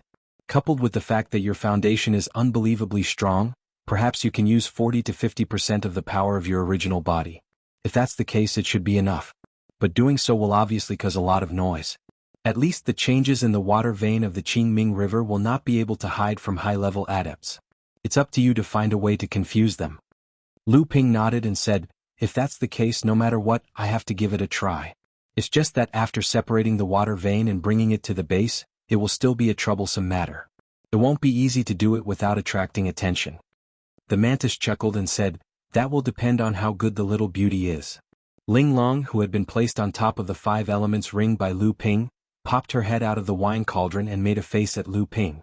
She said, "Don't worry, big brother. After Ling Long absorbed the water ape's spiritual treasure, her own body has become more useful. It will not be difficult to bring the water vein here." and Linglong can also suppress the water vein in the base for a period of time. After the sect gives up on this base, the water vein can return to the main water vein. That way no one will suspect that we have stolen the water vein of the Qingming River. Lu Ping was overjoyed. He said, "That's good. We just need to find the right time and we can try it secretly." The battle outside the base continued. If it was a one-on-one fight, Xiahou Wuxiang and the others had the upper hand in the fight against the Jade Shura. As for Su Jin and Sang Yu, if they were given enough time they could kill a Jade Shura. However, in this chaotic battle the evil Luo army had the advantage in numbers. Although Zhenling sect had some experts, they only had a total of 40 to 50 disciples. It was already not easy for them to defend their base. Naturally, they couldn't provide any help to the heirs of the various sects who were in the midst of the evil Luo army. So, although Xiahou Wuxiang, Su Jin, and the others were fighting against the Jade Shura, they were actually fighting against many people. They had to be careful of other Mara's interference. If someone like Mara intervened, they might be at a disadvantage. And there was also the Jade Demon. Shura and Xiaomo were in the same boat. If a Shura or a Xiaomo's power was equal, then when the two worked together, their power was not as simple as 1 + 1. Xiahou Wuxiang and the others were able to fight the Jade Shura without being at a disadvantage, even when they didn't have the upper hand. It was obvious that the people from the Holy Lands were not to be underestimated. Su Jin's cold ice silk sword was about to lock down the Jade Shura in front of him. The cold sword air made it difficult for the Jade Shura to move. Su Jin believed that he would only need a moment to injure the Jade Shura. But at this time, a bloodthirsty and violent presence invaded Su Jin's mind. Su Jin's face changed and he quickly used his mind to block the soul-devouring god power. But the flying sword in his hand couldn't help but slow down. The Jade Shura, who had been trapped, suddenly found an opening and attacked. It broke Su Jin's sword formation. He saw that the points were flying away and he had to start all over again. Su Jin looked in the direction of the soul-devouring god power, and he saw a Jade Demon hiding behind two Jade Shura. It was using its weird soul-devouring god power to harass everyone, and it was helping the other Jade Shura fight with the others. The 3 Jade Mara had come from the Mara army to join the fight after everyone started fighting. Luckily, Tian Fan and Tian Shui, the 2 Laozu from Zhenling's side, quickly joined the fight. They managed to keep the 3 Jade Mara occupied, but they couldn't avoid the Jade Demon's support. Luckily, Su Jin had injured one of the Blood Shura at the beginning of the fight, and when he was fighting the Jade Shura, he took the chance to leave the fight and stab the Blood Shura. He got a point. Although it was only 30%, at least he didn't go back empty-handed. Sword cultivators were afraid of returning empty-handed after unsheathing their flying swords. Some extreme sword cultivators even had the principle of seeing blood when their flying swords were unsheathed. Although Su Jin didn't stop there, he didn't want to stand there without gaining anything. Compared to him, the Jade Shura that Xie Tianyang was facing was much worse. From the beginning of the fight, Xie Tianyang had targeted the Jade Shura. Even with the Jade Demon's support, Xie Tianyang clearly had a way to resist the Jade Demon's soul-devouring god power. At this time, the Jade Shura's companion spirit treasure was almost destroyed by Xie Tianyang, and there were a few sword wounds all over its body. Su Jin sighed. This 6th junior brother's cultivation was getting higher and higher. Although he was the 3rd heir of the Purple Sun Palace in terms of power, Xie Tianyang was already above him. Sang Yu had originally planned to give up on this opportunity to compete for battle merits because of Wu Yinglan. With his help, Wu Yinglan had even successfully killed a blood demon. This was a kill against someone of the same level, so it was full of battle merits. However, the excited Wu Yinglan was immediately ambushed by a blood demon because she had left Sang Yu's rescue range. Then she was injured by a blood Shura.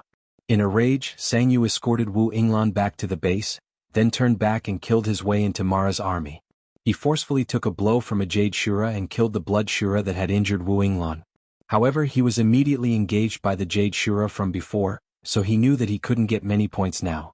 Xiahou Wuxiang's situation wasn't good either. Under the entanglement of a Jade Shura and 2 blood Mara, he was at a disadvantage. However, with Yun Jian supporting him from the side, he wasn't completely suppressed.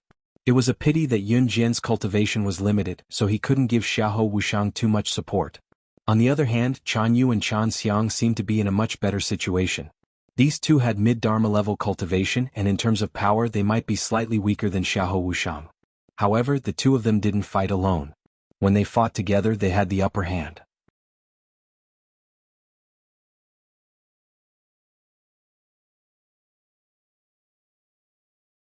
Chapter 1277. Since Su Jin, Xie Tianyang and the other 2 Jade Shura had managed to fend off the 4 Jade Shura, the 2 sisters decided to join forces to fight against the only Jade Mara among the 5. Without the protection of the 4 Jade Shura, the other 3 Jade Mara that had rushed over were blocked by Tian Shui and Tian Fan, the 2 Laozu, so the Jade Demon simply gathered 3 Blood Shura to assist it from the side. With that, it was able to fend off the joint attack of the 2 sisters. However, Lu Tianyuan had already rushed over. Originally, Lu Tianyuan had only wanted to help the 2 sisters snatch battle merits. Seeing that they were entangled, he immediately launched a sneak attack on one of the Blood Shura. After Lu Tianyuan had fused with the Dharma soul left behind by Tian Kong Laozu, his cultivation had improved greatly. Among cultivators of the same level, his strength might not necessarily lose to cultivators of the same level from the large sections. Now that he had launched a sneak attack on the Blood Shura, he was able to heavily injure the Blood Shura in one fell swoop. After a series of fierce attacks, a battle merit of the same level was about to fall into his hands. Chan Yu, Chan Xiang, and Lu Qinyuan's group of 3 appeared to have a much easier time. However, the ones who were truly the best at snatching battle merits were Jianghu and the other 2. This time, when Mara's army attacked, the first 5 Jade Mara were snatched by the proud and arrogant cultivators of the large sections. Jianghu and the other 2 were unable to compete with them. As for the 3 Jade Mara that had rushed over later, they were blocked by the 2 Laozu, Tian Fan and Tian Shui. Jianghu and the other 2 were still unable to interfere. Feeling helpless, the 3 of them could only join forces to deal with the bloody Mara. This time, the 3 of them managed to obtain quite a number of battle achievement points. Green Fox was a mid-Dharma adept, and her abilities were not weak to begin with. With Lu Ping's help, she had obtained the Thieving Divine Axe from the Thieving Heavens treasure trove, and her abilities had increased tremendously. Although she was no match for Xiahou Wushang, Chan Yu, Chan Xiang, and the other heirs of the major sects, she had a one-sided advantage against Blood Mara. In addition, she had Green Wolf and Green Tiger, who were both strong early Dharma adepts, by her side. After a series of battles, 3 Blood Azuras had fallen at the hands of the 3 of them. Furthermore, Green Wolf and Green Tiger had intentionally allowed the points of these 3 Blood Azuras to fall to Green Fox. In reality, if the points had fallen to Green Wolf and Green Tiger because they were early Dharma adepts, their points would have been higher. However, it was clear that the 2 of them were not optimistic about their chances of obtaining battle achievement points. Instead, they were willing to work for Green Fox. The battle around the Jinling station was still in full swing. Under the leadership of Ji Tianxian and Li Tianru, close to 50 Jinling core forging adepts operated the Dao soldier formation and relied on the protection of the station to firmly block the attacks of Mara's army. Although Mara's army had an absolute advantage in terms of numbers, because of the various Dharma adepts outside, Mara's army did not receive any help from the high-level Mara when they surrounded and attacked the formation. However, even so, Mara's army still caused some casualties to the Jinling disciples. Although Li Tianru and Ji Tianxian had already done their best to save them, the operation of the Dao soldier formation required the cooperation of tens of people. It was inevitable that there would be gaps, and Mara's army would be able to take advantage of them. At this point in the battle, 4 of the Jinling core forging disciples had already fallen, and more than 10 people had suffered injuries of varying severity. Among them, 5 people had no choice but to temporarily leave the operation of the Dao soldier formation because their injuries were more serious. However, this time, the attack of close to 1,000 Mara of various sizes had already been killed by the Dao soldier formation. Before Mara's flames of arrogance could even rise, it was once again extinguished. As the battle progressed, the morale of the Jinling soldiers became higher and higher. On the other hand, the morale of Mara's army had been worn down by the continuous casualties. This time, Mara's army's attack did not make any progress, causing the Azura behind to be extremely furious. A fierce roar could be heard, and one of the 3 Azura finally couldn't hold back and wanted to attack. In the encampment, Lu Ping's expression changed, and he hurriedly rushed out from the encampment's array disc. However, he saw that Han Wuya and Tianshan Laozu had already stepped out of the encampment's array. Tianshan Laozu was holding on to the second tribulation spiritual treasure, mountain-splitting axe, while Han Wuya was holding on to 2 jade whips. He had also taken Huo Wuin's jade whip. These 2 first tribulation spiritual treasures were like Tian Shui and Tian Fan Laozu's wind and snow dual fans. They were originally a set. Now that the wind and snow dual whips were in Han Wuya's hands, their strength didn't decrease, but increased instead. Lu Ping looked at Lin Yu and Laozu. However, he saw Lin Yu and Lao Zu making a gesture to calm down. Lu Ping knew that the current situation hadn't reached the worst, so he didn't participate in the battle. Unexpectedly, the Azura let out a fierce roar, causing Jinling's army to panic. However, it was a signal to retreat. The Azura's sudden appearance was originally to restrain Jinling's army, allowing Mara's army, which was tangling with Jinling's army, to retreat smoothly. Jade Mara and Blood Mara, who were entangled with the others, took the opportunity to retreat. Very quickly they gathered together and retreated. The numerous cultivators on Jinling's side wanted to rush forward and leave one or two Azura behind as battle merits. However, facing the gathered Mara's army as well as the Azura that came to support them, they were all worried and didn't dare to chase after them. For a moment, Chanyu, Chanxiang, Xiahou Wuxiang, Su Jin and Sangyu, who were fighting Jade Mara, retreated. Chanyu was so angry that she directly killed a blood Azura that was being suppressed by Lu Tianyuan, forcibly snatching 3 points from Lu Tianyuan's hands, causing Lu Tianyuan to smile bitterly. Tian Fan and Tian Shui, the two Lao Zu who were able to block 3 Jade Mara's attacks, had already done their best. Now that Mara had retreated, the two of them let out a sigh of relief. Xiahou Wuxiang, Su Jin, and Sangyu saw that there was no hope of stopping the Jade Shura. They originally wanted to turn around and kill a few Blood Shura, but they didn't succeed. Only Jianghu and the other two were stronger than the Blood Mara, so when Mara's army retreated, they took the opportunity to kill a Blood Shura. The three of them rushed forward, and naturally the Blood Shura was no match for them. In the end, it was killed by Jianghu's axe. Her imaging stone showed that her battle merits had reached 14 points. Among them, only Xie Tianyang was chasing the Jade Shura that he was fighting, but in reality he was also chasing the Jade Shura towards Mara's army. Everyone turned pale with fright. Just as they were about to step forward to stop him, it was already too late.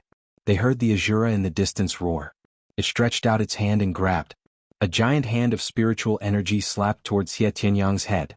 Seeing that Xie Tianyang was about to be hit by the spiritual Qi hand, the space around him began to shake because of the descent of the spiritual Qi hand. It was obvious that the Azura's attack wanted to kill Xie Tianyang.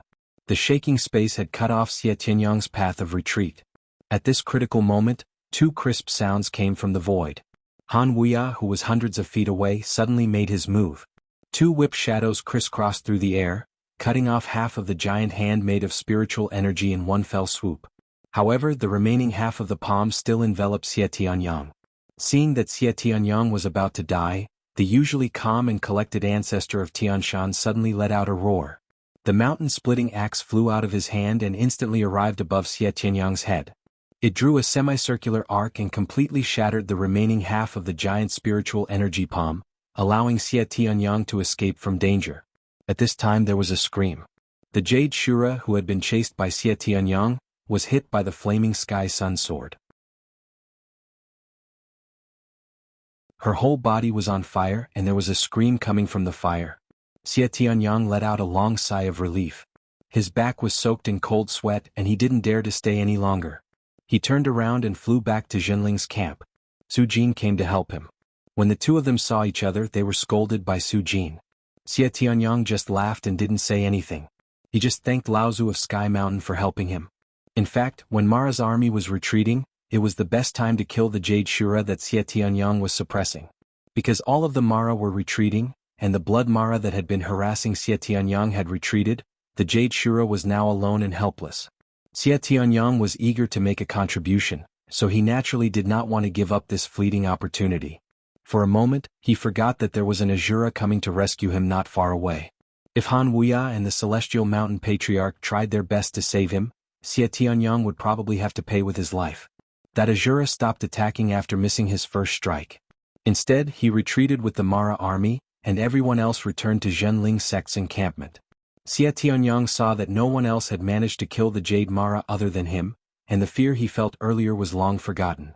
He immediately became arrogant. Show them all. Let's see how many points you have. Xie Tianyang shouted.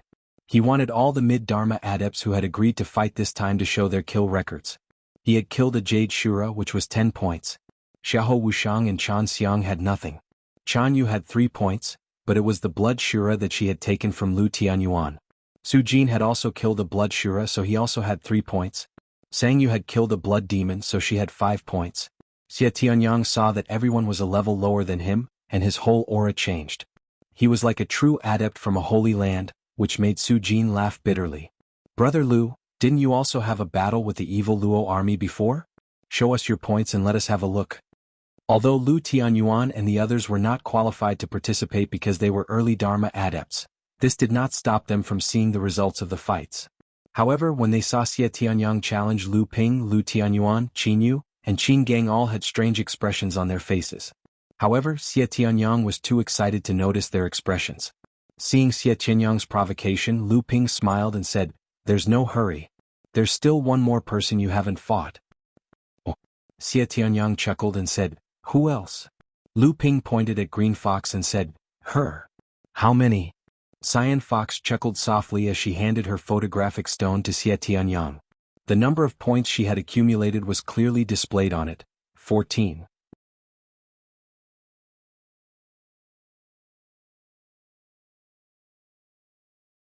Chapter 1278. Xie Tianyang immediately yelled at the sight of the 14 accolades on the Azure Fox imaging stone. "That's impossible." Lu Ping smiled and said, "Why not? Just take a look at the recording on the stone and you'll know." Xie Tianyang still did not believe it. He took Green Fox's imaging stone and said, "I noticed that I was the only one who killed the Jade Shura in this battle. None of you did. How could you surpass me?" Lu Ping and Green Fox smiled but did not say anything. Green Wolf and Green Tiger looked at each other, waiting to see Xie Tianyang make a fool of himself. The 3 Blood Shuras had a total of 9 points, and the Blood Demon had 5 points. That was a total of 14 points. Xie Tianyang even carefully looked at the recording of how Green Fox had killed the 4 Mara Shuras. Cheating? You guys are cheating. It's one thing for a mid-Dharma adept to kill the Blood Demon Luo who was 1 level lower than you, but you even teamed up with 2 early Dharma adepts and gave the last hit to you. No wonder your score is higher than mine. I can't accept this. Xie Tianyang pounded his chest and stamped his feet, but the others all burst into laughter. Green Fox giggled as she snatched the imaging stone back from Xie Tianyang's hands.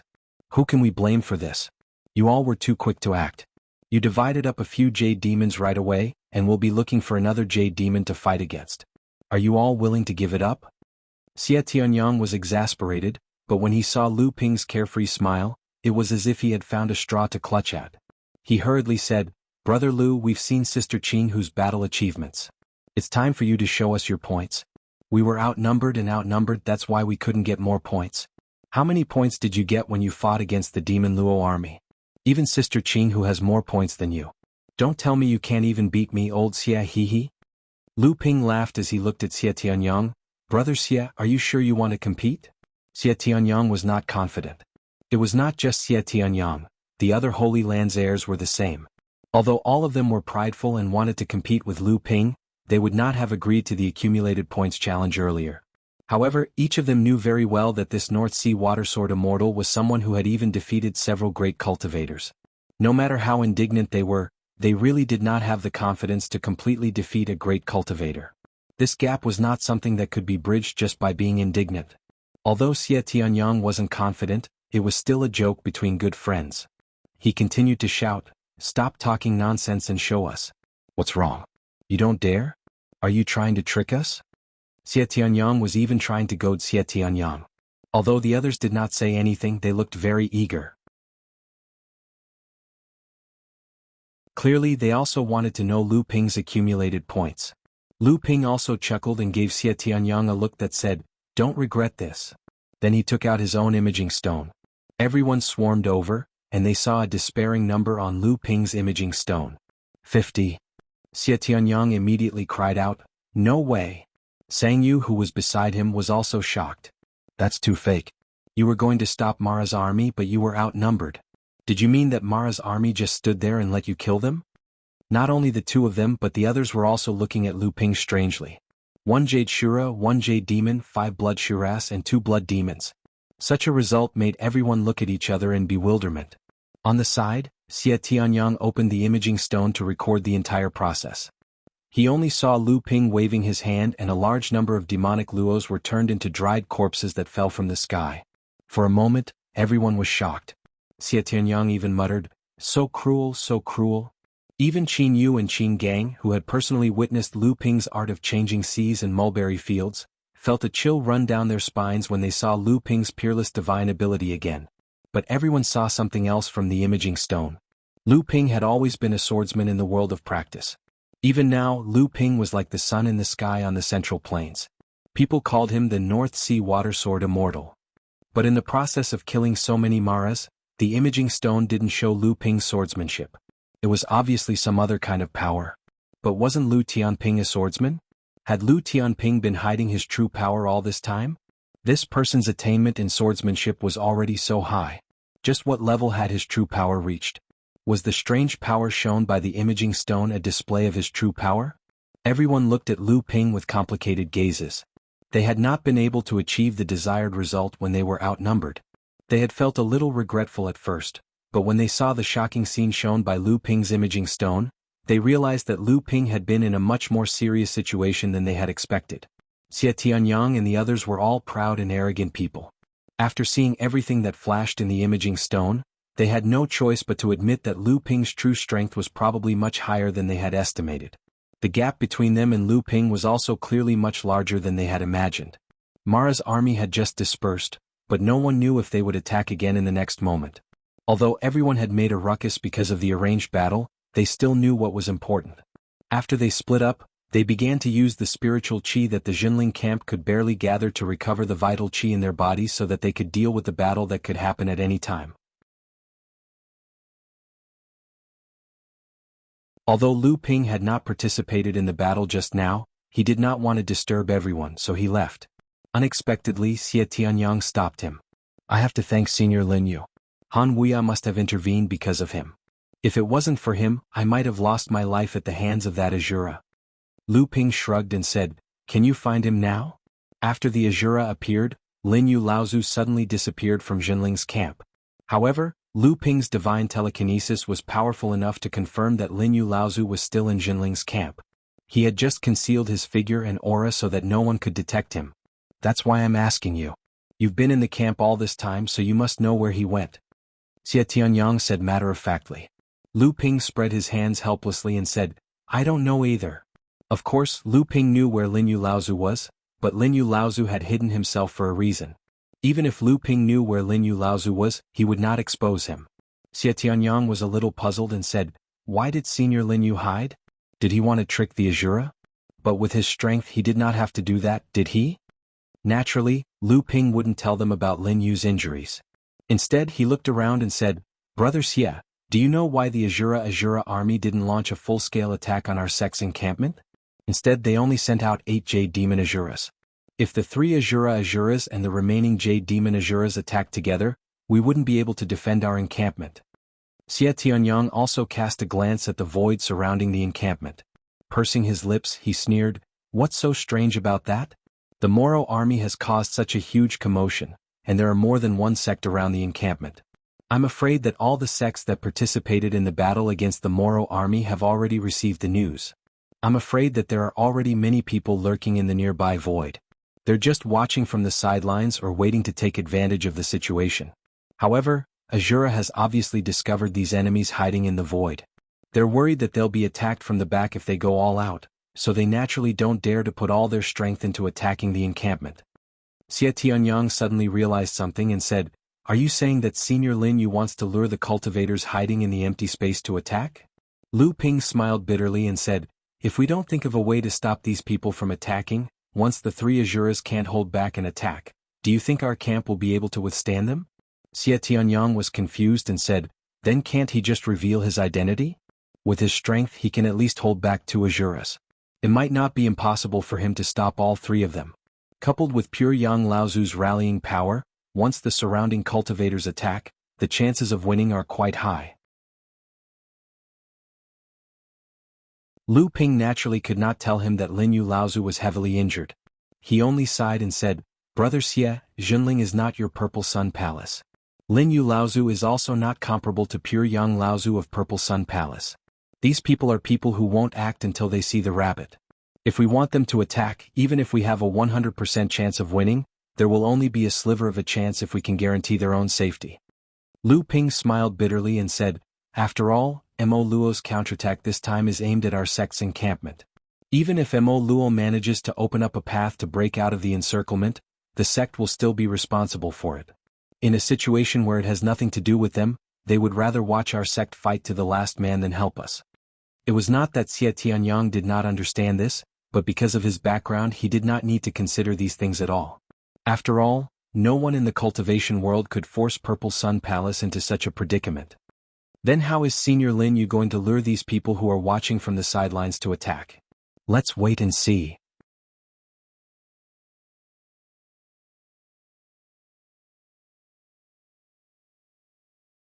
Chapter 1279. Junling had suffered quite a number of casualties in this battle. 5 of the core forging stage cultivators in the Dao soldier formation had fallen, and nearly 10 of them were injured. Lu Ping checked on a few of the more seriously injured ones before rushing over to Wanglin's side. Sang Yu was extremely regretful. He had only been distracted for a moment, and Wanglin had been consecutively ambushed and injured by the Blood Demon and Blood Azura. Fortunately, Wanglin was not weak, and her injuries were not life-threatening. Lu Ping had naturally prepared sufficient pills in his hands. After consuming a soul return pill, she woke up from her coma. However, it was obvious that she would not be able to make it in time for the next battle. Lu Ping even suspected that even if Wanglin had recovered by then, Sang Yu would not allow her to participate in the next battle. Other than Wanglin, Tian Fan, Tian Shui, Qin Yu, Qin Gang, and Ji Tianxian all had some injuries on their bodies. However, these injuries did not have much of an impact on their own strength. If they were also unable to participate in the battle, it was likely that Junling would really fall this time. In a hidden corner of the encampment, Lu Ping once again met Lin Yu Laozu. "Brat, your divine sense is really extraordinary. You can even find the old man when he is hiding." Lin Yu Laozu said that he was surprised, but his expression seemed to have already predicted that Lu Ping would be able to find him. "Senior, the current situation is not good." Although Lu Ping had previously downplayed the situation to Xie Tianyang, he was obviously deeply worried. Seeing Huo Wuyin similarly lying at Lin Yu Laozu's feet, he could not help but ask, "Senior Yu?" Lin Yu Laozu clapped his hands and said, "The wind and rain dual whips are famous practitioners in the cultivation world. The wind and rain whips being controlled by Han Wuya alone cannot be compared to 2 people controlling one each. Han Wuya and Huo Wuyin working together can at least block an Azura." Lu Ping also agreed with this point. After all, these 2 people were able to escape from 7 Fan Laozu's hands when working together. It might not be easy to suppress an Azura, but it was not too difficult to entangle it. However, this sealing secret technique of yours is really very strange. Lin Yu Laozu had a look of surprise and said, "After using the secret technique, the old man actually could not undo the seal you placed on this person." Lu Ping said, "This person's foundation has already been damaged by me. I am afraid that in this life, there is no possibility of him advancing an inch. Now that he is also injured, how much of his strength can he use?" Lin Yu Laozu seemed to be unaware of Lu Ping's viciousness. He only thought for a moment and said, "At least he is much stronger than a mid-Dharma adept. However, after this battle, this person will probably be crippled."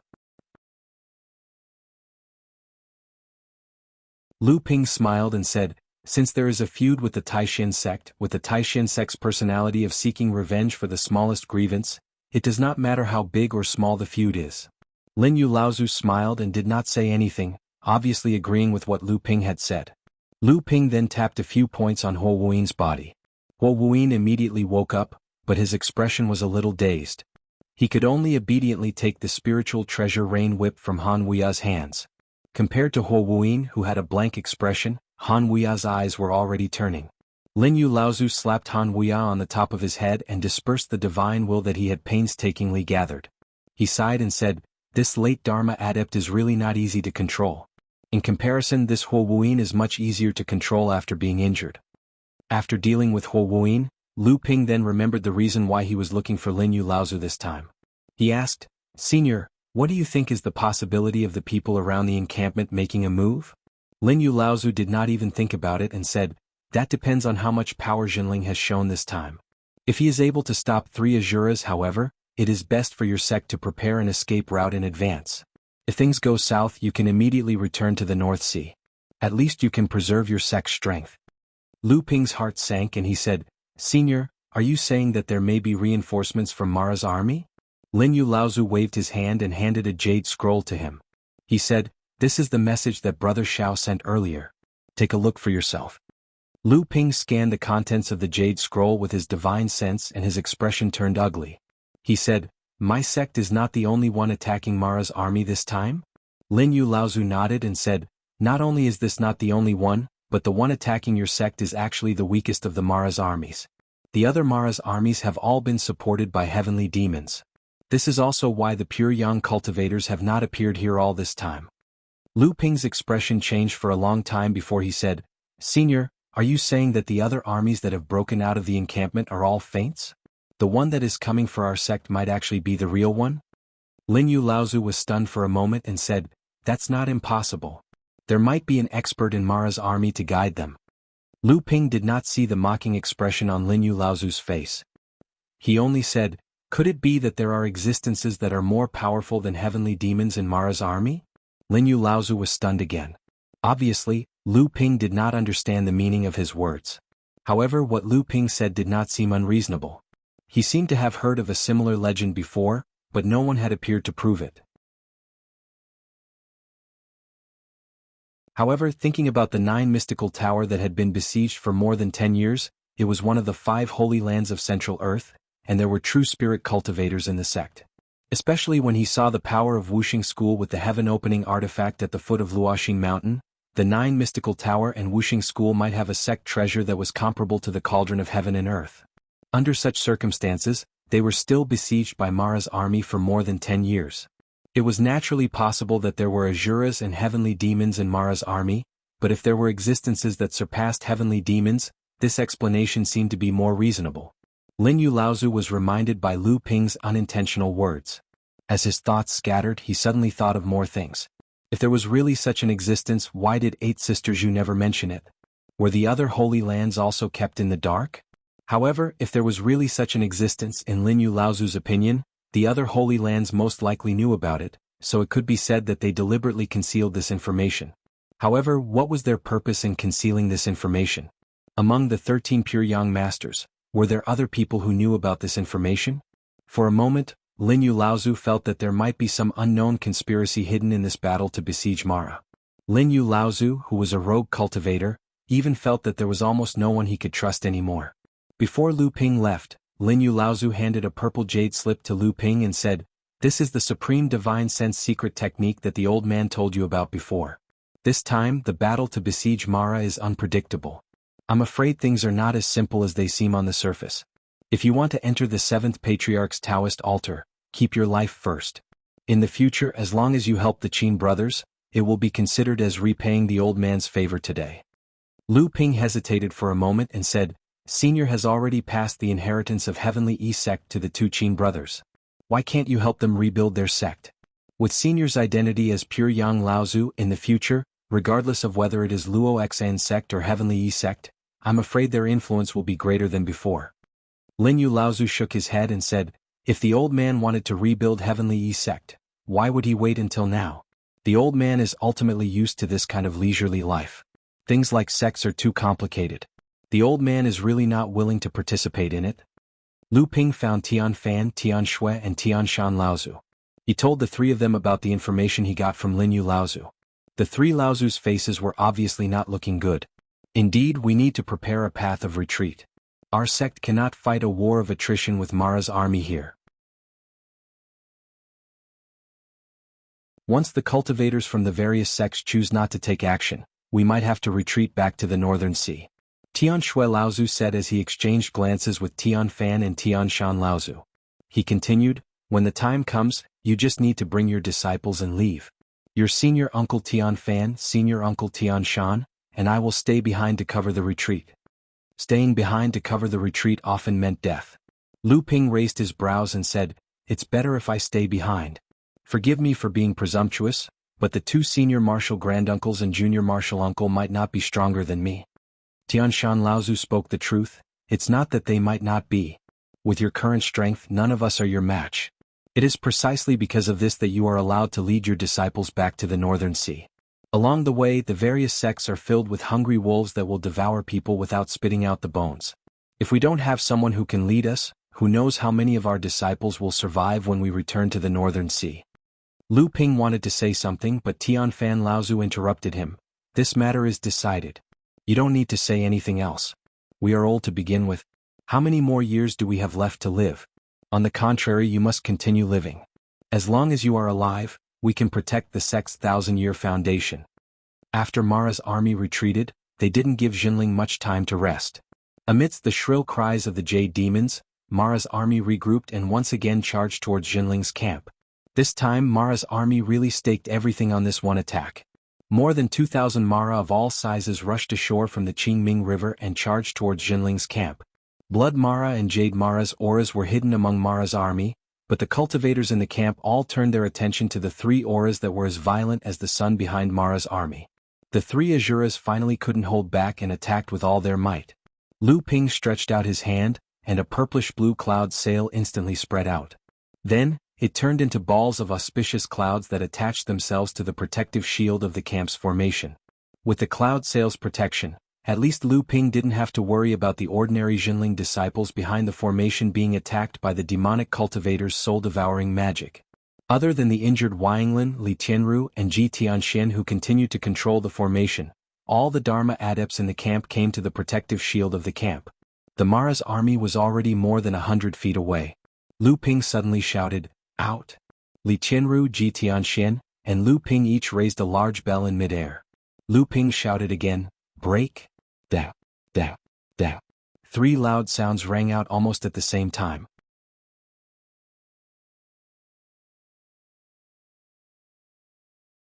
Other than the fake vast ocean bell in Lu Ping's hand, the other 2 bells shattered under the heavy blows, leaving only a pile of scrap metal on the ground.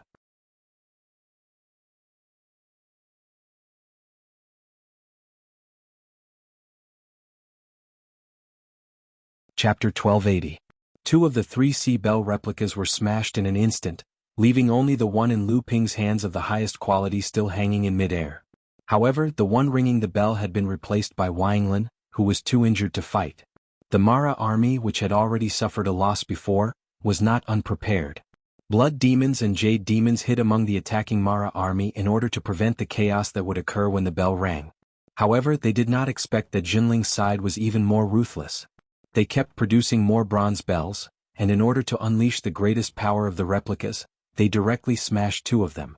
The booming sound of the sea bell once again caused the Mara army, which was charging at the forefront, to descend into chaos.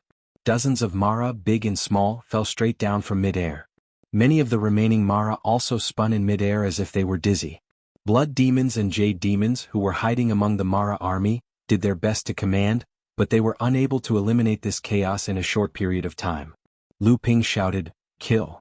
Other than Li Tianru and Ji Tianxian who were presiding over the Tao soldier formation as well as Huayanglin who was ringing the bronze bell, the remaining Dharma adepts all killed their way out of Jinling's camp. Lu Ping was the first to turn the thin water-flowing sword into a sky full of sword light. The Great River Flows East sword technique was no longer an indomitable force. Instead, it expanded the area of attack as much as possible, becoming a flood that broke a dam and spread out. All the Mara in front of Lu Ping, whether big or small, were all included in his killing range. It was a pity that there was not enough time, and the timing of the previous epiphany was extremely difficult to grasp. Otherwise, Lu Ping would not have minded using the Great River Flows East technique again. Although the Great River Flows East sword technique did not have the incredible power of the Great River Flows East technique, this sword technique was superior in that it was flexible. There were nearly 500 Mara, big and small, at the forefront of the Mara army, and in an instant 150 of them were swept away by Lu Ping's sword light. Once again 60 to 70 Mara fell from the sky like dumplings being dropped into a pot. The remaining half also retreated in a panic, causing the Mara army that was charging up from behind to be thrown into disarray once again. The remaining 40 to 50 Mara ultimately managed to avoid Lu Ping's sword light, but it was also because of the blood Mara that was hidden among these 150 Mara. Even so, there were 2 blood Shuras that had charged too close to the front. In the instant that Lu Ping's sword light swept over, Lu Ping was able to capture their tracks. Then, the nether water sword and Lu Xiaoping disappeared into the sword light.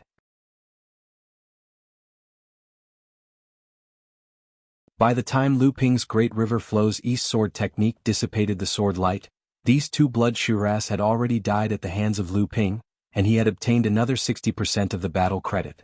The Jade Mara that was hidden among the Mara army clearly did not expect that the opponent's Dharma adept would actually attack the ordinary Mara right from the start.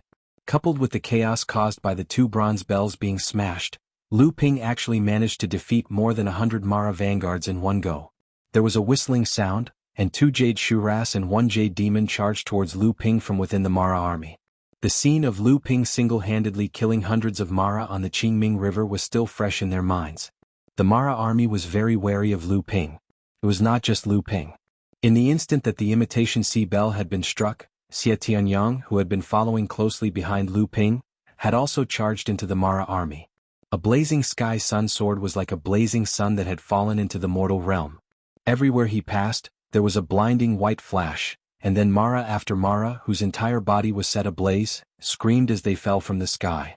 However, Xie Tianyang was clearly not like Lu Ping, who had deliberately targeted the ordinary Mara.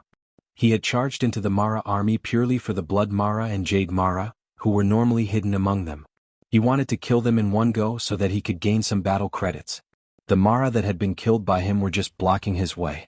And Xie Tianyang's ferocious charge had very quickly allowed him to track down the tracks of a blood demon.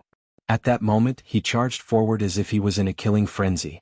The extreme Yang sword technique, which was passed down in the direct lineage of the Ziyang Palace, was directly unleashed by the sword chi of the blazing sky sun sword into a ball of fire.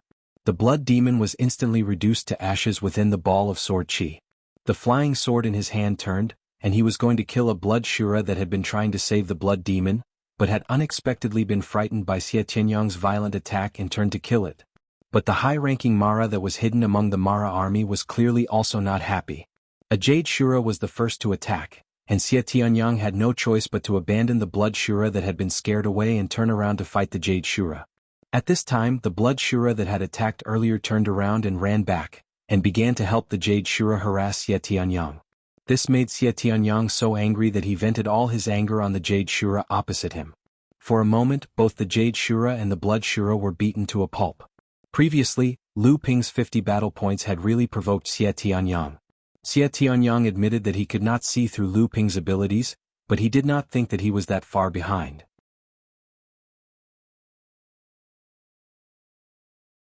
In fact, it was not just Xie Tianyang. Although the other direct lineage adepts in the middle Dharma stage had been laughing at Xie Tianyang's defeat by Lu Ping earlier, each of them had been suppressing their anger and wanting to compete with each other. Following closely behind the two of them, the group of mid-Dharma adepts and the 2 grand adepts who were being controlled swarmed forward. The 500 vanguard of the demon Luo army were all cut down as if they were vegetables, and not many of them were left. The sudden burst of power from Jinling's side caused the entire Mara army to tremble, and the less than 2,000 Mara soldiers all stopped in their tracks for a moment. And the blood Mara hidden among the 500 vanguard troops was also killed by the direct lineages of the various sects who had suddenly rushed out to snatch the battle points. With their previous experience, these direct lineages of the middle Dharma stage were much smarter. Although killing Jade Mara would give them more points, killing Blood Mara was obviously easier and faster to obtain points. Xiahou Wuxiang, who was following closely behind Xie Tianyang, also quickly caught up with a Blood Shura that was fleeing in a panic. In the previous battle, among the middle Dharma adepts, only Xiahou Wuxiang and Chan Xiang of the Heavenly Moon sect had not gained a single point. Although Xiahou Wuxiang was not born into a direct lineage of a holy land like Xie Tianyang, his personality was indeed more arrogant than the former, and it was impossible for him to take such a blow. Seeing that a Jade Shura was closing in to help the fleeing Blood Shura, Xiahou Wuxiang still brazenly struck out with his sword, wanting to kill the Blood Shura before the Jade Shura's attack arrived. Yun Jian, who was following behind him, saw that his senior was in danger, and hurriedly leaped forward, the flying sword in his hand turning into threads of sword light, as if weaving a cloud of mist in an instant to protect Xiahou Wuxiang as much as possible. In the 3 swords of thunder and cloud, Yun Jian used the cloud mist sword to confuse the enemy and focus on defense, thunder sword used brute force and focus on attack, and lightning sword used sneak attacks and focus on killing. The 3 of them worked well together, and they made a name for themselves among the direct lineage adepts of the Tianxian sect. Although they were not as good as the top 5 direct lineage adepts of the Tianxian sect, when the 3 of them worked together, it was not difficult for them to challenge those of a higher level. Now that Thunder Sword and Lightning Sword had fallen, and Yun Jian had been seriously injured and had delayed his training, the gap between their levels was even greater. Yun Jian knew that he would not be able to block a single attack from the Jade Shura, but at this time he still resolutely went forward.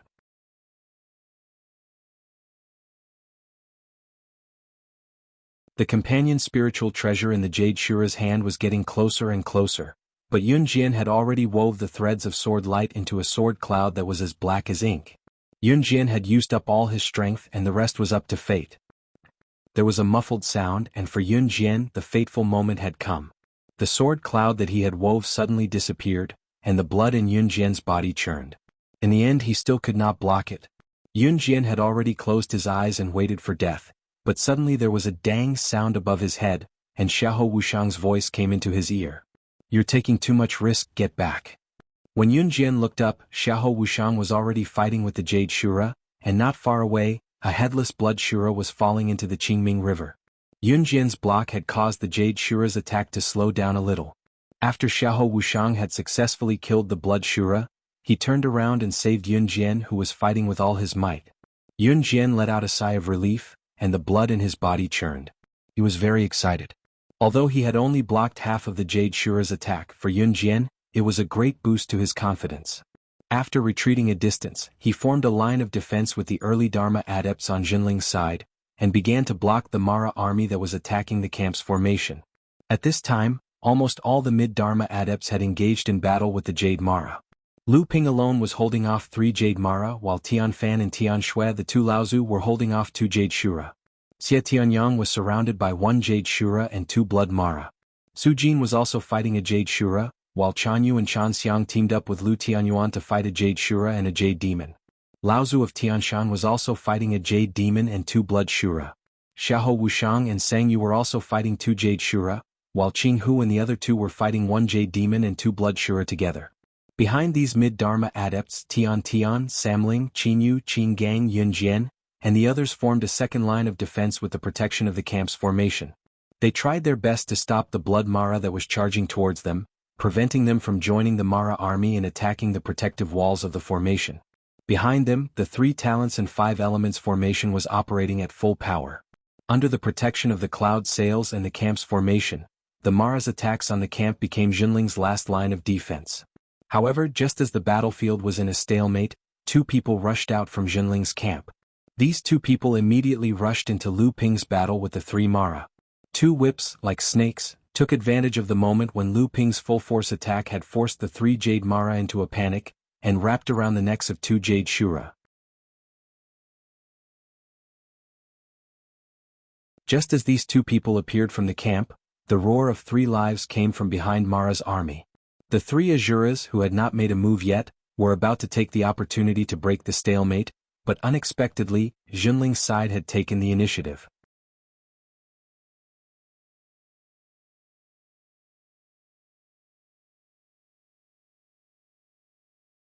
Chapter 1281.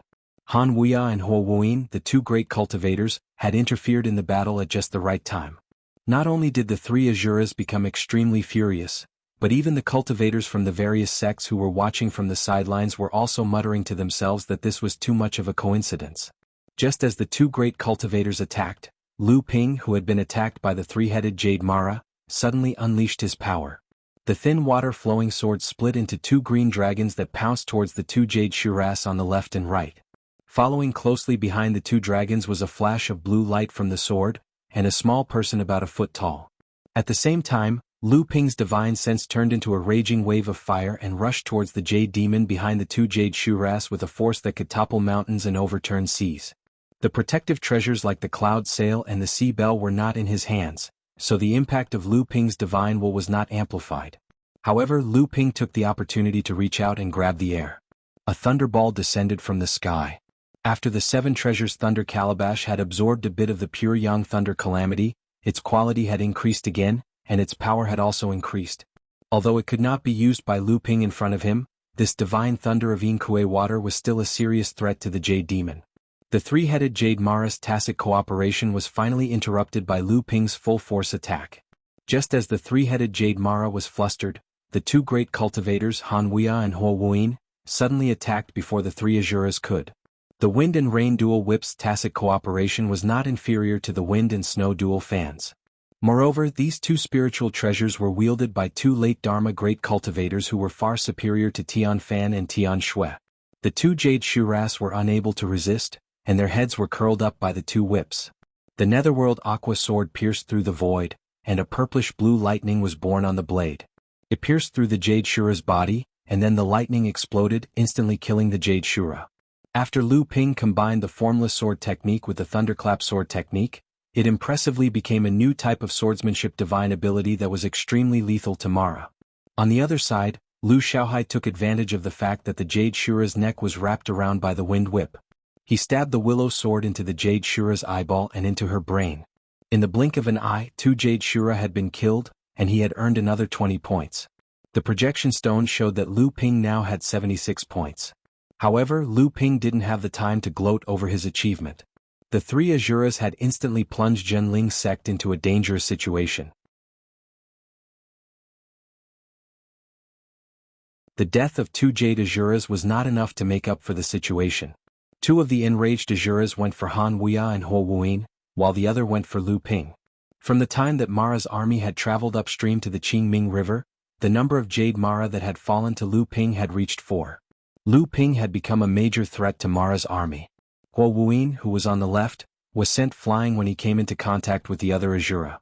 Huo Wuyin's power had been reduced by less than half because of Lu Ping's attack, and he couldn't even take one hit from the Asura. Han Wuya, who was on the right, managed to block the Asura's attack, but he was affected by the Asura's control. He couldn't react fast enough, and he was forced to retreat under the Asura's attack. It was only a matter of time before he was defeated. Lu Ping wasn't just facing an Asura. He was also facing a Jade Demon who had just recovered from Lu Ping's attack. The Jade Demon threw a crystalline skull out of the protective black mist that had almost been destroyed by Lu Ping's Kuei water. The undulating protective black mist showed that the Jade Demon hadn't recovered from the impact of Lu Ping's spiritual fire wave. But seeing the Asura coming, it couldn't wait to cooperate with the Asura to kill Lu Ping. Without the help of the two great cultivators, Lu Ping seemed to be in a desperate situation when faced with a pincer attack from an Asura and a Jade Demon. However, in the face of such a situation, not only did Lu Ping not cower, he didn't even try to dodge the Asura's attack. Instead, he charged straight at the Jade Demon, exposing his back to the Asura that was chasing after him. What was he trying to do? Was he trying to drag someone down with him even though he knew he was going to die? However, just as the Asura's companion numinous treasure was about to pierce through Lu Ping's back, a slightly hunchbacked figure suddenly appeared several feet behind the Asura. Rich pure yang qi rose into the sky, and the majestic aura was like a giant mountain that supported the sky. The moment Lin Yu Laozu appeared, he was like the sun in the sky. He was destined to become the most dazzling existence in this battle. The moment Patriarch Lin Yu appeared, the Asura had already sensed what it meant for a pure yang cultivator to appear behind it. No one knew better than the Asura itself what it meant when a pure yang cultivator appeared behind it. Compared to killing the human cultivator in front of it, its own life was clearly more important. The Asura turned around in an instant. However, the moment it turned around, it had already protected the companion numinous treasure in its hand, which was far more powerful than a second tribulation numinous treasure. However, the pure young human cultivator behind him seemed to have calculated every single detail of the Asura's reaction.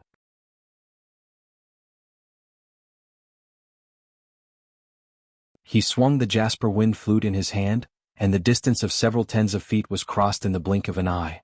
The Asura had just turned around when it felt a sharp pain in its back. The jasper wind flute had already smashed into its back. The rich spiritual qi quickly dissipated.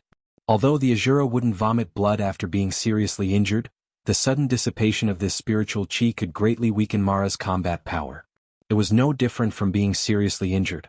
Lin Yu Laozu sighed inwardly. The jasper wind flute was, after all, only a first tribulation numinous treasure. Moreover, it was not a numinous treasure that was good at direct contact. His strength was also greatly reduced when he was injured. Otherwise, even if he had a second tribulation numinous treasure in his hand, even if he couldn't kill the Asura, he would still be able to make it lose most of its combat power. Lin Yu Laozu wanted to attack again, but the Asura that had been sneakily attacked was already prepared. Lin Yu Laozu had already lost the best opportunity to severely injure the Asura again. At this moment, Hai Wuya, who was being beaten by another Asura, suddenly shouted. Lin Yu Laozu's expression changed. Hai Wuya had finally broken free from the restriction that Lin Yu Laozu had used on him using the divine telekinesis secret technique. Fortunately, the Azura didn't care whether Han Wuya was being controlled or not. It only focused on attacking him.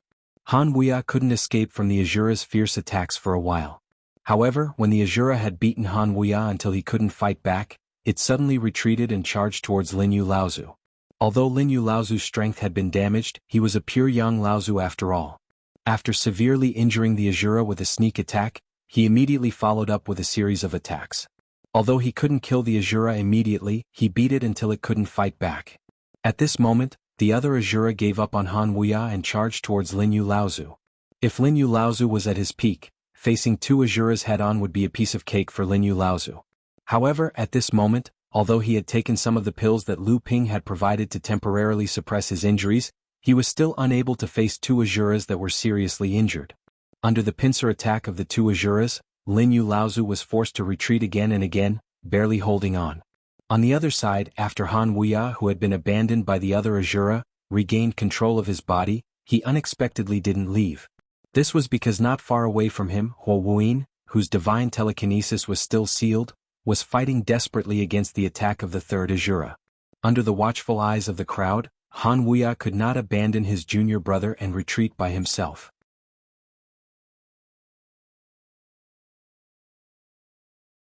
Left with no other choice, Han Wuya could only join the battle again and join forces with Huo Wuyin to resist the Azura's attack.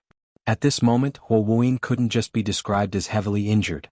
If his divine telekinesis had not been sealed by Lu Ping and Lin Yu Laozu's divine telekinesis secret technique, and he only knew how to fight with his life on the line, he most likely would have collapsed under the continuous attacks of the Azura. Han Wuya already hated Jinling and Lin Yu Laozu to the extreme.